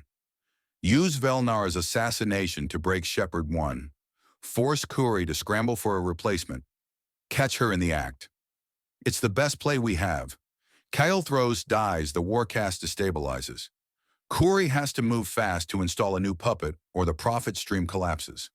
She'll make mistakes, leave evidence. Give me what I need to arrest her. And if she doesn't make mistakes, then the War Prince is still dead and the conspiracy loses 1/3 of its coordination. Cross's voice went cold, which is better than nothing. Voss checked her weapon, habit. The sidearm was loaded, chambered, safety on. Her hands knew the ritual, even when her brain was processing betrayal. You've been lying to us since the safe house raid. I've been using available assets to build a case against the highest levels of... You used us as bait. You told Elias his family was being targeted and then pushed him toward people who want him dead. You fed us intelligence knowing Corey was watching. You've been running us like we're expendable. You're Marines. Expendable is in the job description. Voss cut the channel. Elias was watching her. What now? Good question.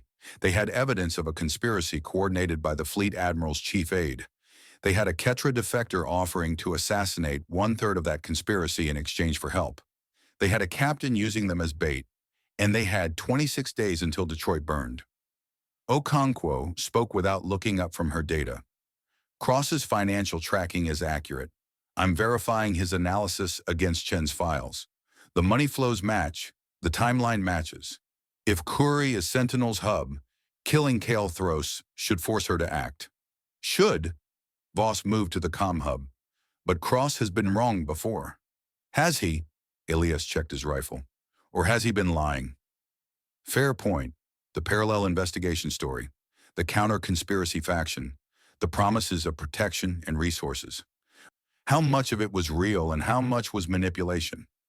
Voss's neural lace buzzed. Not Cross this time. Anonymous message. Quantum encrypted. Using protocols she hadn't seen in 3 years. Titan protocols. Her fire team had died on Titan. All of them. She'd written the after-action reports, attended the memorials, carried the guilt. But someone was using their encryption keys. She opened the message. Cross is Shepherd 3. Kalthros is Shepherd 1. Reyes is Shepherd 2. Kuri is expendable distraction. Trust no one. Titan Ghost. The encryption signature checked. Authentication codes matched. This was Titan Fire Team's secure channel, the one they'd used for off-book communication when command's orders made no sense. The one that had died with them. Voss stared at the message, felt the safe house walls closing in. Problem? Elias had seen her expression change. I don't know. She forwarded the message to his neural lace, watched him read it, saw his jaw tighten. Someone from Titan. Not a question. Someone who knows your fire team's codes. Someone who's supposed to be dead. Voss pulled up the casualty reports. Sergeant Marcus Chen, Corporal Lisa Rodriguez, Private First Class David Kim, all KIA during the Titan colony defense, all confirmed dead by biometric scan, all buried with honors. But biometric scans could be faked. Casualty reports could be manipulated. And if Cross was Shepherd 3, then every piece of evidence Voss had about Titan's outcome came from conspiracy-controlled sources. Okonkwo had stopped working. If Cross is part of the conspiracy, then everything we've done plays into their hands. The weapons extraction, Chen's data, this entire operation, or Titan Ghost is lying. Elias scanned the message again, trying to turn us against the one person who's been helping us. Cross hasn't been helping us. He's been using us. Voss activated the safe house's external sensors, checked thermal signatures, movement patterns. Nothing yet. But if Corey knew their location and Cross had been feeding her intelligence, then they were sitting in a kill box. We need to move, now. She started packing gear, minimum loadout, weapons, ammunition, the encrypted data drives with Chen's files. Everything else was expendable. Her neural lace buzzed again. Cross, priority override. Voss, I'm reading unauthorized access attempts on your comm channels. Someone's trying to compromise your encryption. Lock down and... Or you're trying to isolate us from whoever's warning us about you. She kept packing. Either way, we're going dark. Listen to me. Commander Corey just issued a priority arrest order. You, Kane, and Okonkwo. Charges include desertion, conspiracy with enemy forces, and treason. Marine security teams are en route to your position. You have maybe 5 minutes before... Thermal signatures bloomed on her sensors. 12 contacts, moving fast. Professional spacing, Marines in powered armor, not CPD mercenaries this time. OTC regulars. Elias. Voss tossed him extra magazines. We've got company. He moved to the nearest exit, checked the bolt hole. Blocked. They're sealing the perimeter. Okonkwo grabbed her data crystals. We can't fight Marines. Not with what we have. We're not fighting. Voss activated the safe house's emergency protocol. Thermite charges in the walls, set to burn hot enough to slag everything inside. Evidence destruction. We're running. Cross was still talking through her neural lace. Warnings, orders, promises that he'd handle the arrest order if they just stayed put and cooperated. His voice had that reasonable tone that officers used when they were lying to enlisted. Voss cut the channel, grabbed Okonkwo and pulled her toward the third exit, the one Wraith had installed that didn't show on any schematic, the one that led through sewage tunnels too narrow for powered armor. Elias covered their withdrawal. The safe house's external door buckled, shape charges. The Marines weren't asking permission. They hit the sewage tunnel at a dead run. Behind them, the thermite ignited. White-hot fire consuming everything, gear, evidence, the comm hub that might have been compromised. Voss felt the heat on her back even through reinforced walls. The tunnel forked. Voss took the left branch. Elias and Okonkwo followed. Their boots splashed through ankle-deep water that smelled like industrial runoff and human waste. No light, just the bioluminescent markers Wraith had installed. Voss's neural lace buzzed. Different encryption this time. Civilian ban, text only. Extraction point, coordinates attached, aim, come alone or don't come. Titan Ghost. The coordinates were in the Undercity, deep, where CPD didn't patrol and OTC didn't have jurisdiction, where the people who fell through society's cracks went to disappear. Behind them, voices, Marines in the sewage tunnel, tracking them, ahead, an unknown contact using dead people's codes. Voss kept running, made the calculation. Unknown threat versus certain arrest, court-martial, execution for treason while Detroit burned and Corey coordinated the next massacre. They hit another junction. Elias pulled up the Undercity coordinates. This route, 20 minutes if we don't stop. Okonkwo was breathing hard. Not combat fit. What if it's a trap? Then we're already dead. Voss checked her weapon. Move. They moved. The tunnel system was a maze. Pre-war infrastructure. Nexus Prime's original foundation before the HAB blocks and commercial sectors got built on top. Down here, gravity varied by section. Water flowed uphill sometimes.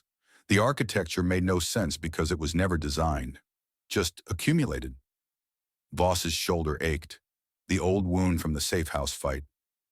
She'd aggravated it during the Verdant ambush. Now it was a constant throb that got worse when she moved wrong. She moved wrong, kept going. The extraction point was an abandoned transit station, the kind that got built during Nexus Prime's expansion boom and forgotten when the funding dried up. Platform, tracks leading nowhere, emergency lighting running on backup power that should have died years ago. Someone was waiting. Not someone, something. Powered armor, Marine Corps configuration. But the paint scheme was wrong. Black, no unit markings, no rank insignia. Combat gear that looked custom-built. The armor's external speakers crackled. Voss, Kane, Okonkwo. Been a long time. The voice was familiar. Wrong, but familiar. Voss's neural lace pulled up voice print analysis, matched it against casualty records. Sergeant Marcus Chen. Her fire team's second. Dead on Titan 3 years ago, except he was standing in front of her. The armor's faceplate retracted. Chen's face looked older. Scarred. Burns along his jawline that hadn't been there before. But it was him. You died, Voss said. I saw the casualty report. Your body was somebody else wearing my gear. Chen's voice was rough. Cross needed Titan cleaned up. Witnesses eliminated. I was inconvenient. So I became a corpse and he became a hero. That's not... But Voss stopped. Because it could be true. Because every piece of evidence about Titan's outcome had come through Cross's investigation. Because she trusted him, and maybe that had been the first mistake. Elias had his rifle up, not pointing at Chen. Not yet. Prove it.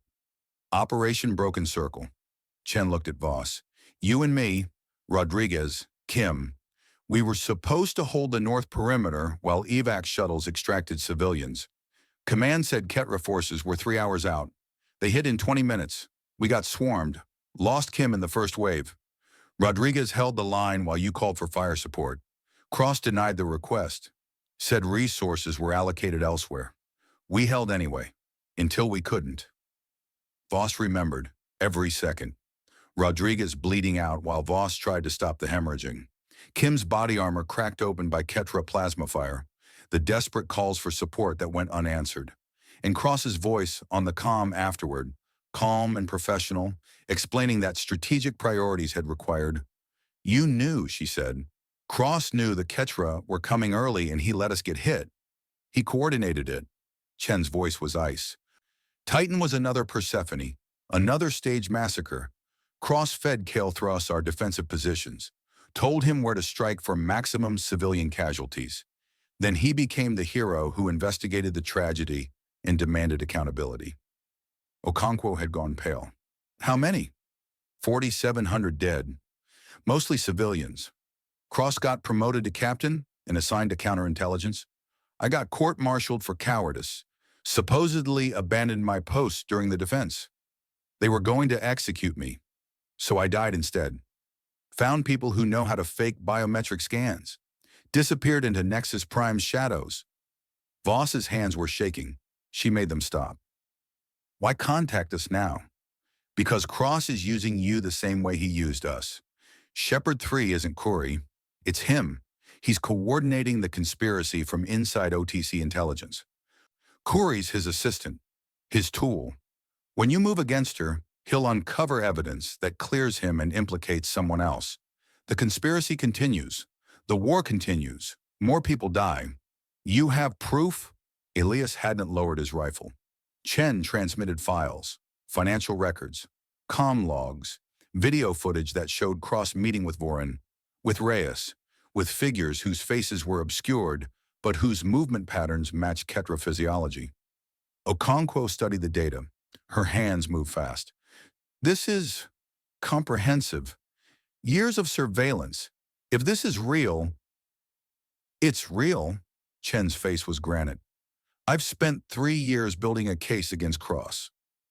Waiting for the right moment. You're that moment.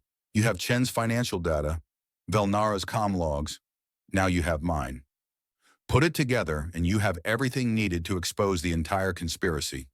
Voss's neural lace buzzed. Cross again. Priority override. Voss, whoever you're talking to is lying. Commander Corey just escalated the arrest order to kill on sight. Marine tactical teams have authorization to use lethal force. You need to... The platform exploded. Not metaphorically. Actual explosion. Shaped charges detonating along the support pillars. The transit station buckled. Ceiling collapsed. Voss grabbed Okonkwo and dove for cover as debris rained down. Elias was firing. Muzzle flash lit the darkness. Marines pouring through the breach. Not arrest teams. Kill teams. Chen's powered armor took 3 rounds to the chest. Ceramic plating cracked but held. He returned fire. His weapon was custom. Some kind of plasma accelerator that turned Marines into burning shapes. The smell hit Voss like a wall. Cooking meat, burning plastic, friends dying because these were Marines. OTC. People she'd trained with, served with, now trying to kill her on Cross's orders, or Corey's orders, or maybe there was no difference. Okonkwo was screaming. Voss couldn't hear what. The explosions were too loud. Her ears were ringing. She fired blind. Felt rounds punch through her ballistic vest. Not deep. The armor caught most of it, but her ribs cracked. She tasted blood. Elias went down, took a round to the leg. Femoral artery. Blood everywhere. Voss crawled to him, applied pressure. Her hands were slick. The blood wouldn't stop. He was looking at her with those wide eyes. The ones people get when they're realizing death isn't abstract anymore. Detroit, he managed. My family. You have to... Shut up. Save your strength. She cinched the tourniquet tighter. The bleeding slowed. Didn't stop. Stay with me. Chen was still fighting. Killing Marines like it was easy. Maybe it was for him now. Maybe 3 years in the shadows had turned him into something that didn't flinch at murdering former comrades. The ceiling groaned, another support pillar buckling. The transit station was coming down. Voss looked at Elias, at the blood pooling under him, at his face going gray. 26 days until Detroit. She couldn't stop the bleeding. His eyes were glassing. Tell my...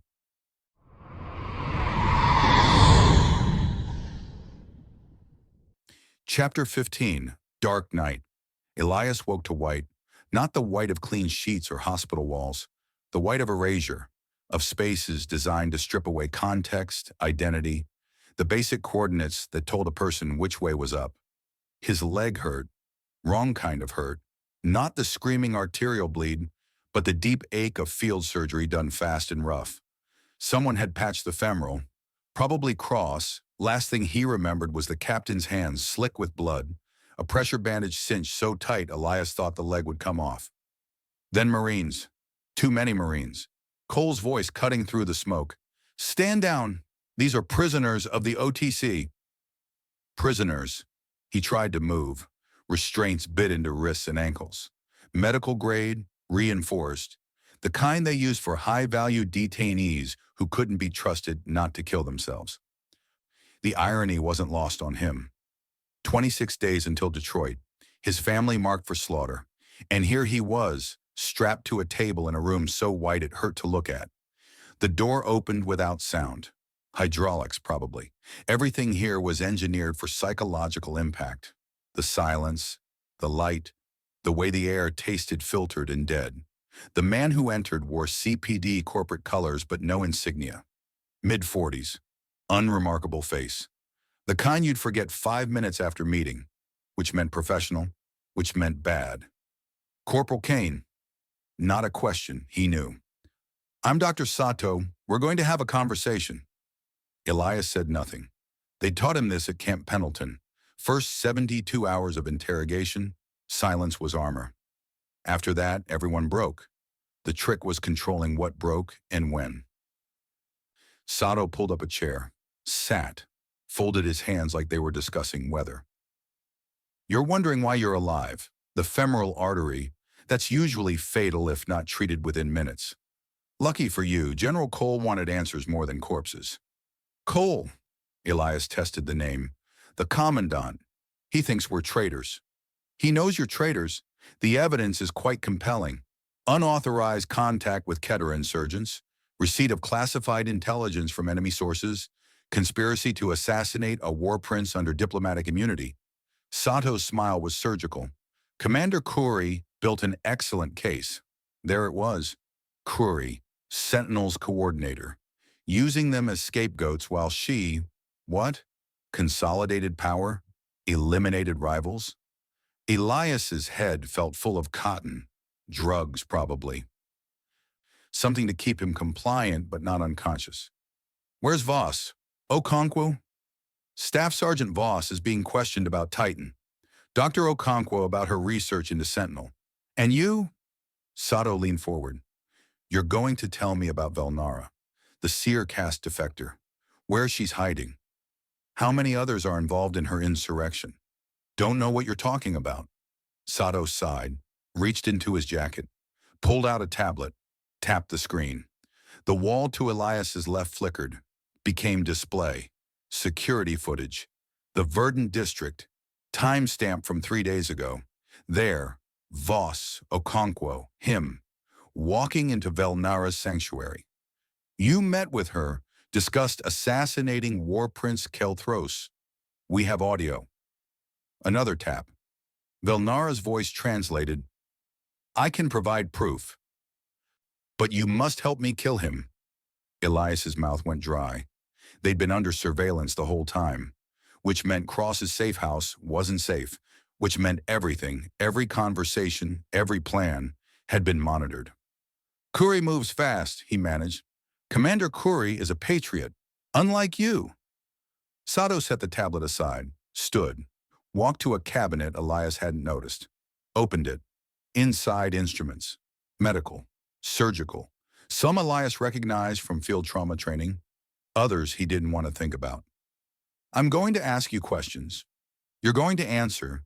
The alternative is he selected something that looked like a nerve stimulator. Unpleasant. Geneva Convention doesn't apply to corporate detention facilities. CPD operates under different legal frameworks, very accommodating frameworks. Sato returned. Placed the stimulator against Elias's injured leg, exactly where the femoral repair was. Where is Velnara now? Elias clenched his jaw. The pain came anyway. Not heat, not pressure. Pure signal. His nervous system screaming that tissue was being destroyed, even though Sato hadn't activated anything yet. Just the threat, the anticipation. I don't... The stimulator activated. Elias had been shot before, burned, broken bones. This was different. This was every nerve ending in his leg firing at once, telling his brain the limb was being flayed alive.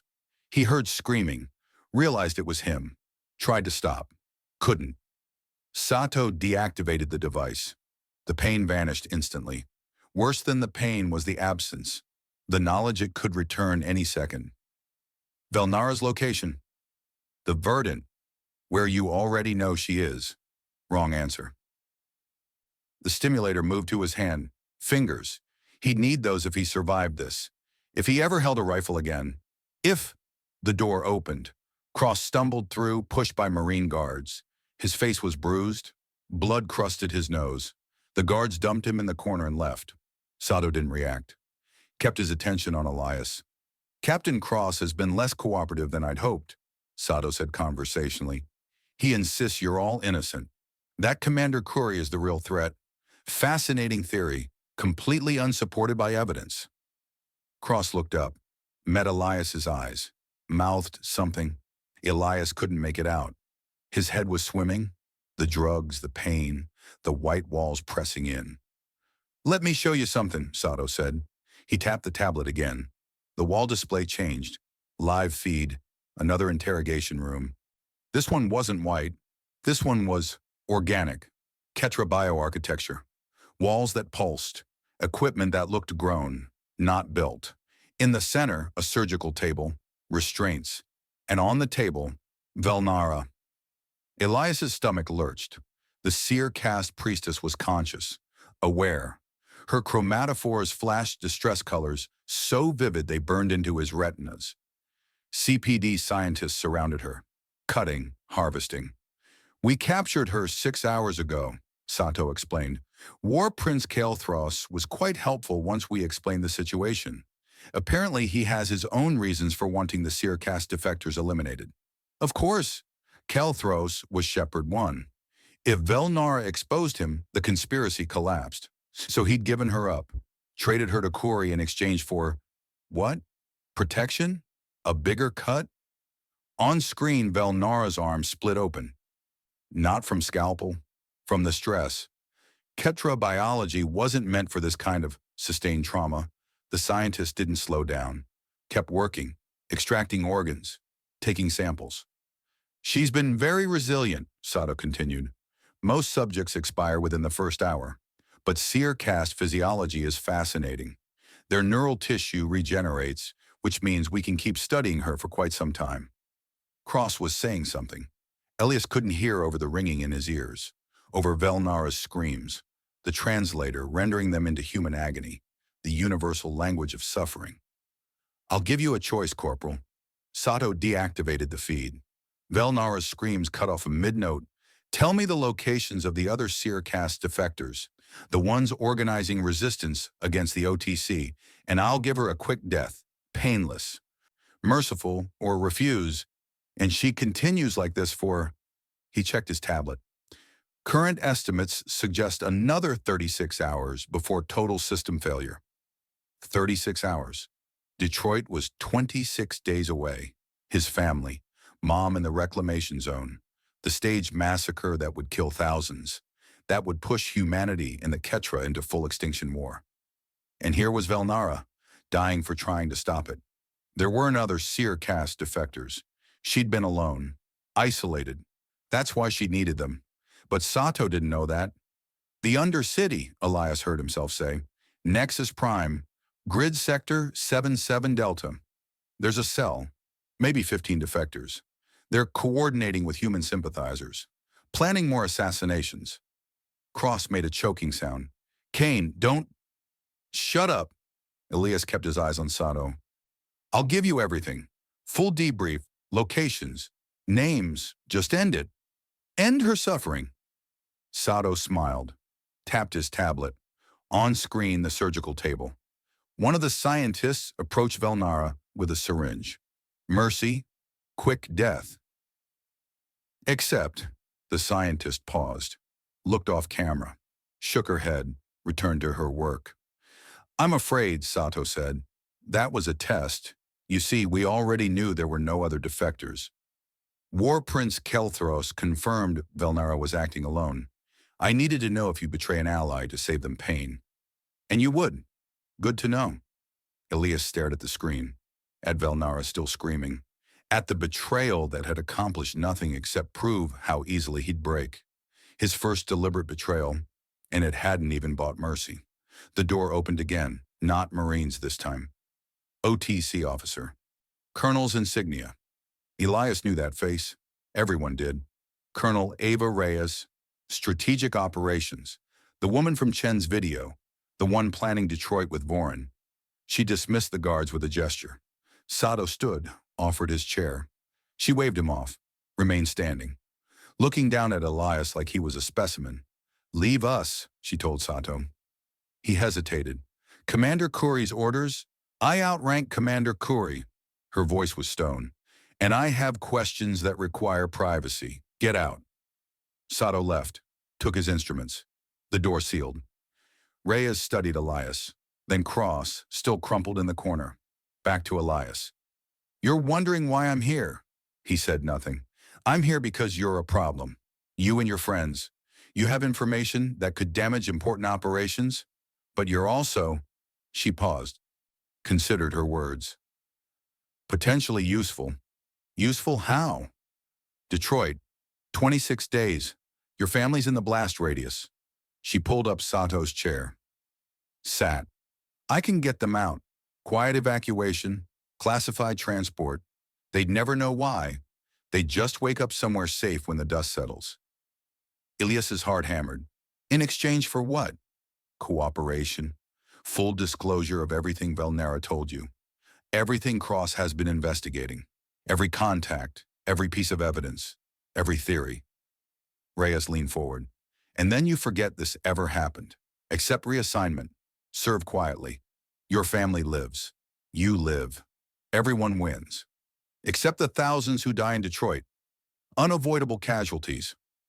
No hesitation, no remorse. The Ketra conflict is escalating regardless. We're simply managing the timeline. Controlling the narrative. What happens in Detroit will unite humanity. Give us the mandate to end this war decisively. Yes, people will die. People are dying anyway. At least this way, their deaths matter. She believed it. Elias could see that. This wasn't a monster. This was a true believer. Someone who'd done the math and decided mass murder was acceptable if it served the greater good. You're insane. I'm pragmatic, and you're sentimental. That's why you just betrayed Velnara's trust on the slim hope of ending her pain. That's why you'll betray everything else when I show you the alternative.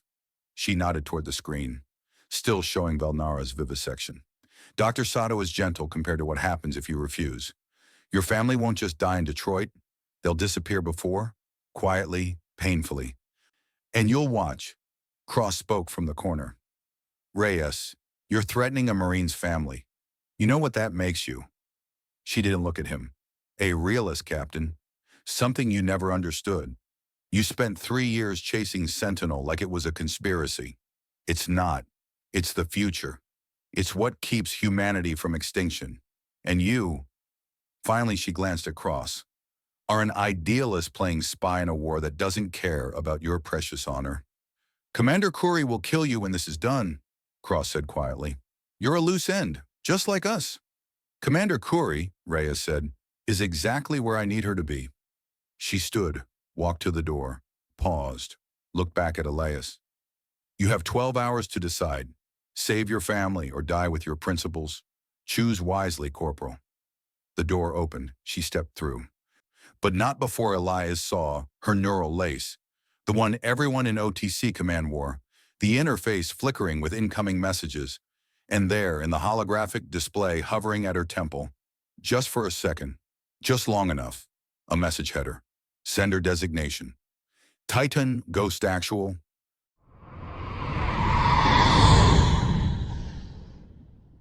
Chapter 16, The Rescue. Wraith's arms screamed when he jacked the override module into the CPD facility service entrance. Screamed and kept screaming because Payne didn't care about objectives or timelines, or the fact that 4 people were going to die in white rooms if he didn't move fast. The shattered bones had been pinned, fused with synthetic lattice, wrapped in regenerative gel and compression sleeves. Still felt like someone was grinding glass into the marrow every time he flexed. The clinic doc had said 6 weeks minimum before full function returned. Wraith had given himself 6 hours. Green light, he subvocalized into the throat mic. Service corridor access in 30 seconds. Madame Shu's voice crackled back, distorted by encryption. The guard? Handled. Handled meant the CPD security tech was currently in a supply closet, unconscious, his biometrics spoofed on Wraith's palm reader. The man had gambling debts, 3 ex-wives, a kid who needed expensive gene therapy, easy leverage. Wraith had offered enough credits to cover the therapy and half the debt.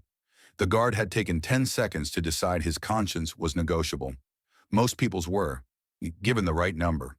The service door hissed open. Industrial sector access, maintenance tunnels that snake through the detention facility's guts. CPD built these places like fortresses from the outside, but inside they were all plumbing and ventilation and weak points if you knew where to look.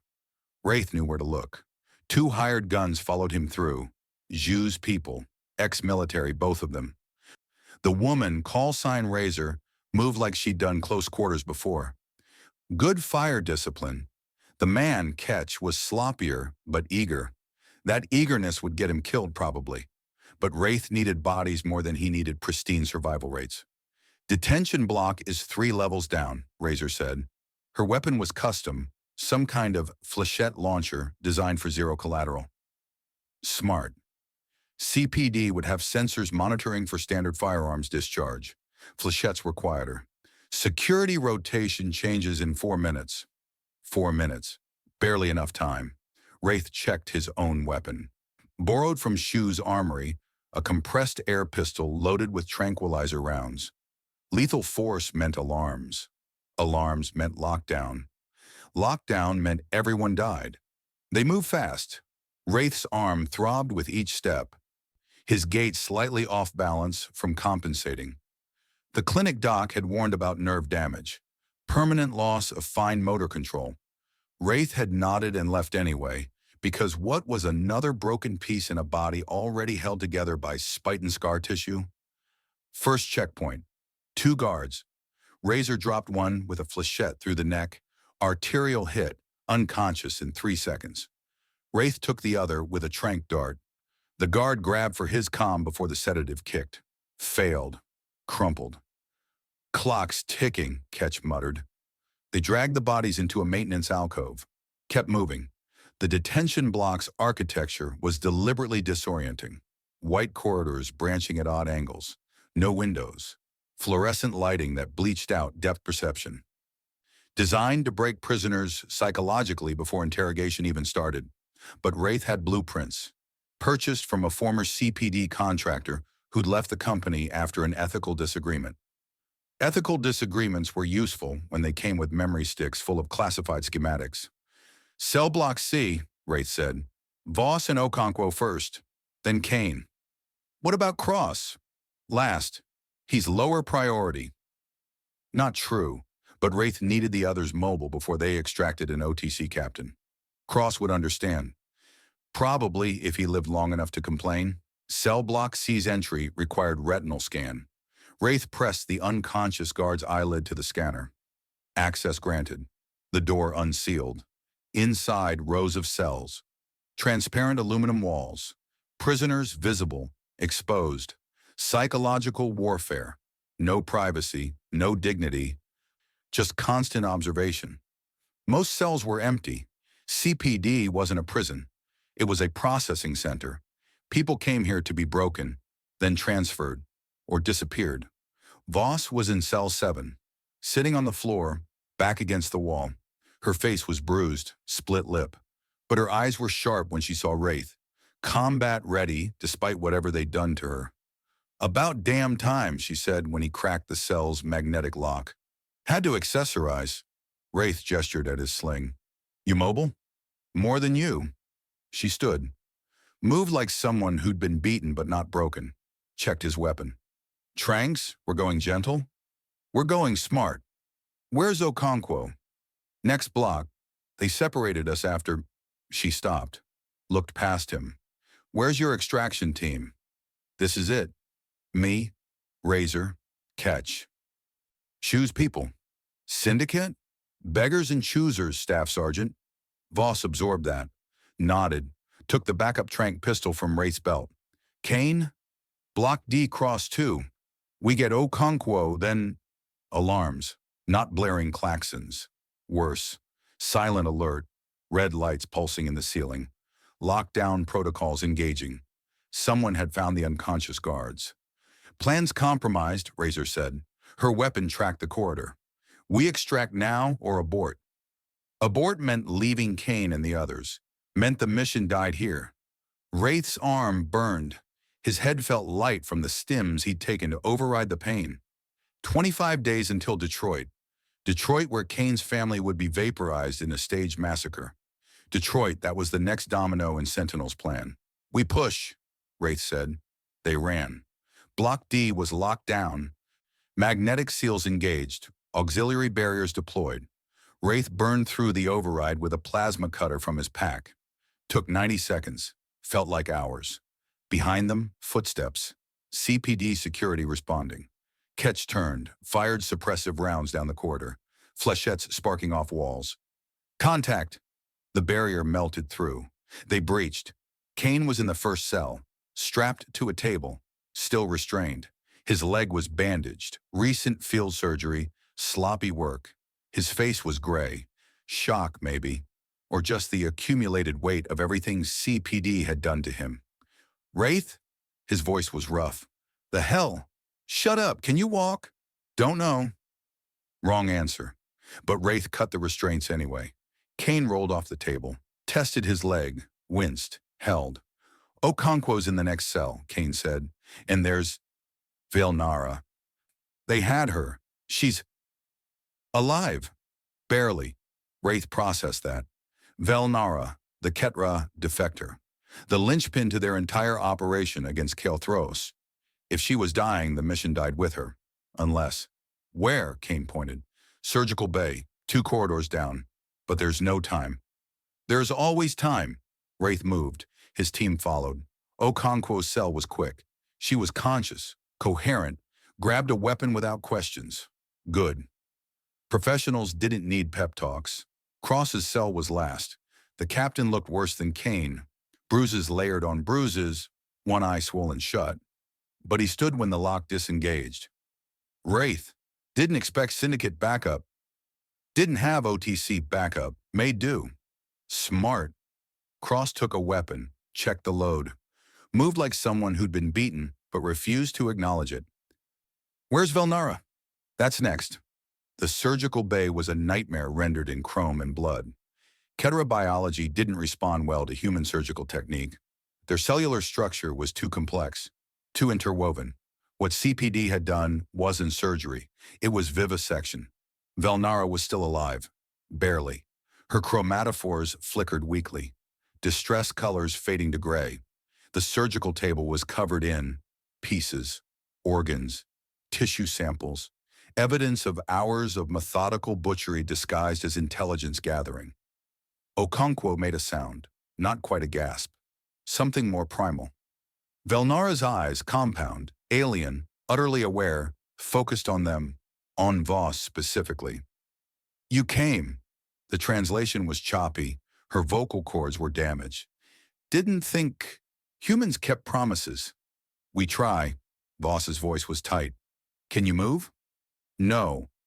"Too much. Missing." A wet sound. Laughter, maybe, or just respiratory failure. But I can give you what you need. She raised one trembling appendage, pressed it to the surgical console. Biometric access. Data began transferring to a nearby terminal. Verdant bioship, Velnara managed. Access codes, Kelthros's location, his security protocols. Everything you need to kill him. The download completed, Okonkwo grabbed a data chip, loaded it. Why? Kane asked. Why help us? Because war is wrong. Simple, absolute. Because I am dying for trying to stop it. And you might succeed where I failed. Her eyes dimmed. Or you'll die trying. Either way, better than living as a coward. She stopped breathing. Okonkwo checked for pulse. Found none. Stepped back. We need to move, Razor said. She was covering the entrance.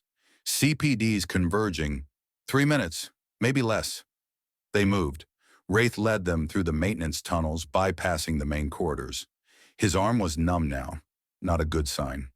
Blood loss or nerve damage, hard to say. Didn't matter. He could collapse after extraction. The industrial sector opened onto a cargo platform. Shu's shuttle was waiting, retrofitted freighter, civilian registry, no OTC markings. Perfect for disappearing.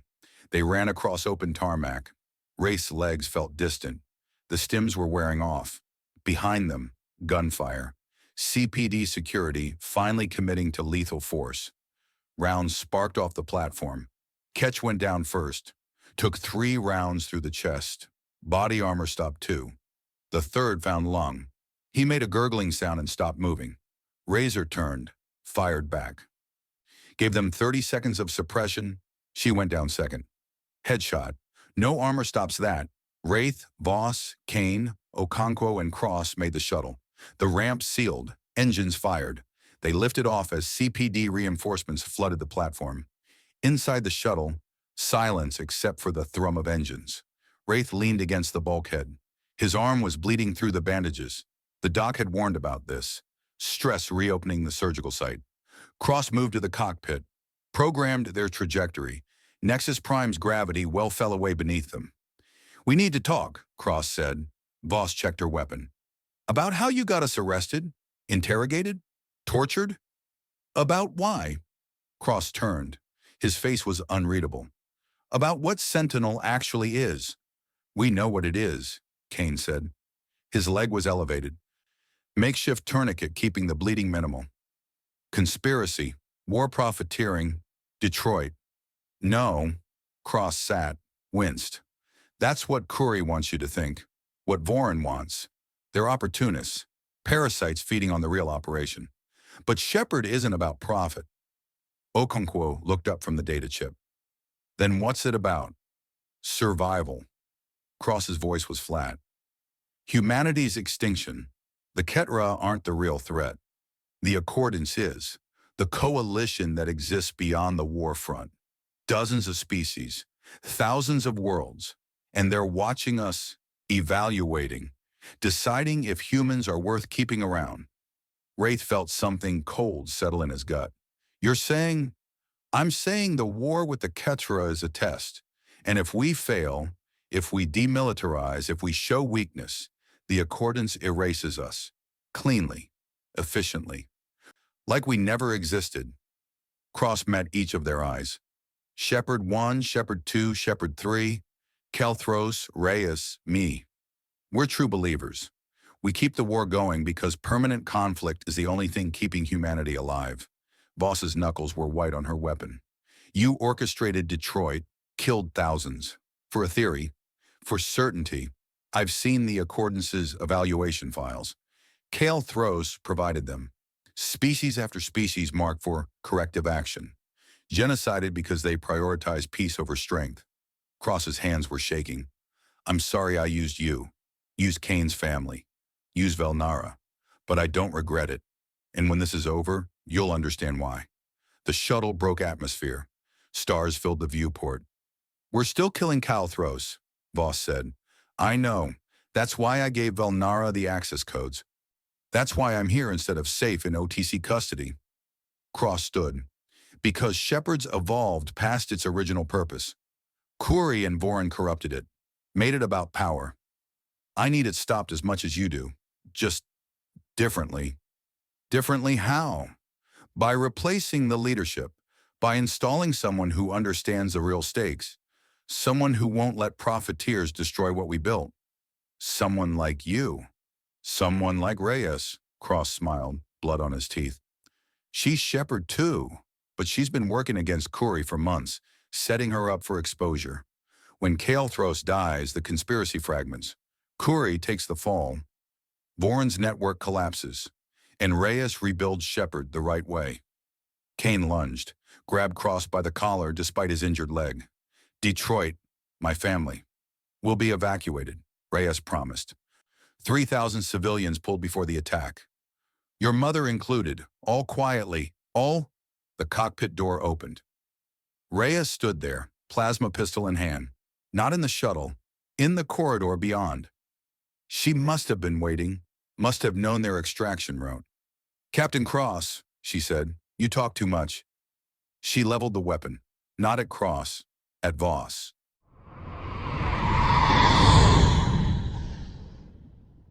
Chapter 17. The Verdant. Reyes fired. Voss moved, not fast enough. The plasma round caught her shoulder. Ceramic plating ablated. Flesh beneath seared. She went down. Elias lunged. His leg screamed. Didn't care, grabbed for Reyes's weapon. Cross was faster. Tackled the colonel from behind. They hit the bulkhead. Her pistol skittered across the deck. Go! Cross shouted, blood running from his mouth. The Verdant! Kill Kael'thros! End this!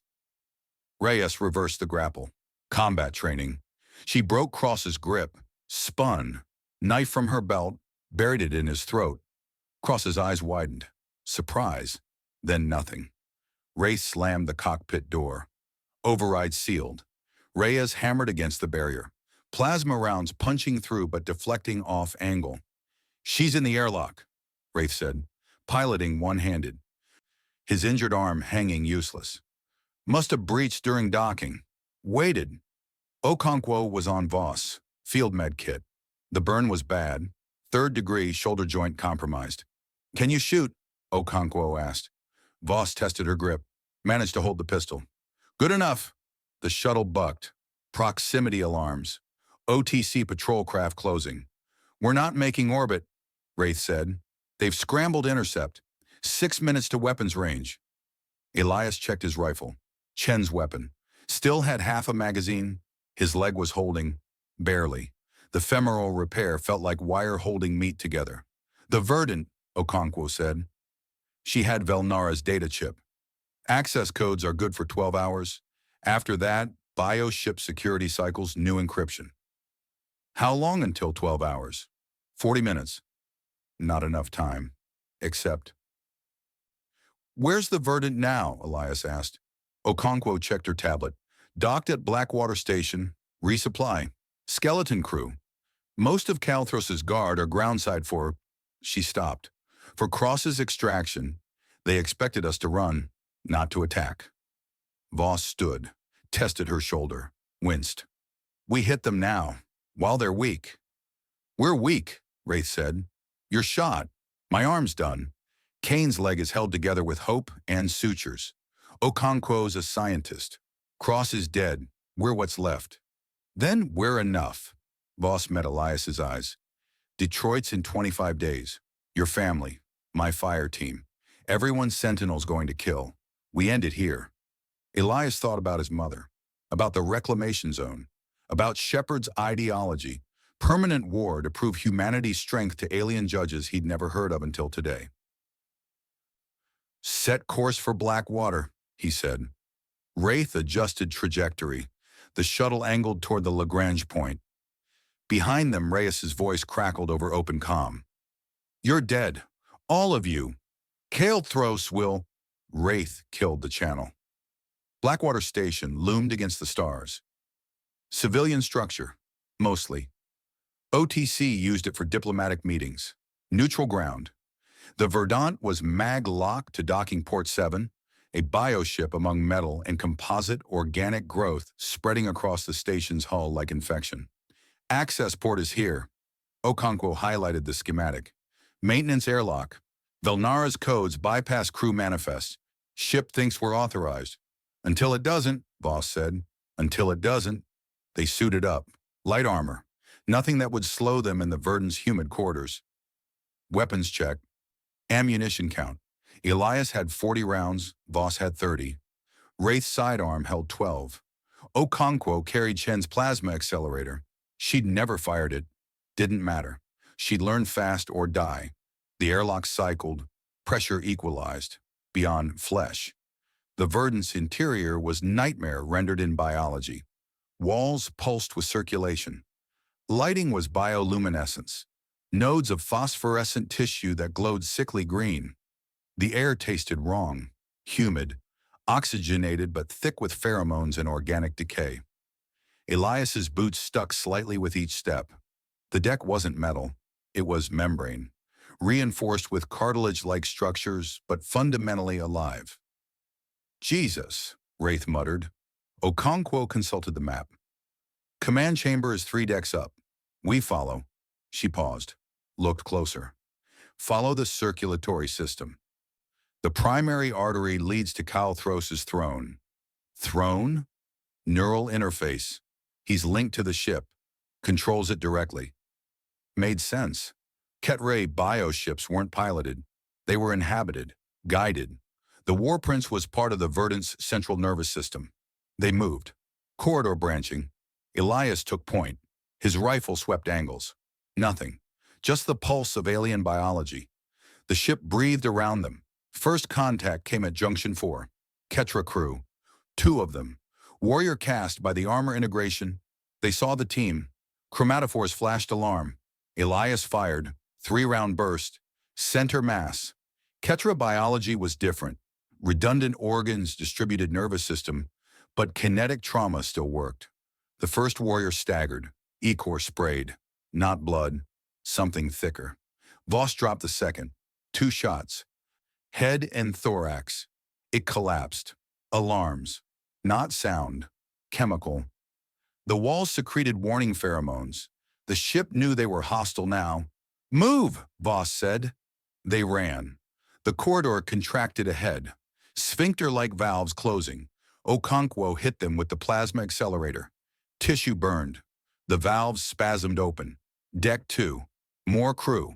5 warriors. Coordinated response. They fired. Biological projectiles. Bone fragments accelerated by muscle contraction. Primitive, but effective. Wraith took one through the vest. Went down. Elias dragged him behind cover. A support rib jutting from the wall. I'm good, Wraith gasped. Armor held. Voss flanked. Used her injured arm despite the pain. Suppressive fire. The warriors scattered. One didn't scatter fast enough. Okonkwo's plasma turned it into burning chemistry. The smell was obscene. Deck 3. The ship was fighting back now. Not just crew, the Verdant itself. Defensive organisms emerged from wall pores, something between antibodies and attack drones. Fist-sized, winged, acidic. Elias swatted one aside. It dissolved part of his glove. His hand burned. Okonkwo recognized them from her research. Immunohunters, don't let them. 3 latched onto Wraith. His armor sizzled. He tore them off. Left smoking holes. Keep moving, Voss said. Command chamber ahead. The corridor widened. Became cathedral. The ceiling arched high, supported by ribs that pulsed with arterial flow. At the center, the throne. Kalthros sat integrated into it. His body was fused with the chair. No, not a chair. An organ. His neural tendrils spread into the ship's ganglia. He was the Verdant's brain, its will. He saw them, smiled. Humans. You killed Velnara. Stole her codes. Clever. His voice came from the walls, the ship speaking through him. We're here to end this, Voss said, rifle aimed. End what? The war? The conspiracy? Kalthros laughed. Biological laughter through meat speakers. You don't understand. Shepard isn't the disease. It's the cure. Movement. Behind the throne. Someone stepped forward. Human. Female. OTC uniform. Commander Sarah Corey. But wrong. Her skin had patterns, chromatophores, Ketra integration. Her neural lace wasn't just interface, it was fusion, biological merging. Impossible, Okonkwo whispered. Corey smiled. Her eyes were still human. Everything else was hybrid. Did you think Sentinel was just human? We're evolving. Cross and Reyes thought they understood. They didn't. This isn't about keeping war alive to impress the Accordants. It's about transcending species entirely. She touched Kyle Thros's throne. Her hand melted into it, became part of the ship. Kyle Thros and I are the first. Human Ketra, unified command. No more translation errors. No more cultural misunderstanding. Just pure coordination. Shepard's real goal is integration, making humanity and the Ketra one species, one military, one weapon the Accordants can't ignore. Elias felt his stomach drop. Detroit, the attack. You're still... Of course, integration requires pressure, fear, desperation. Detroit makes humanity hate the Ketra enough to fight. And when we reveal the solution, biological merger, they'll accept it. Choose survival over purity. Kuri's chromatophores rippled satisfaction. You came here to kill Kelthros, to stop the conspiracy. But killing him kills me. And killing me... The walls contracted. The ship shuddered. Triggers fail-safe. The Verdant self-destructs. 12,000 Ketra civilians aboard, plus Blackwater Station's crew. 20,000 humans docked for resupply. Voss kept her weapon steady. You're bluffing. Am I? Kuri gestured. The throne's display activated. Holographic tactical feed. Blackwater Station schematic. The Verdant's bioreactor core. Countdown timer. Currently paused at 30 seconds. I die, it activates. You have 30 seconds to evacuate. Impossible or abort. Your choice. Kill us and murder 32,000 innocents. Or let us go. Let Shepard continue. Let Detroit happen. Let integration begin. Kuri's smile widened. Choose wisely.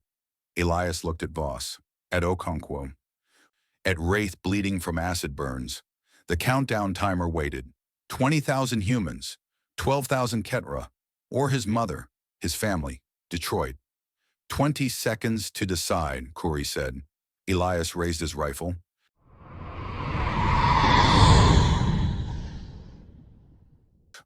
Chapter 18. The Confrontation. Okonkwo's hand moved before Elias could fire, not to stop him, to activate the device she'd been holding since they entered the chamber. Chen's encrypted data chip, modified, linked to her neural lace, configured with a quantum broadcast protocol she'd coded during the shuttle ride. Insurance. Lower the weapon, she said. Her voice surprised her, steady despite the terror crawling up her spine. Elias, lower it! He didn't move. Rifle still aimed at Kuri's hybrid skull. Corporal Kane. Kuri's chromatophores flickered amusement. Your scientist friend knows the math. Pull that trigger and you murder 32,000 people. Blackwater Station's refugees from the outer colonies, Ketra laborers, families, children. She gestured at the holographic countdown. 28 seconds now. Choose. Voss was calculating angles, exits. Wraith had his sidearm drawn, but his hands were shaking. Blood loss from the acid burns, probably. They had no play here, no tactical advantage, just Okonkwo's data chip and the choice she'd already made. Elias, she repeated, trust me. His eyes met hers, conflict there. Rage, but he lowered the rifle. Kuri smiled. Smart. Kyle Thros, stand down the failsafe. The countdown froze. 23 seconds displayed. Warriors emerged from the organic walls. 6 of them. Warrior caste, heavily armed. They moved with coordinated precision, neural linked through the ship's biological network. Weapons trained on the team. Restrain them, Kuri said. Non-lethal. We need them functional. The warriors advanced. Okonkwo didn't resist when they bound her wrists with biopolymer restraints that tightened against struggle. Beside her, Voss was swearing in clipped military profanity. Elias stood rigid. Wraith looked ready to collapse. Kale Thros watched from his throne. His compound eyes showed, what? Curiosity? The translation algorithms weren't precise for Ketra emotional nuance. Why keep us alive? Voss demanded. Because killing you wastes potential. Curie approached. Her hybrid biology was grotesque up close. Human bone structure overlaid with ketradermal plating, chromatophores pulsing beneath translucent skin. You're intelligent, resourceful. You've survived longer than anyone else who's discovered Shepard. That suggests adaptability. And adaptability is valuable. Valuable for what? Conversion. Curie gestured at the chamber. At Kale Thros, at herself. You think this is about power? Money? Bourne's a parasite, yes. Profiting from conflict. But he's irrelevant. Cross thought Shepard was about impressing the Accordants through strength. He was wrong too. This is about evolution. Okonkwo felt her analytical mind engaging, despite the restraints, despite the fear. Pattern recognition was reflexive for her. The biological integration. You're merging species. We're creating something new. Humanity alone will fragment. The Ketra alone will stagnate. But together, Curie's chromatophores ripple satisfaction. We become unstoppable. No translation errors. No cultural misunderstanding. Unified command across biological boundaries. Kalthros spoke. His voice resonated through the chamber's organic amplification. Your species fears difference. Ours enforces homogeneity. Both are evolutionary dead ends. War between us was inevitable. Until we realized the conflict itself was the solution. War is evolution, Okonkwo said quietly, testing the logic. Orchestrated pressure forcing advancement. Exactly. The physicist understands. Curie moved to a wall display, activated it with a thought. Images appeared. Historical data, combat statistics, technological progression curves. Before the Ketra invasion, humanity was fracturing. Tribal conflicts, resource wars. The off-world collective formed in response to external threat. Unified Earth, unified Mars, unified the colonial systems. The graphs showed it clearly. Political cohesion tracked directly with threat perception. Without an enemy, humans destroy themselves, Curie continued. We know this. The Ketra know this. We studied your species for decades before first contact. You need war to maintain unity. And we, she glanced at Kalthros, need it to justify authoritarian control over subject species within the Concordat. Kalthros's throat sac vibrated agreement. Our empire spans 17 species. 12 are conquered. 5 are allied. All require military threat to accept centralized command. Your invasion provides justification. Our expansion continues. Both civilizations benefit. Okonkwo's stomach turned. The conspiracy's scope was larger than she'd imagined. Not just orchestrating attacks, architecting entire civilizations around perpetual conflict. Detroit, Elias said. His voice was flat. My family. Thousands dead for your social engineering. For survival. Curie met his eyes without flinching. Yes, Detroit will die. I'm sorry, genuinely. But the alternative is worse. Peace means fragmentation. Fragmentation means extinction. The Accordance doesn't tolerate weak species. Cross was right about that part. They evaluate. They judge. And species that can't maintain coherent military response get corrected. Genocided, Voss said. Corrected. 14 species in the last century. Pacifist civilizations. Democratic federations that prioritized individual rights over collective security. All erased. Cleanly. Efficiently. The Accordance is a meritocracy of violence. Only the strong survive. Curie's hybrid features showed something like regret. I didn't create these rules, neither did Kalthros. We just learned to play the game. The chamber's walls pulsed, circulation patterns shifting. Okonkwo recognized the biomechanical architecture, similar to what she'd studied in Velnara's sanctuary, but more advanced. Curie's integration went deeper than neural interface. She was part of the ship's regulatory systems. Your network, Okonkwo said. Distributed consciousness. You and Kalthros share cognitive load. We share everything. Memories, analysis, decision-making. When I think in human linguistic patterns, he experiences it.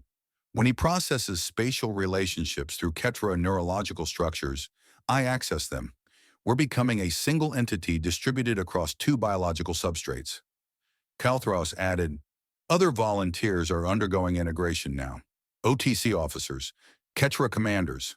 Within 5 years, we'll have a hybrid command structure spanning both militaries. War continues, but the killing becomes strategic, managed, controlled. You're talking about permanent occupation, Voss said, using external threat to justify authoritarian fusion. I'm talking about preventing extinction. Corey's chromatophores flared irritation. You still don't understand. Humanity has 20 years, maybe less. The Accordance's evaluation cycle is accelerating.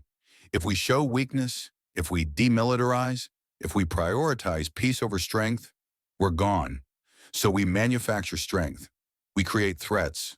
We ensure humans stay unified and militarized. A hologram flickered to life, not tactical display, transmission feed. Colonel Ava Reyes appeared. She was aboard Blackwater Station. Okonkwo recognized the command center's architecture in the background. Commander Kuri, Reyes said. Status? Containment achieved. The infiltrators are restrained. Cross? Dead. Killed during the extraction attempt.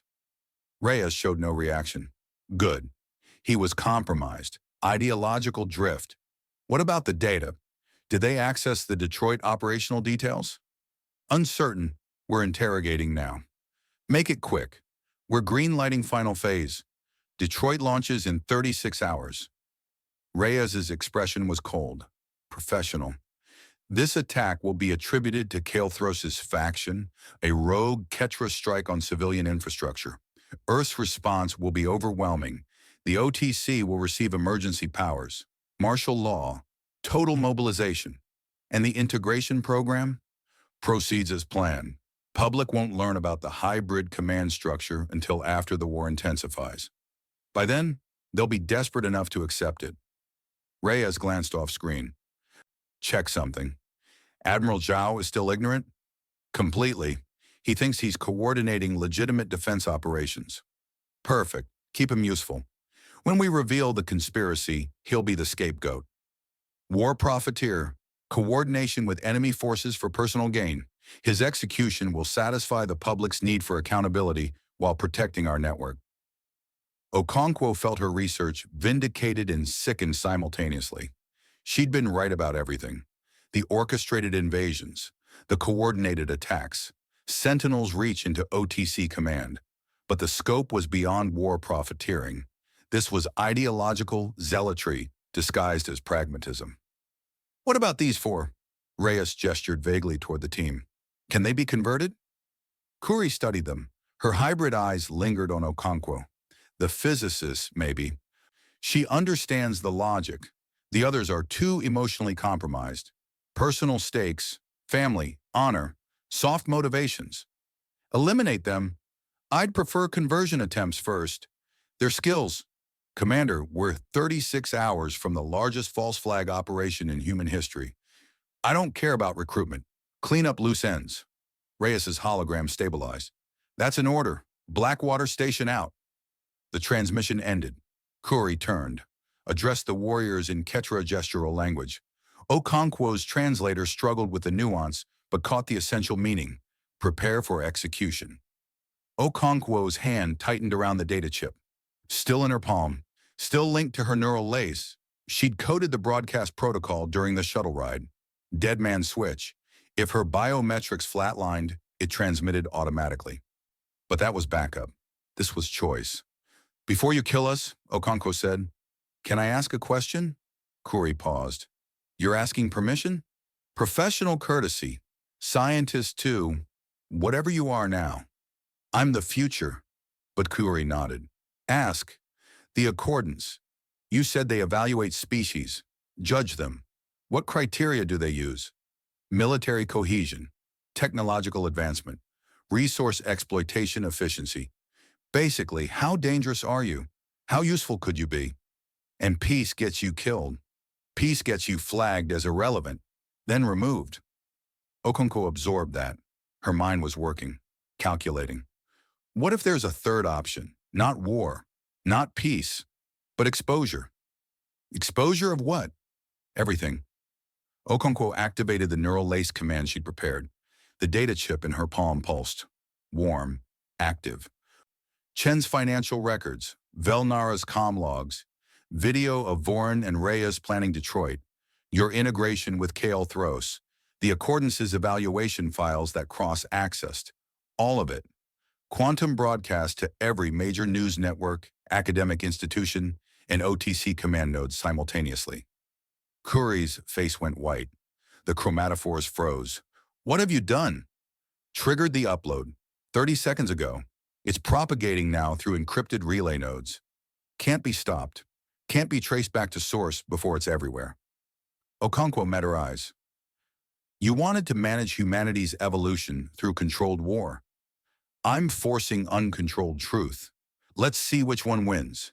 Kael'thros erupted from his throne, neural tendrils ripping free.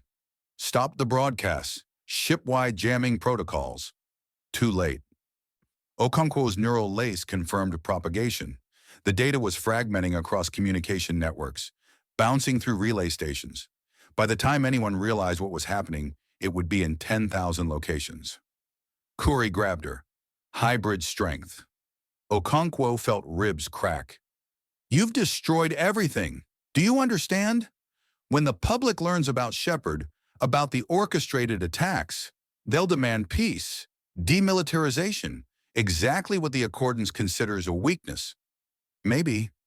Okonkwo tasted blood, punctured lung probably. Or maybe humans surprise you. Maybe we choose to be strong without being manipulated. Maybe we decide our own evolution. You've killed your species. Well, you already killed it. I'm just changing how we die. Curry threw her against the wall. Biological surface. It absorbed some impact. Not enough. Okonkwo's vision blurred. Damage assessment, broken ribs, internal bleeding, possible concussion. Worth it. The warriors moved toward Elias and Voss. Execution formation. Voss was screaming something. Elias was fighting his restraints. Wraith's remaining functional hand moved to his belt. Explosive charges. He'd grabbed them during the armory raid. Okonkwo saw his eyes. Calculation. Same math she'd just done. One life to buy the other's time. He pulled the primer. The chamber's atmosphere changed. Okonkwo felt it through her remaining functional senses. Kael'thros felt it too. Neural connection to the ship's biosensors. He roared commands. Too late. Wraith lunged, not at Curry, at Kael'thros's throne. At the neural interface junction connecting the War Prince to the Verdine's core systems. Explosive charges armed. Kael'thros's guards tried to intercept. Wraith was already airborne, already committed. The throne was 4 meters away. His trajectory was ballistic. No way to adjust mid-leap. The charges would detonate on impact. Kill Kael'thros. Kill Curry. Maybe kill them all. But Okonkwo's broadcast was already spreading, already unstoppable. Wraith's body arced through humid air. 3 meters. 2. He was falling.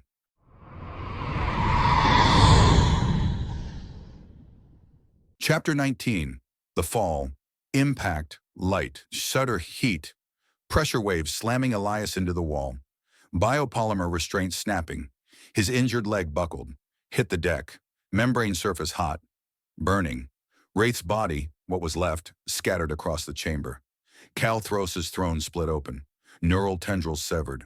The War Prince was screaming, not metaphorically. Actual biological distress vocalizations that the translator couldn't parse. Curry's hybrid form convulsed. She was part of the ship's nervous system. Wraith had just detonated a bomb in the Verdant's brain. The walls pulsed wrong. Arrhythmic. Dying. Voss grabbed Elias, hauled him up. Blood running from her ears.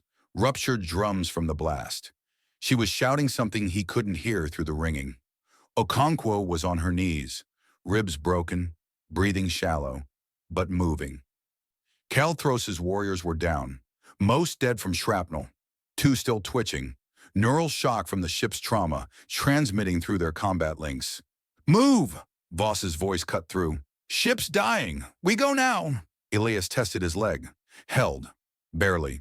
He grabbed Okonkwo, got her arm over his shoulder. Voss took point. No weapons. Lost in the blast. Didn't matter. Had to run. The corridor convulsed. Sphincter valves spasming. Atmosphere venting. Emergency seals trying to contain hull breaches, but the Verdant's autonomic systems were failing. Wraith had killed the ship's central nervous system. Behind them, Kuri, still alive, crawling, her chromatophores flashing white, Ketra distress colors. Half her face was human, the other half was burning. "Stop!" she gasped. "You don't understand. Detroit still launches." Voss didn't look back. Deck 2. Immunohunters swarmed from wall pores. Thousands. Ship's immune system on overdrive, attacking everything. Elias swatted them away. Felt acid eating through his gloves. His hands burned. Okonkwo stumbled. "Can't, Ribs. You can." Elias kept her moving. "Wraith bought this. Don't waste it." Deck 3 buckled. Support ribs cracking. The organic architecture was collapsing. Gravity fluctuated. Artificial systems tied to the ship's metabolism, now failing. They floated, hit the ceiling, pushed off. Ketra survivors ahead. Crew evacuating, not warriors, civilians, technicians. They saw the humans. Chromatophores flashed alarm, but they didn't attack. Too busy fleeing. "Docking bay," Voss pointed. 200 meters. The corridor sealed. Emergency response.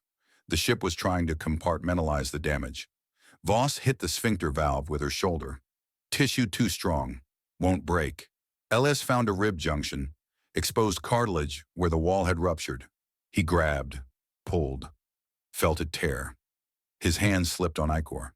The ship's circulatory system was hemorrhaging. Opening, barely wide enough.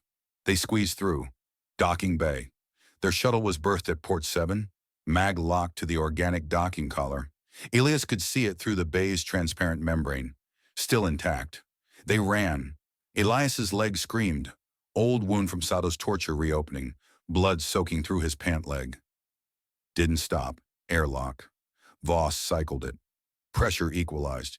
They stumbled into the shuttle's umbilical and stopped. Sabotage. Someone had burned through the shuttle's hull.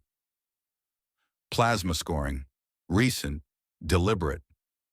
"Reyes!" Voss's voice was flat. "She knew.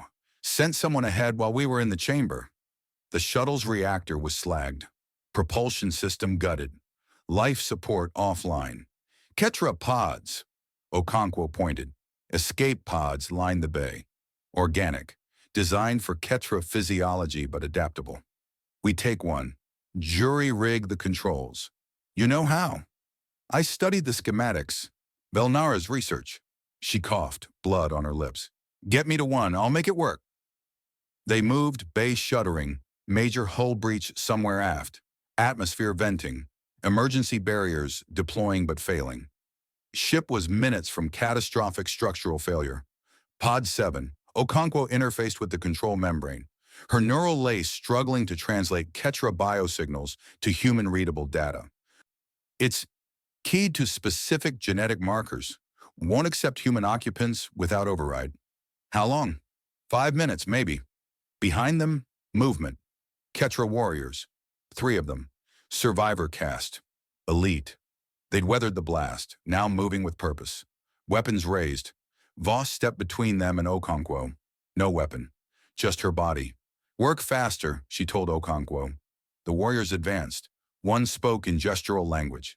Elias's translator parsed it. "Surrender, you die quickly." "Pass," Voss said. They opened fire. Biological projectiles, bone fragments. Voss dodged. Not fast enough. Took 2 rounds to the vest. Armor held. She went down anyway. Impact trauma. Elias grabbed a piece of debris. Support rib fragment, sharp end, charged. First warrior expected the attack. Blocked. Elias adjusted, not trying to stab. Trying to grapple. Got inside the warrior's guard. Used the rib fragment to leverage the weapon away. They fell. Ketra physiology was heavier, stronger. Elias twisted, used momentum, slammed the warrior's head into the deck. Membrane absorbed some impact. Not enough. Skull cracked. Second warrior fired. Missed. Hit the first warrior's corpse. Echor sprayed. Voss was up. Grabbed the dropped weapon. Fired. hit the second warrior's center mass. It staggered. She fired again. Headshot. Down. Third warrior retreated, calling for reinforcements. Gestural language screaming coordinates. Okonkwo's hands were shaking. Got it. Override accepted. Pod's ours. They piled in. Pod interior was wrong. Designed for Ketra anatomy. Seats at odd angles. Control membrane slick with nutrient gel. Okonkwo interfaced. Manual launch protocol. Seal engaged. Atmosphere pressurized. Launch countdown. Through the pod's transparent membrane, Elias saw the verdant dying. Corridors venting. Bodies tumbling into vacuum. Ketra in hybrid corpses. Kuri's form visible in the command chamber. Still moving. Still trying to reach a comm station. She failed. The bioship's heart, central reactor cluster ruptured. Biological containment failing. Energy cascade. Not an explosion. Worse.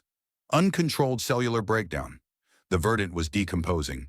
Launch. G-forces slammed Elias into the seat. Wrong angle. Ketra physiology could handle it. Human couldn't. He felt ribs crack. Old injuries compounding. Voss grunted. Okonkwo screamed. Then weightless. They were clear. Pod tumbling in vacuum. Blackwater Station, visible ahead. Orbital platform lit against the stars. Behind them, the Verdun collapsed. Not elegant, just structural failure. Bulkheads rupturing. Atmosphere and debris venting in uncontrolled cascades. 12,000 Ketra civilians. Gone.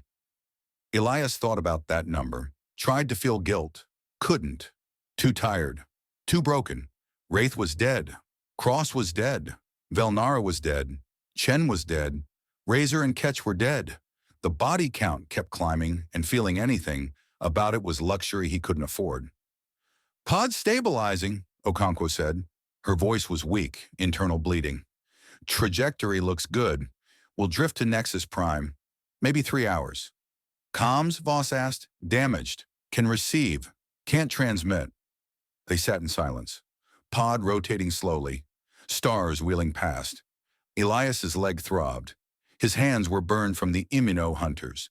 His ribs were broken from the launch. He was held together by spite and the knowledge that Detroit was still happening. 24 hours now, maybe less. Okonkwo's broadcast was spreading, but communication lag between Nexus Prime and Earth meant the evidence wouldn't reach the Sol system for hours. Sentinel's operational assets could still execute, could still murder his mother, his family, thousands. We failed, he said. Voss looked at him. Her face was bruised, swelling, closing one eye. We killed Kilthros, killed Kuri, destroyed Shepard's leadership. That's not failure. Detroit still launches.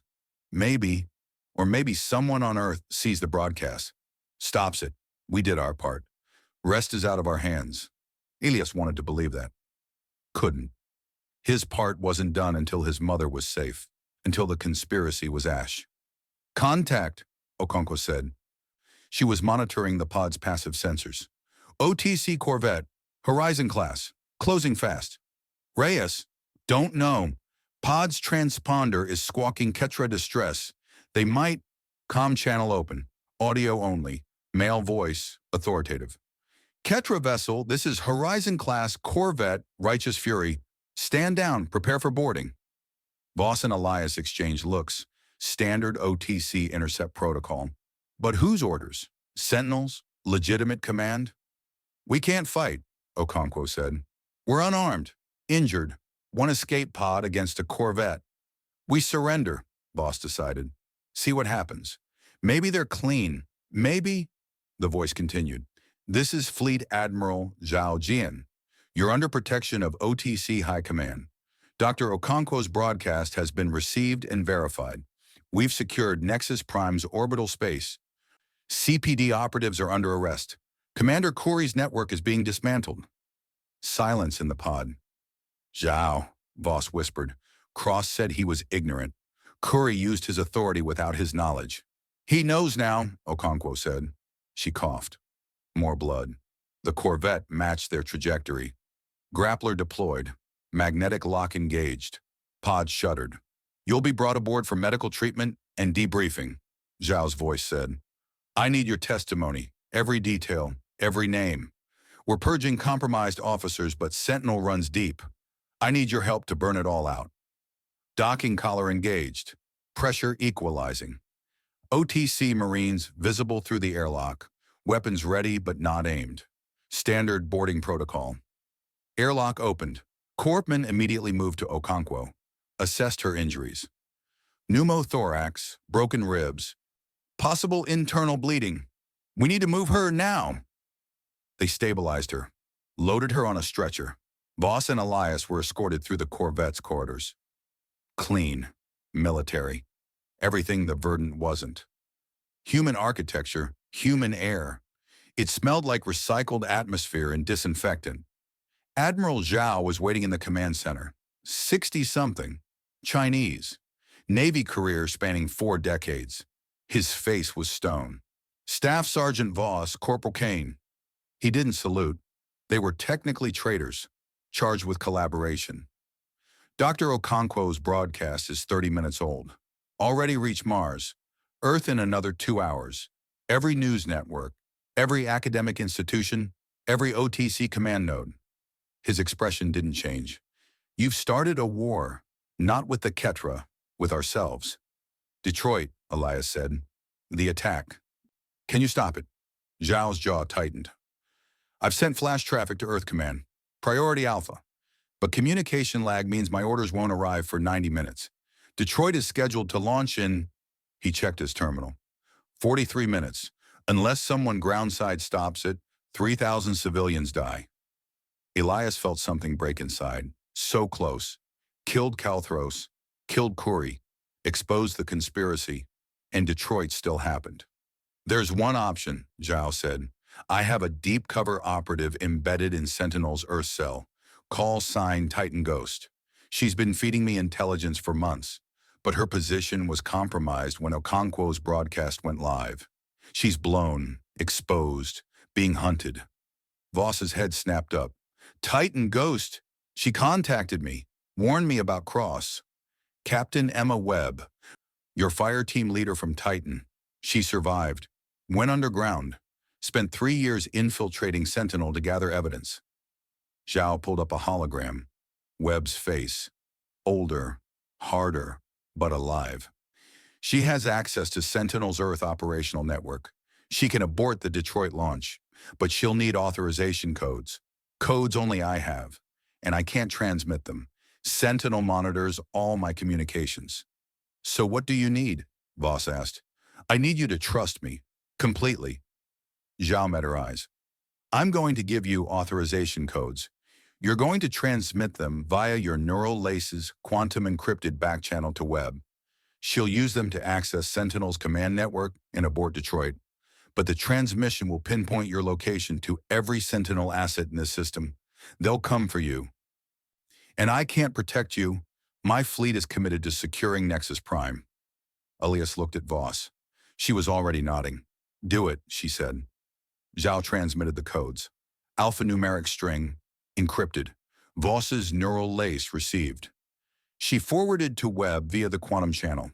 15 seconds. 30. 60. Transmission confirmed, Voss said. Webb received. She's executing now. On Zhao's terminal, alerts cascaded. Priority traffic from Earth. Automated systems detecting anomalous access to Sentinel command nodes. Someone was burning through firewalls, accessing operational databases. Abort protocols. Detroit's launch timer froze. Mission aborted. 3,000 civilians saved. Elias felt his knees buckle. Voss caught him. She did it, Zhao said. Webb aborted the launch, but his terminal flashed red. Sentinel forces converging on her location. She's transmitting coordinates. Detroit Reclamation Zone, Sector 7. She's requesting immediate extraction. Says she has physical evidence, hard drives, documents, everything needed to prosecute every Sentinel operative. Can you extract her? Voss demanded. Not from Earth. I have no assets in system. She's on her own. Zhao looked at them. Unless you authorize me to broadcast her coordinates to every legitimate OTC unit in Sol system. Force them to respond. Save her. But that transmission will expose her to Sentinel's kill teams. They'll know exactly where she is. 30 seconds to respond, or she dies. Elias thought about Webb, about Titan, about the fire team that Voss lost, about the woman who'd survived and fought for 3 years in the shadows. Your call, Zhao said to Voss. Broadcast and maybe save her, or stay silent and she dies for sure. 10 seconds.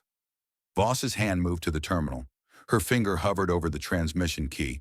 5 seconds. She pressed it.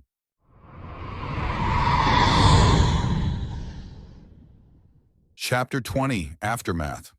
The broadcast went out. Webb's coordinates lit up every legitimate OTC terminal and Sol system. Detroit Reclamation Zone, Sector 7, 15 clicks from Elias's family apartment. Sentinel's kill teams moved first. Voss tracked them on Zhao's tactical display. Black SUVs converging on the safe house where Webb had been operating for 3 years. ETA, 4 minutes. Nearest OTC response unit, Detroit Military Police Garrison. ETA, 6 minutes. Webb was going to die. Then a new marker appeared. Ground level, already inside Sector 7, moving fast toward Webb's position. What is that? Voss demanded. Zhao checked his feeds. Marine Reserve Unit, 3rd Battalion, 14th Regiment. They were running drills 2 blocks away. Lieutenant just broke protocol and diverted his entire platoon. The Marines reached Webb's building 90 seconds before Sentinel. Elias watched the tactical feed. Infrared signatures flooding the stairwell, taking defensive positions. When Sentinel's kill team breached, the Marines were waiting. Firefight lasted 30 seconds. Sentinel withdrew. 4 casualties on their side, 2 Marines wounded. Webb extracted alive, clutching a waterproof case to her chest, the evidence. Lieutenant's name is Park, Zhao said. Ji-hoon Park, Korean-American, enlisted after Detroit was nearly glassed, lost his entire neighborhood. He just saved the woman who stopped it from happening again. Voss exhaled. First time Elias had seen her breathe in 2 minutes. Get Webb to orbit, she told Zhao. I want her testimony recorded before Sentinel tries again. Already done. Park's loading her on a casevac bird now. She'll be on my flagship in 20 minutes. Zhao looked at them. And you 3 need medical. Okonkwo's barely conscious. Kane's leg is infected. And you, he gestured at Voss. When did you last sleep? Titan, Voss said. 60 hours ago. The tribunal convened on Blackwater Station. Emergency session.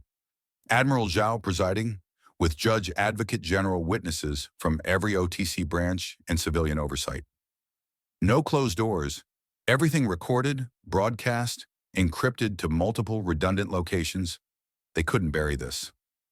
Elias testified first. Gave his statement standing because sitting made his legs scream.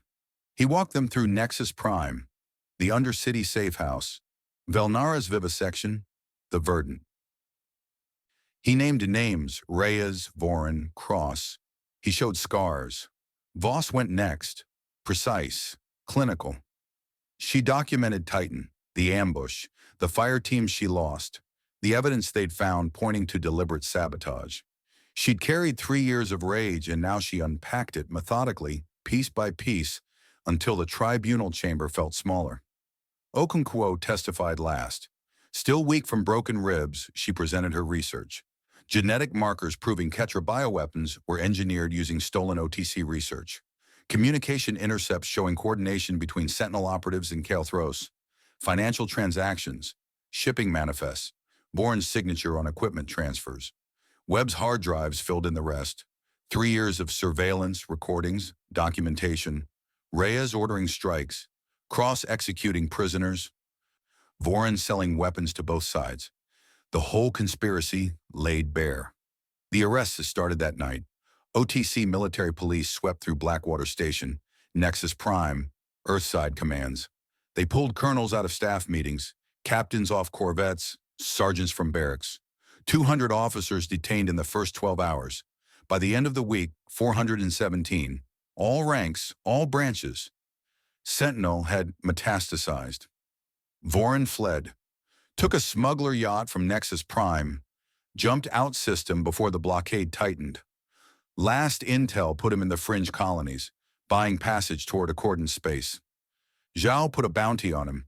Every bounty hunter and syndicate enforcer in known space got the brief. 1 million OTC credits, alive preferred, but dead acceptable. Cross was already gone. Executed by Wraith's bomb on the Verdant. No trial, no last words. Just fragments scattered across a dying alien ship. Rhea's they kept alive. She sat in the detention cell without restraints. Didn't need them. Nowhere to run. Execution scheduled for 800 tomorrow. Military protocol, firing squad. Elias visited her the night before. Didn't know why. Maybe closure. Maybe he wanted to see her broken. She wasn't. Kane. She stood when he entered. Habit, she outranked him even now. Come to gloat? No, ma'am. Good. Gloating is for people who don't understand what they've done. She gestured to the bunk. Sit. Your leg's still bad. He sat. She remained standing. I'm not sorry, she said. You should know that. I'd do it again. 3,000 civilians almost died in Detroit. And how many died on Titan? On Proxima Station? On every colony Ketra hit while OTC was too weak to respond? Her voice stayed level. I saw the intelligence, Kane. 10 years from now, without Sentinel pushing humanity to evolve, the Accordance wipes us out. We're insects to them.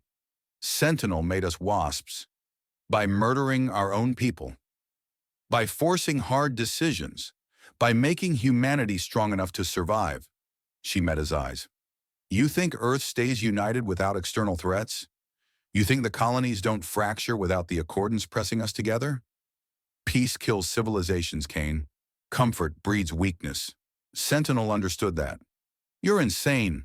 I'm a realist, she smiled. Sad. You'll see. 5 years, maybe less. Without the Ketra threat, Earth will tear itself apart again. Old nationalism, religious wars, resource conflicts, all the petty human bullshit we set aside when aliens tried to kill us. It'll come roaring back. Elias stood. His leg protested. History won't vindicate you. Maybe not, but physics will. She sat on the bunk. You ever study evolutionary biology, Kane? Species need selection pressure. Without predators, prey animals overpopulate and starve. Without competition, ecosystems collapse. Humanity's the same. We need enemies or we turn on ourselves. That's not... Go home, Rhea said. See your family. Be with your sister. Enjoy the peace while it lasts. She lay back, hands behind her head. When Earth starts burning again, remember I warned you. Elias left. Didn't say goodbye.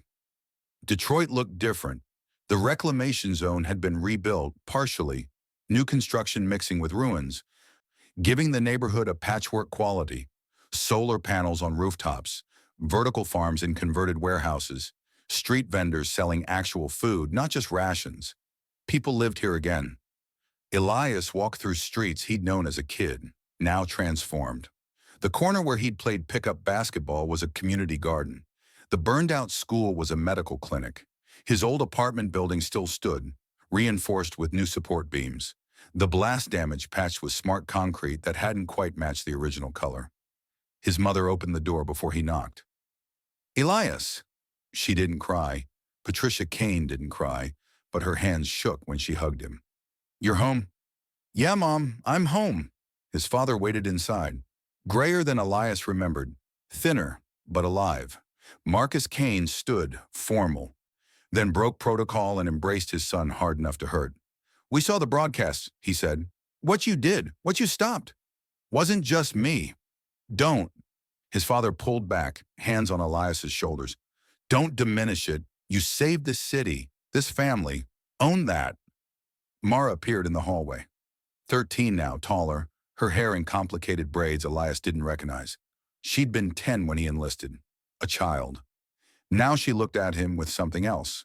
Caution, maybe. Recognition that her brother had changed. Hey, kiddo, Elias said. You look tired, Mara said. Long deployment. Did you kill people? Mara! Their mother's voice sharp. But Elias shook his head. It's okay. He knelt, bringing himself to eye level with his sister. Yeah, I did. Are you okay? Simple question, direct. The kind only kids ask. No? Elias said. But I will be. Mara hugged him, arms around his neck, her head against his shoulder. She smelled like the synthetic lavender soap their mother always bought. Familiar. Home. I'm glad you're not dead, she said into his collar. Me too. Weeks passed. Voss took her discharge, filed the paperwork remotely, never came back to Earth. Last message Elias got was brief. Can't trust them again. Can't wear the uniform, sorry. She'd moved to Titan, working private security for mining operations, using her skills, keeping her distance from OTC. Okonkwo published. Her research went public, full academic rigor, peer-reviewed, undeniable. The xenobiology community erupted. She got tenure offers from universities across 3 systems, turned them all down, stayed on Earth, teaching at a reconstructed university in New Lagos, training the next generation to understand aliens without fearing them. But she didn't sleep well. Elias knew because she messaged him sometimes at Arrow 300, when nightmares made sleep impossible.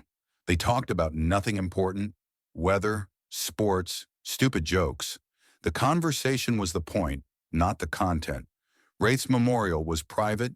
His syndicate crew held it in the scrapyard, invitation only. Elias attended. They burned his few possessions in a barrel and drank terrible whiskey and told lies about his exploits. Someone, Elias never learned who, had recovered fragments of Wraith's tactical vest from the Verdant's wreckage. They welded the pieces into a plaque. Tobias Harlan, smuggler, Marine, brother. Admiral Zhao kept his distance. Professional. He sent commendations, medical vouchers, honorable discharge paperwork for Elias to sign whenever he wanted. No pressure, but also no contact. Probably smart. Proximity to Zhao meant proximity to OTC, and Elias wasn't ready for that. Detroit grew around him. The city rebuilt faster than he'd expected, driven by survivors who refused to abandon their home. Block by block, building by building, it wasn't perfect. Resources were tight, infrastructure patchy. But people worked. Elias helped when his leg allowed. Construction crews needed bodies. He could haul debris, sort salvage, hold support beams while welders worked. Manual labor, simple. No one shooting at him. His hands learned different calluses. The package arrived on a Tuesday, unmarked, no return address, courier service, prepaid, untraceable. Left on the apartment doorstep while Elias was helping rebuild a community center 3 blocks over. His mother signed for it, brought it inside, set it on the kitchen table. For you, she said when Elias came home, dust in his hair, smart concrete residue on his hands. He opened it carefully. Checked for trigger mechanisms first. Habit, clear. Inside an official document case. OTC seal. He flipped it open. Graduation certificate, Starship Command School. His name in formal print. Staff Sergeant Elias Kane. Dated 6 weeks from now. Post-dated. Official stamps, signature lines, everything legitimate. Admiral Zhao's signature at the bottom. A note clipped to the certificate, handwritten. You earned this 3 times over. The slot is yours if you want it. Corvette Command, your choice of assignment. No strings, no debts. Just the dream you were promised. Zhao! Elias stared. His hands shook. Starship Command. Captain's insignia. Everything he'd wanted since enlisting. The whole reason he'd survived Nexus Prime. The Verdant. The conspiracy. The light at the end. Here. Real. His. A second envelope was underneath. Heavier paper. Voss's handwriting on the front. Kane. He opened it. Her letter was short. Direct. Classic Voss. Kane. Reyes made her final statement before the firing squad. Recorded. I got a copy through back channels. She talked for 3 minutes, said Sentinel wasn't wrong about human nature, that without external threats, Earth fractures, colonial independence movements, religious extremism, resource wars, all the old poison waiting underneath. She said 5 years, maybe less. Then we tear ourselves apart. What if she's right? I see it starting already. Titan miners talking secession, Mars settlements refusing OTC jurisdiction, fringe colonies running black market bioweapons. The glue was fear, the Ketra, the accordance. Take that away and what holds us? I don't have an answer. Maybe you do. Maybe Zhao does. Maybe nobody does. But I keep thinking, what if we just delayed the inevitable? What if Sentinel understood something we don't want to admit? What if peace is the real threat? I'm not saying they were right. They murdered innocents. They betrayed everything we swore to protect. But their diagnosis might have been accurate even if their prescription was poison. Someone needs to think about this. Someone needs to figure out how humanity survives without monsters to fight. I'm too broken to be that person, but maybe you're not. Soon. Elias set the letter down, looked at the graduation certificate, at Zhao's signature, at the future being offered, then at Voss's question, what if peace is the real threat? His terminal chimed, incoming call, encrypted. Source, unlisted, he answered. A face he didn't recognize appeared. Female, 40s, sharp features, civilian clothes. But her eyes were military, deep recognition, someone who'd seen too much. Staff Sergeant Kane, she said. My name is Dr. Sarah Chen. I'm with Earth Coalition's Advanced Strategic Planning Group. We don't officially exist. What do you want? The same thing you want. To prevent the fracture Colonel Reyes predicted. Chen leaned forward. We've been tracking separatist movements, resource conflicts, ideological flashpoints. Reyes was right. Humanity's tearing itself apart. We have maybe 18 months before the first colony formally declares independence. After that, cascade failure. So what? You want me to join another conspiracy? No, we want you to help build something better. Chen's expression didn't change. A coalition, not military, not corporate. Citizens across all colonies who understand we need each other. Who can counter the fracture with connection. It's grassroots, dangerous, likely to fail, but it's the only alternative to either Sentinel's methods or Reyes's prophecy. Elias looked at his mother, watching from the kitchen doorway, at Mara, peeking around the corner, at the graduation certificate on the table, everything he'd fought for. Starship Command, clean service record, the dream, or this, whatever this was. Another war, just different enemies. Why me? He asked. Chen smiled, tired. Because you said no to Kale Thros, no to Reyes, no to everyone who offered you easy answers. We need people who can resist, who choose the hard right over the easy wrong. I'm one person. So was Lieutenant Park when he diverted his platoon to save Webb. So was Voss when she chose to burn Sentinel down. So were you on the Verdant. Chen's eyes held his. One person choosing right creates cascade. We're building that cascade. Peaceful, democratic, legal. But we need soldiers who remember why they took the oath. I'm discharged. I know. We're not asking you to re-enlist. We're asking you to organize. Here, Detroit, build community networks, mutual aid. Connections that cross colonial boundaries. Make people see each other as human, not as competitors for resources. Elias thought about Wraith, burning himself to atoms to stop a war. About Cross, executing prisoners in service of a rotten ideal. About Velnara, vivisected for cooperation. About Reyes, calm before the firing squad, convinced history would prove her right. About Voss's question, what if peace is the real threat? Wrong question. Peace wasn't the threat. Isolation was. Division. The belief that humanity's tribes were enemies instead of family. Reyes had diagnosed the disease correctly, but her cure was worse than the illness. Maybe there was another way. What do you need? Elias asked. Chen extended her hand across the encrypted channel. A gesture, an offer, and an alliance between a broken Marine and an organization that probably wouldn't survive the year. Work with us, she said. Help build the coalition.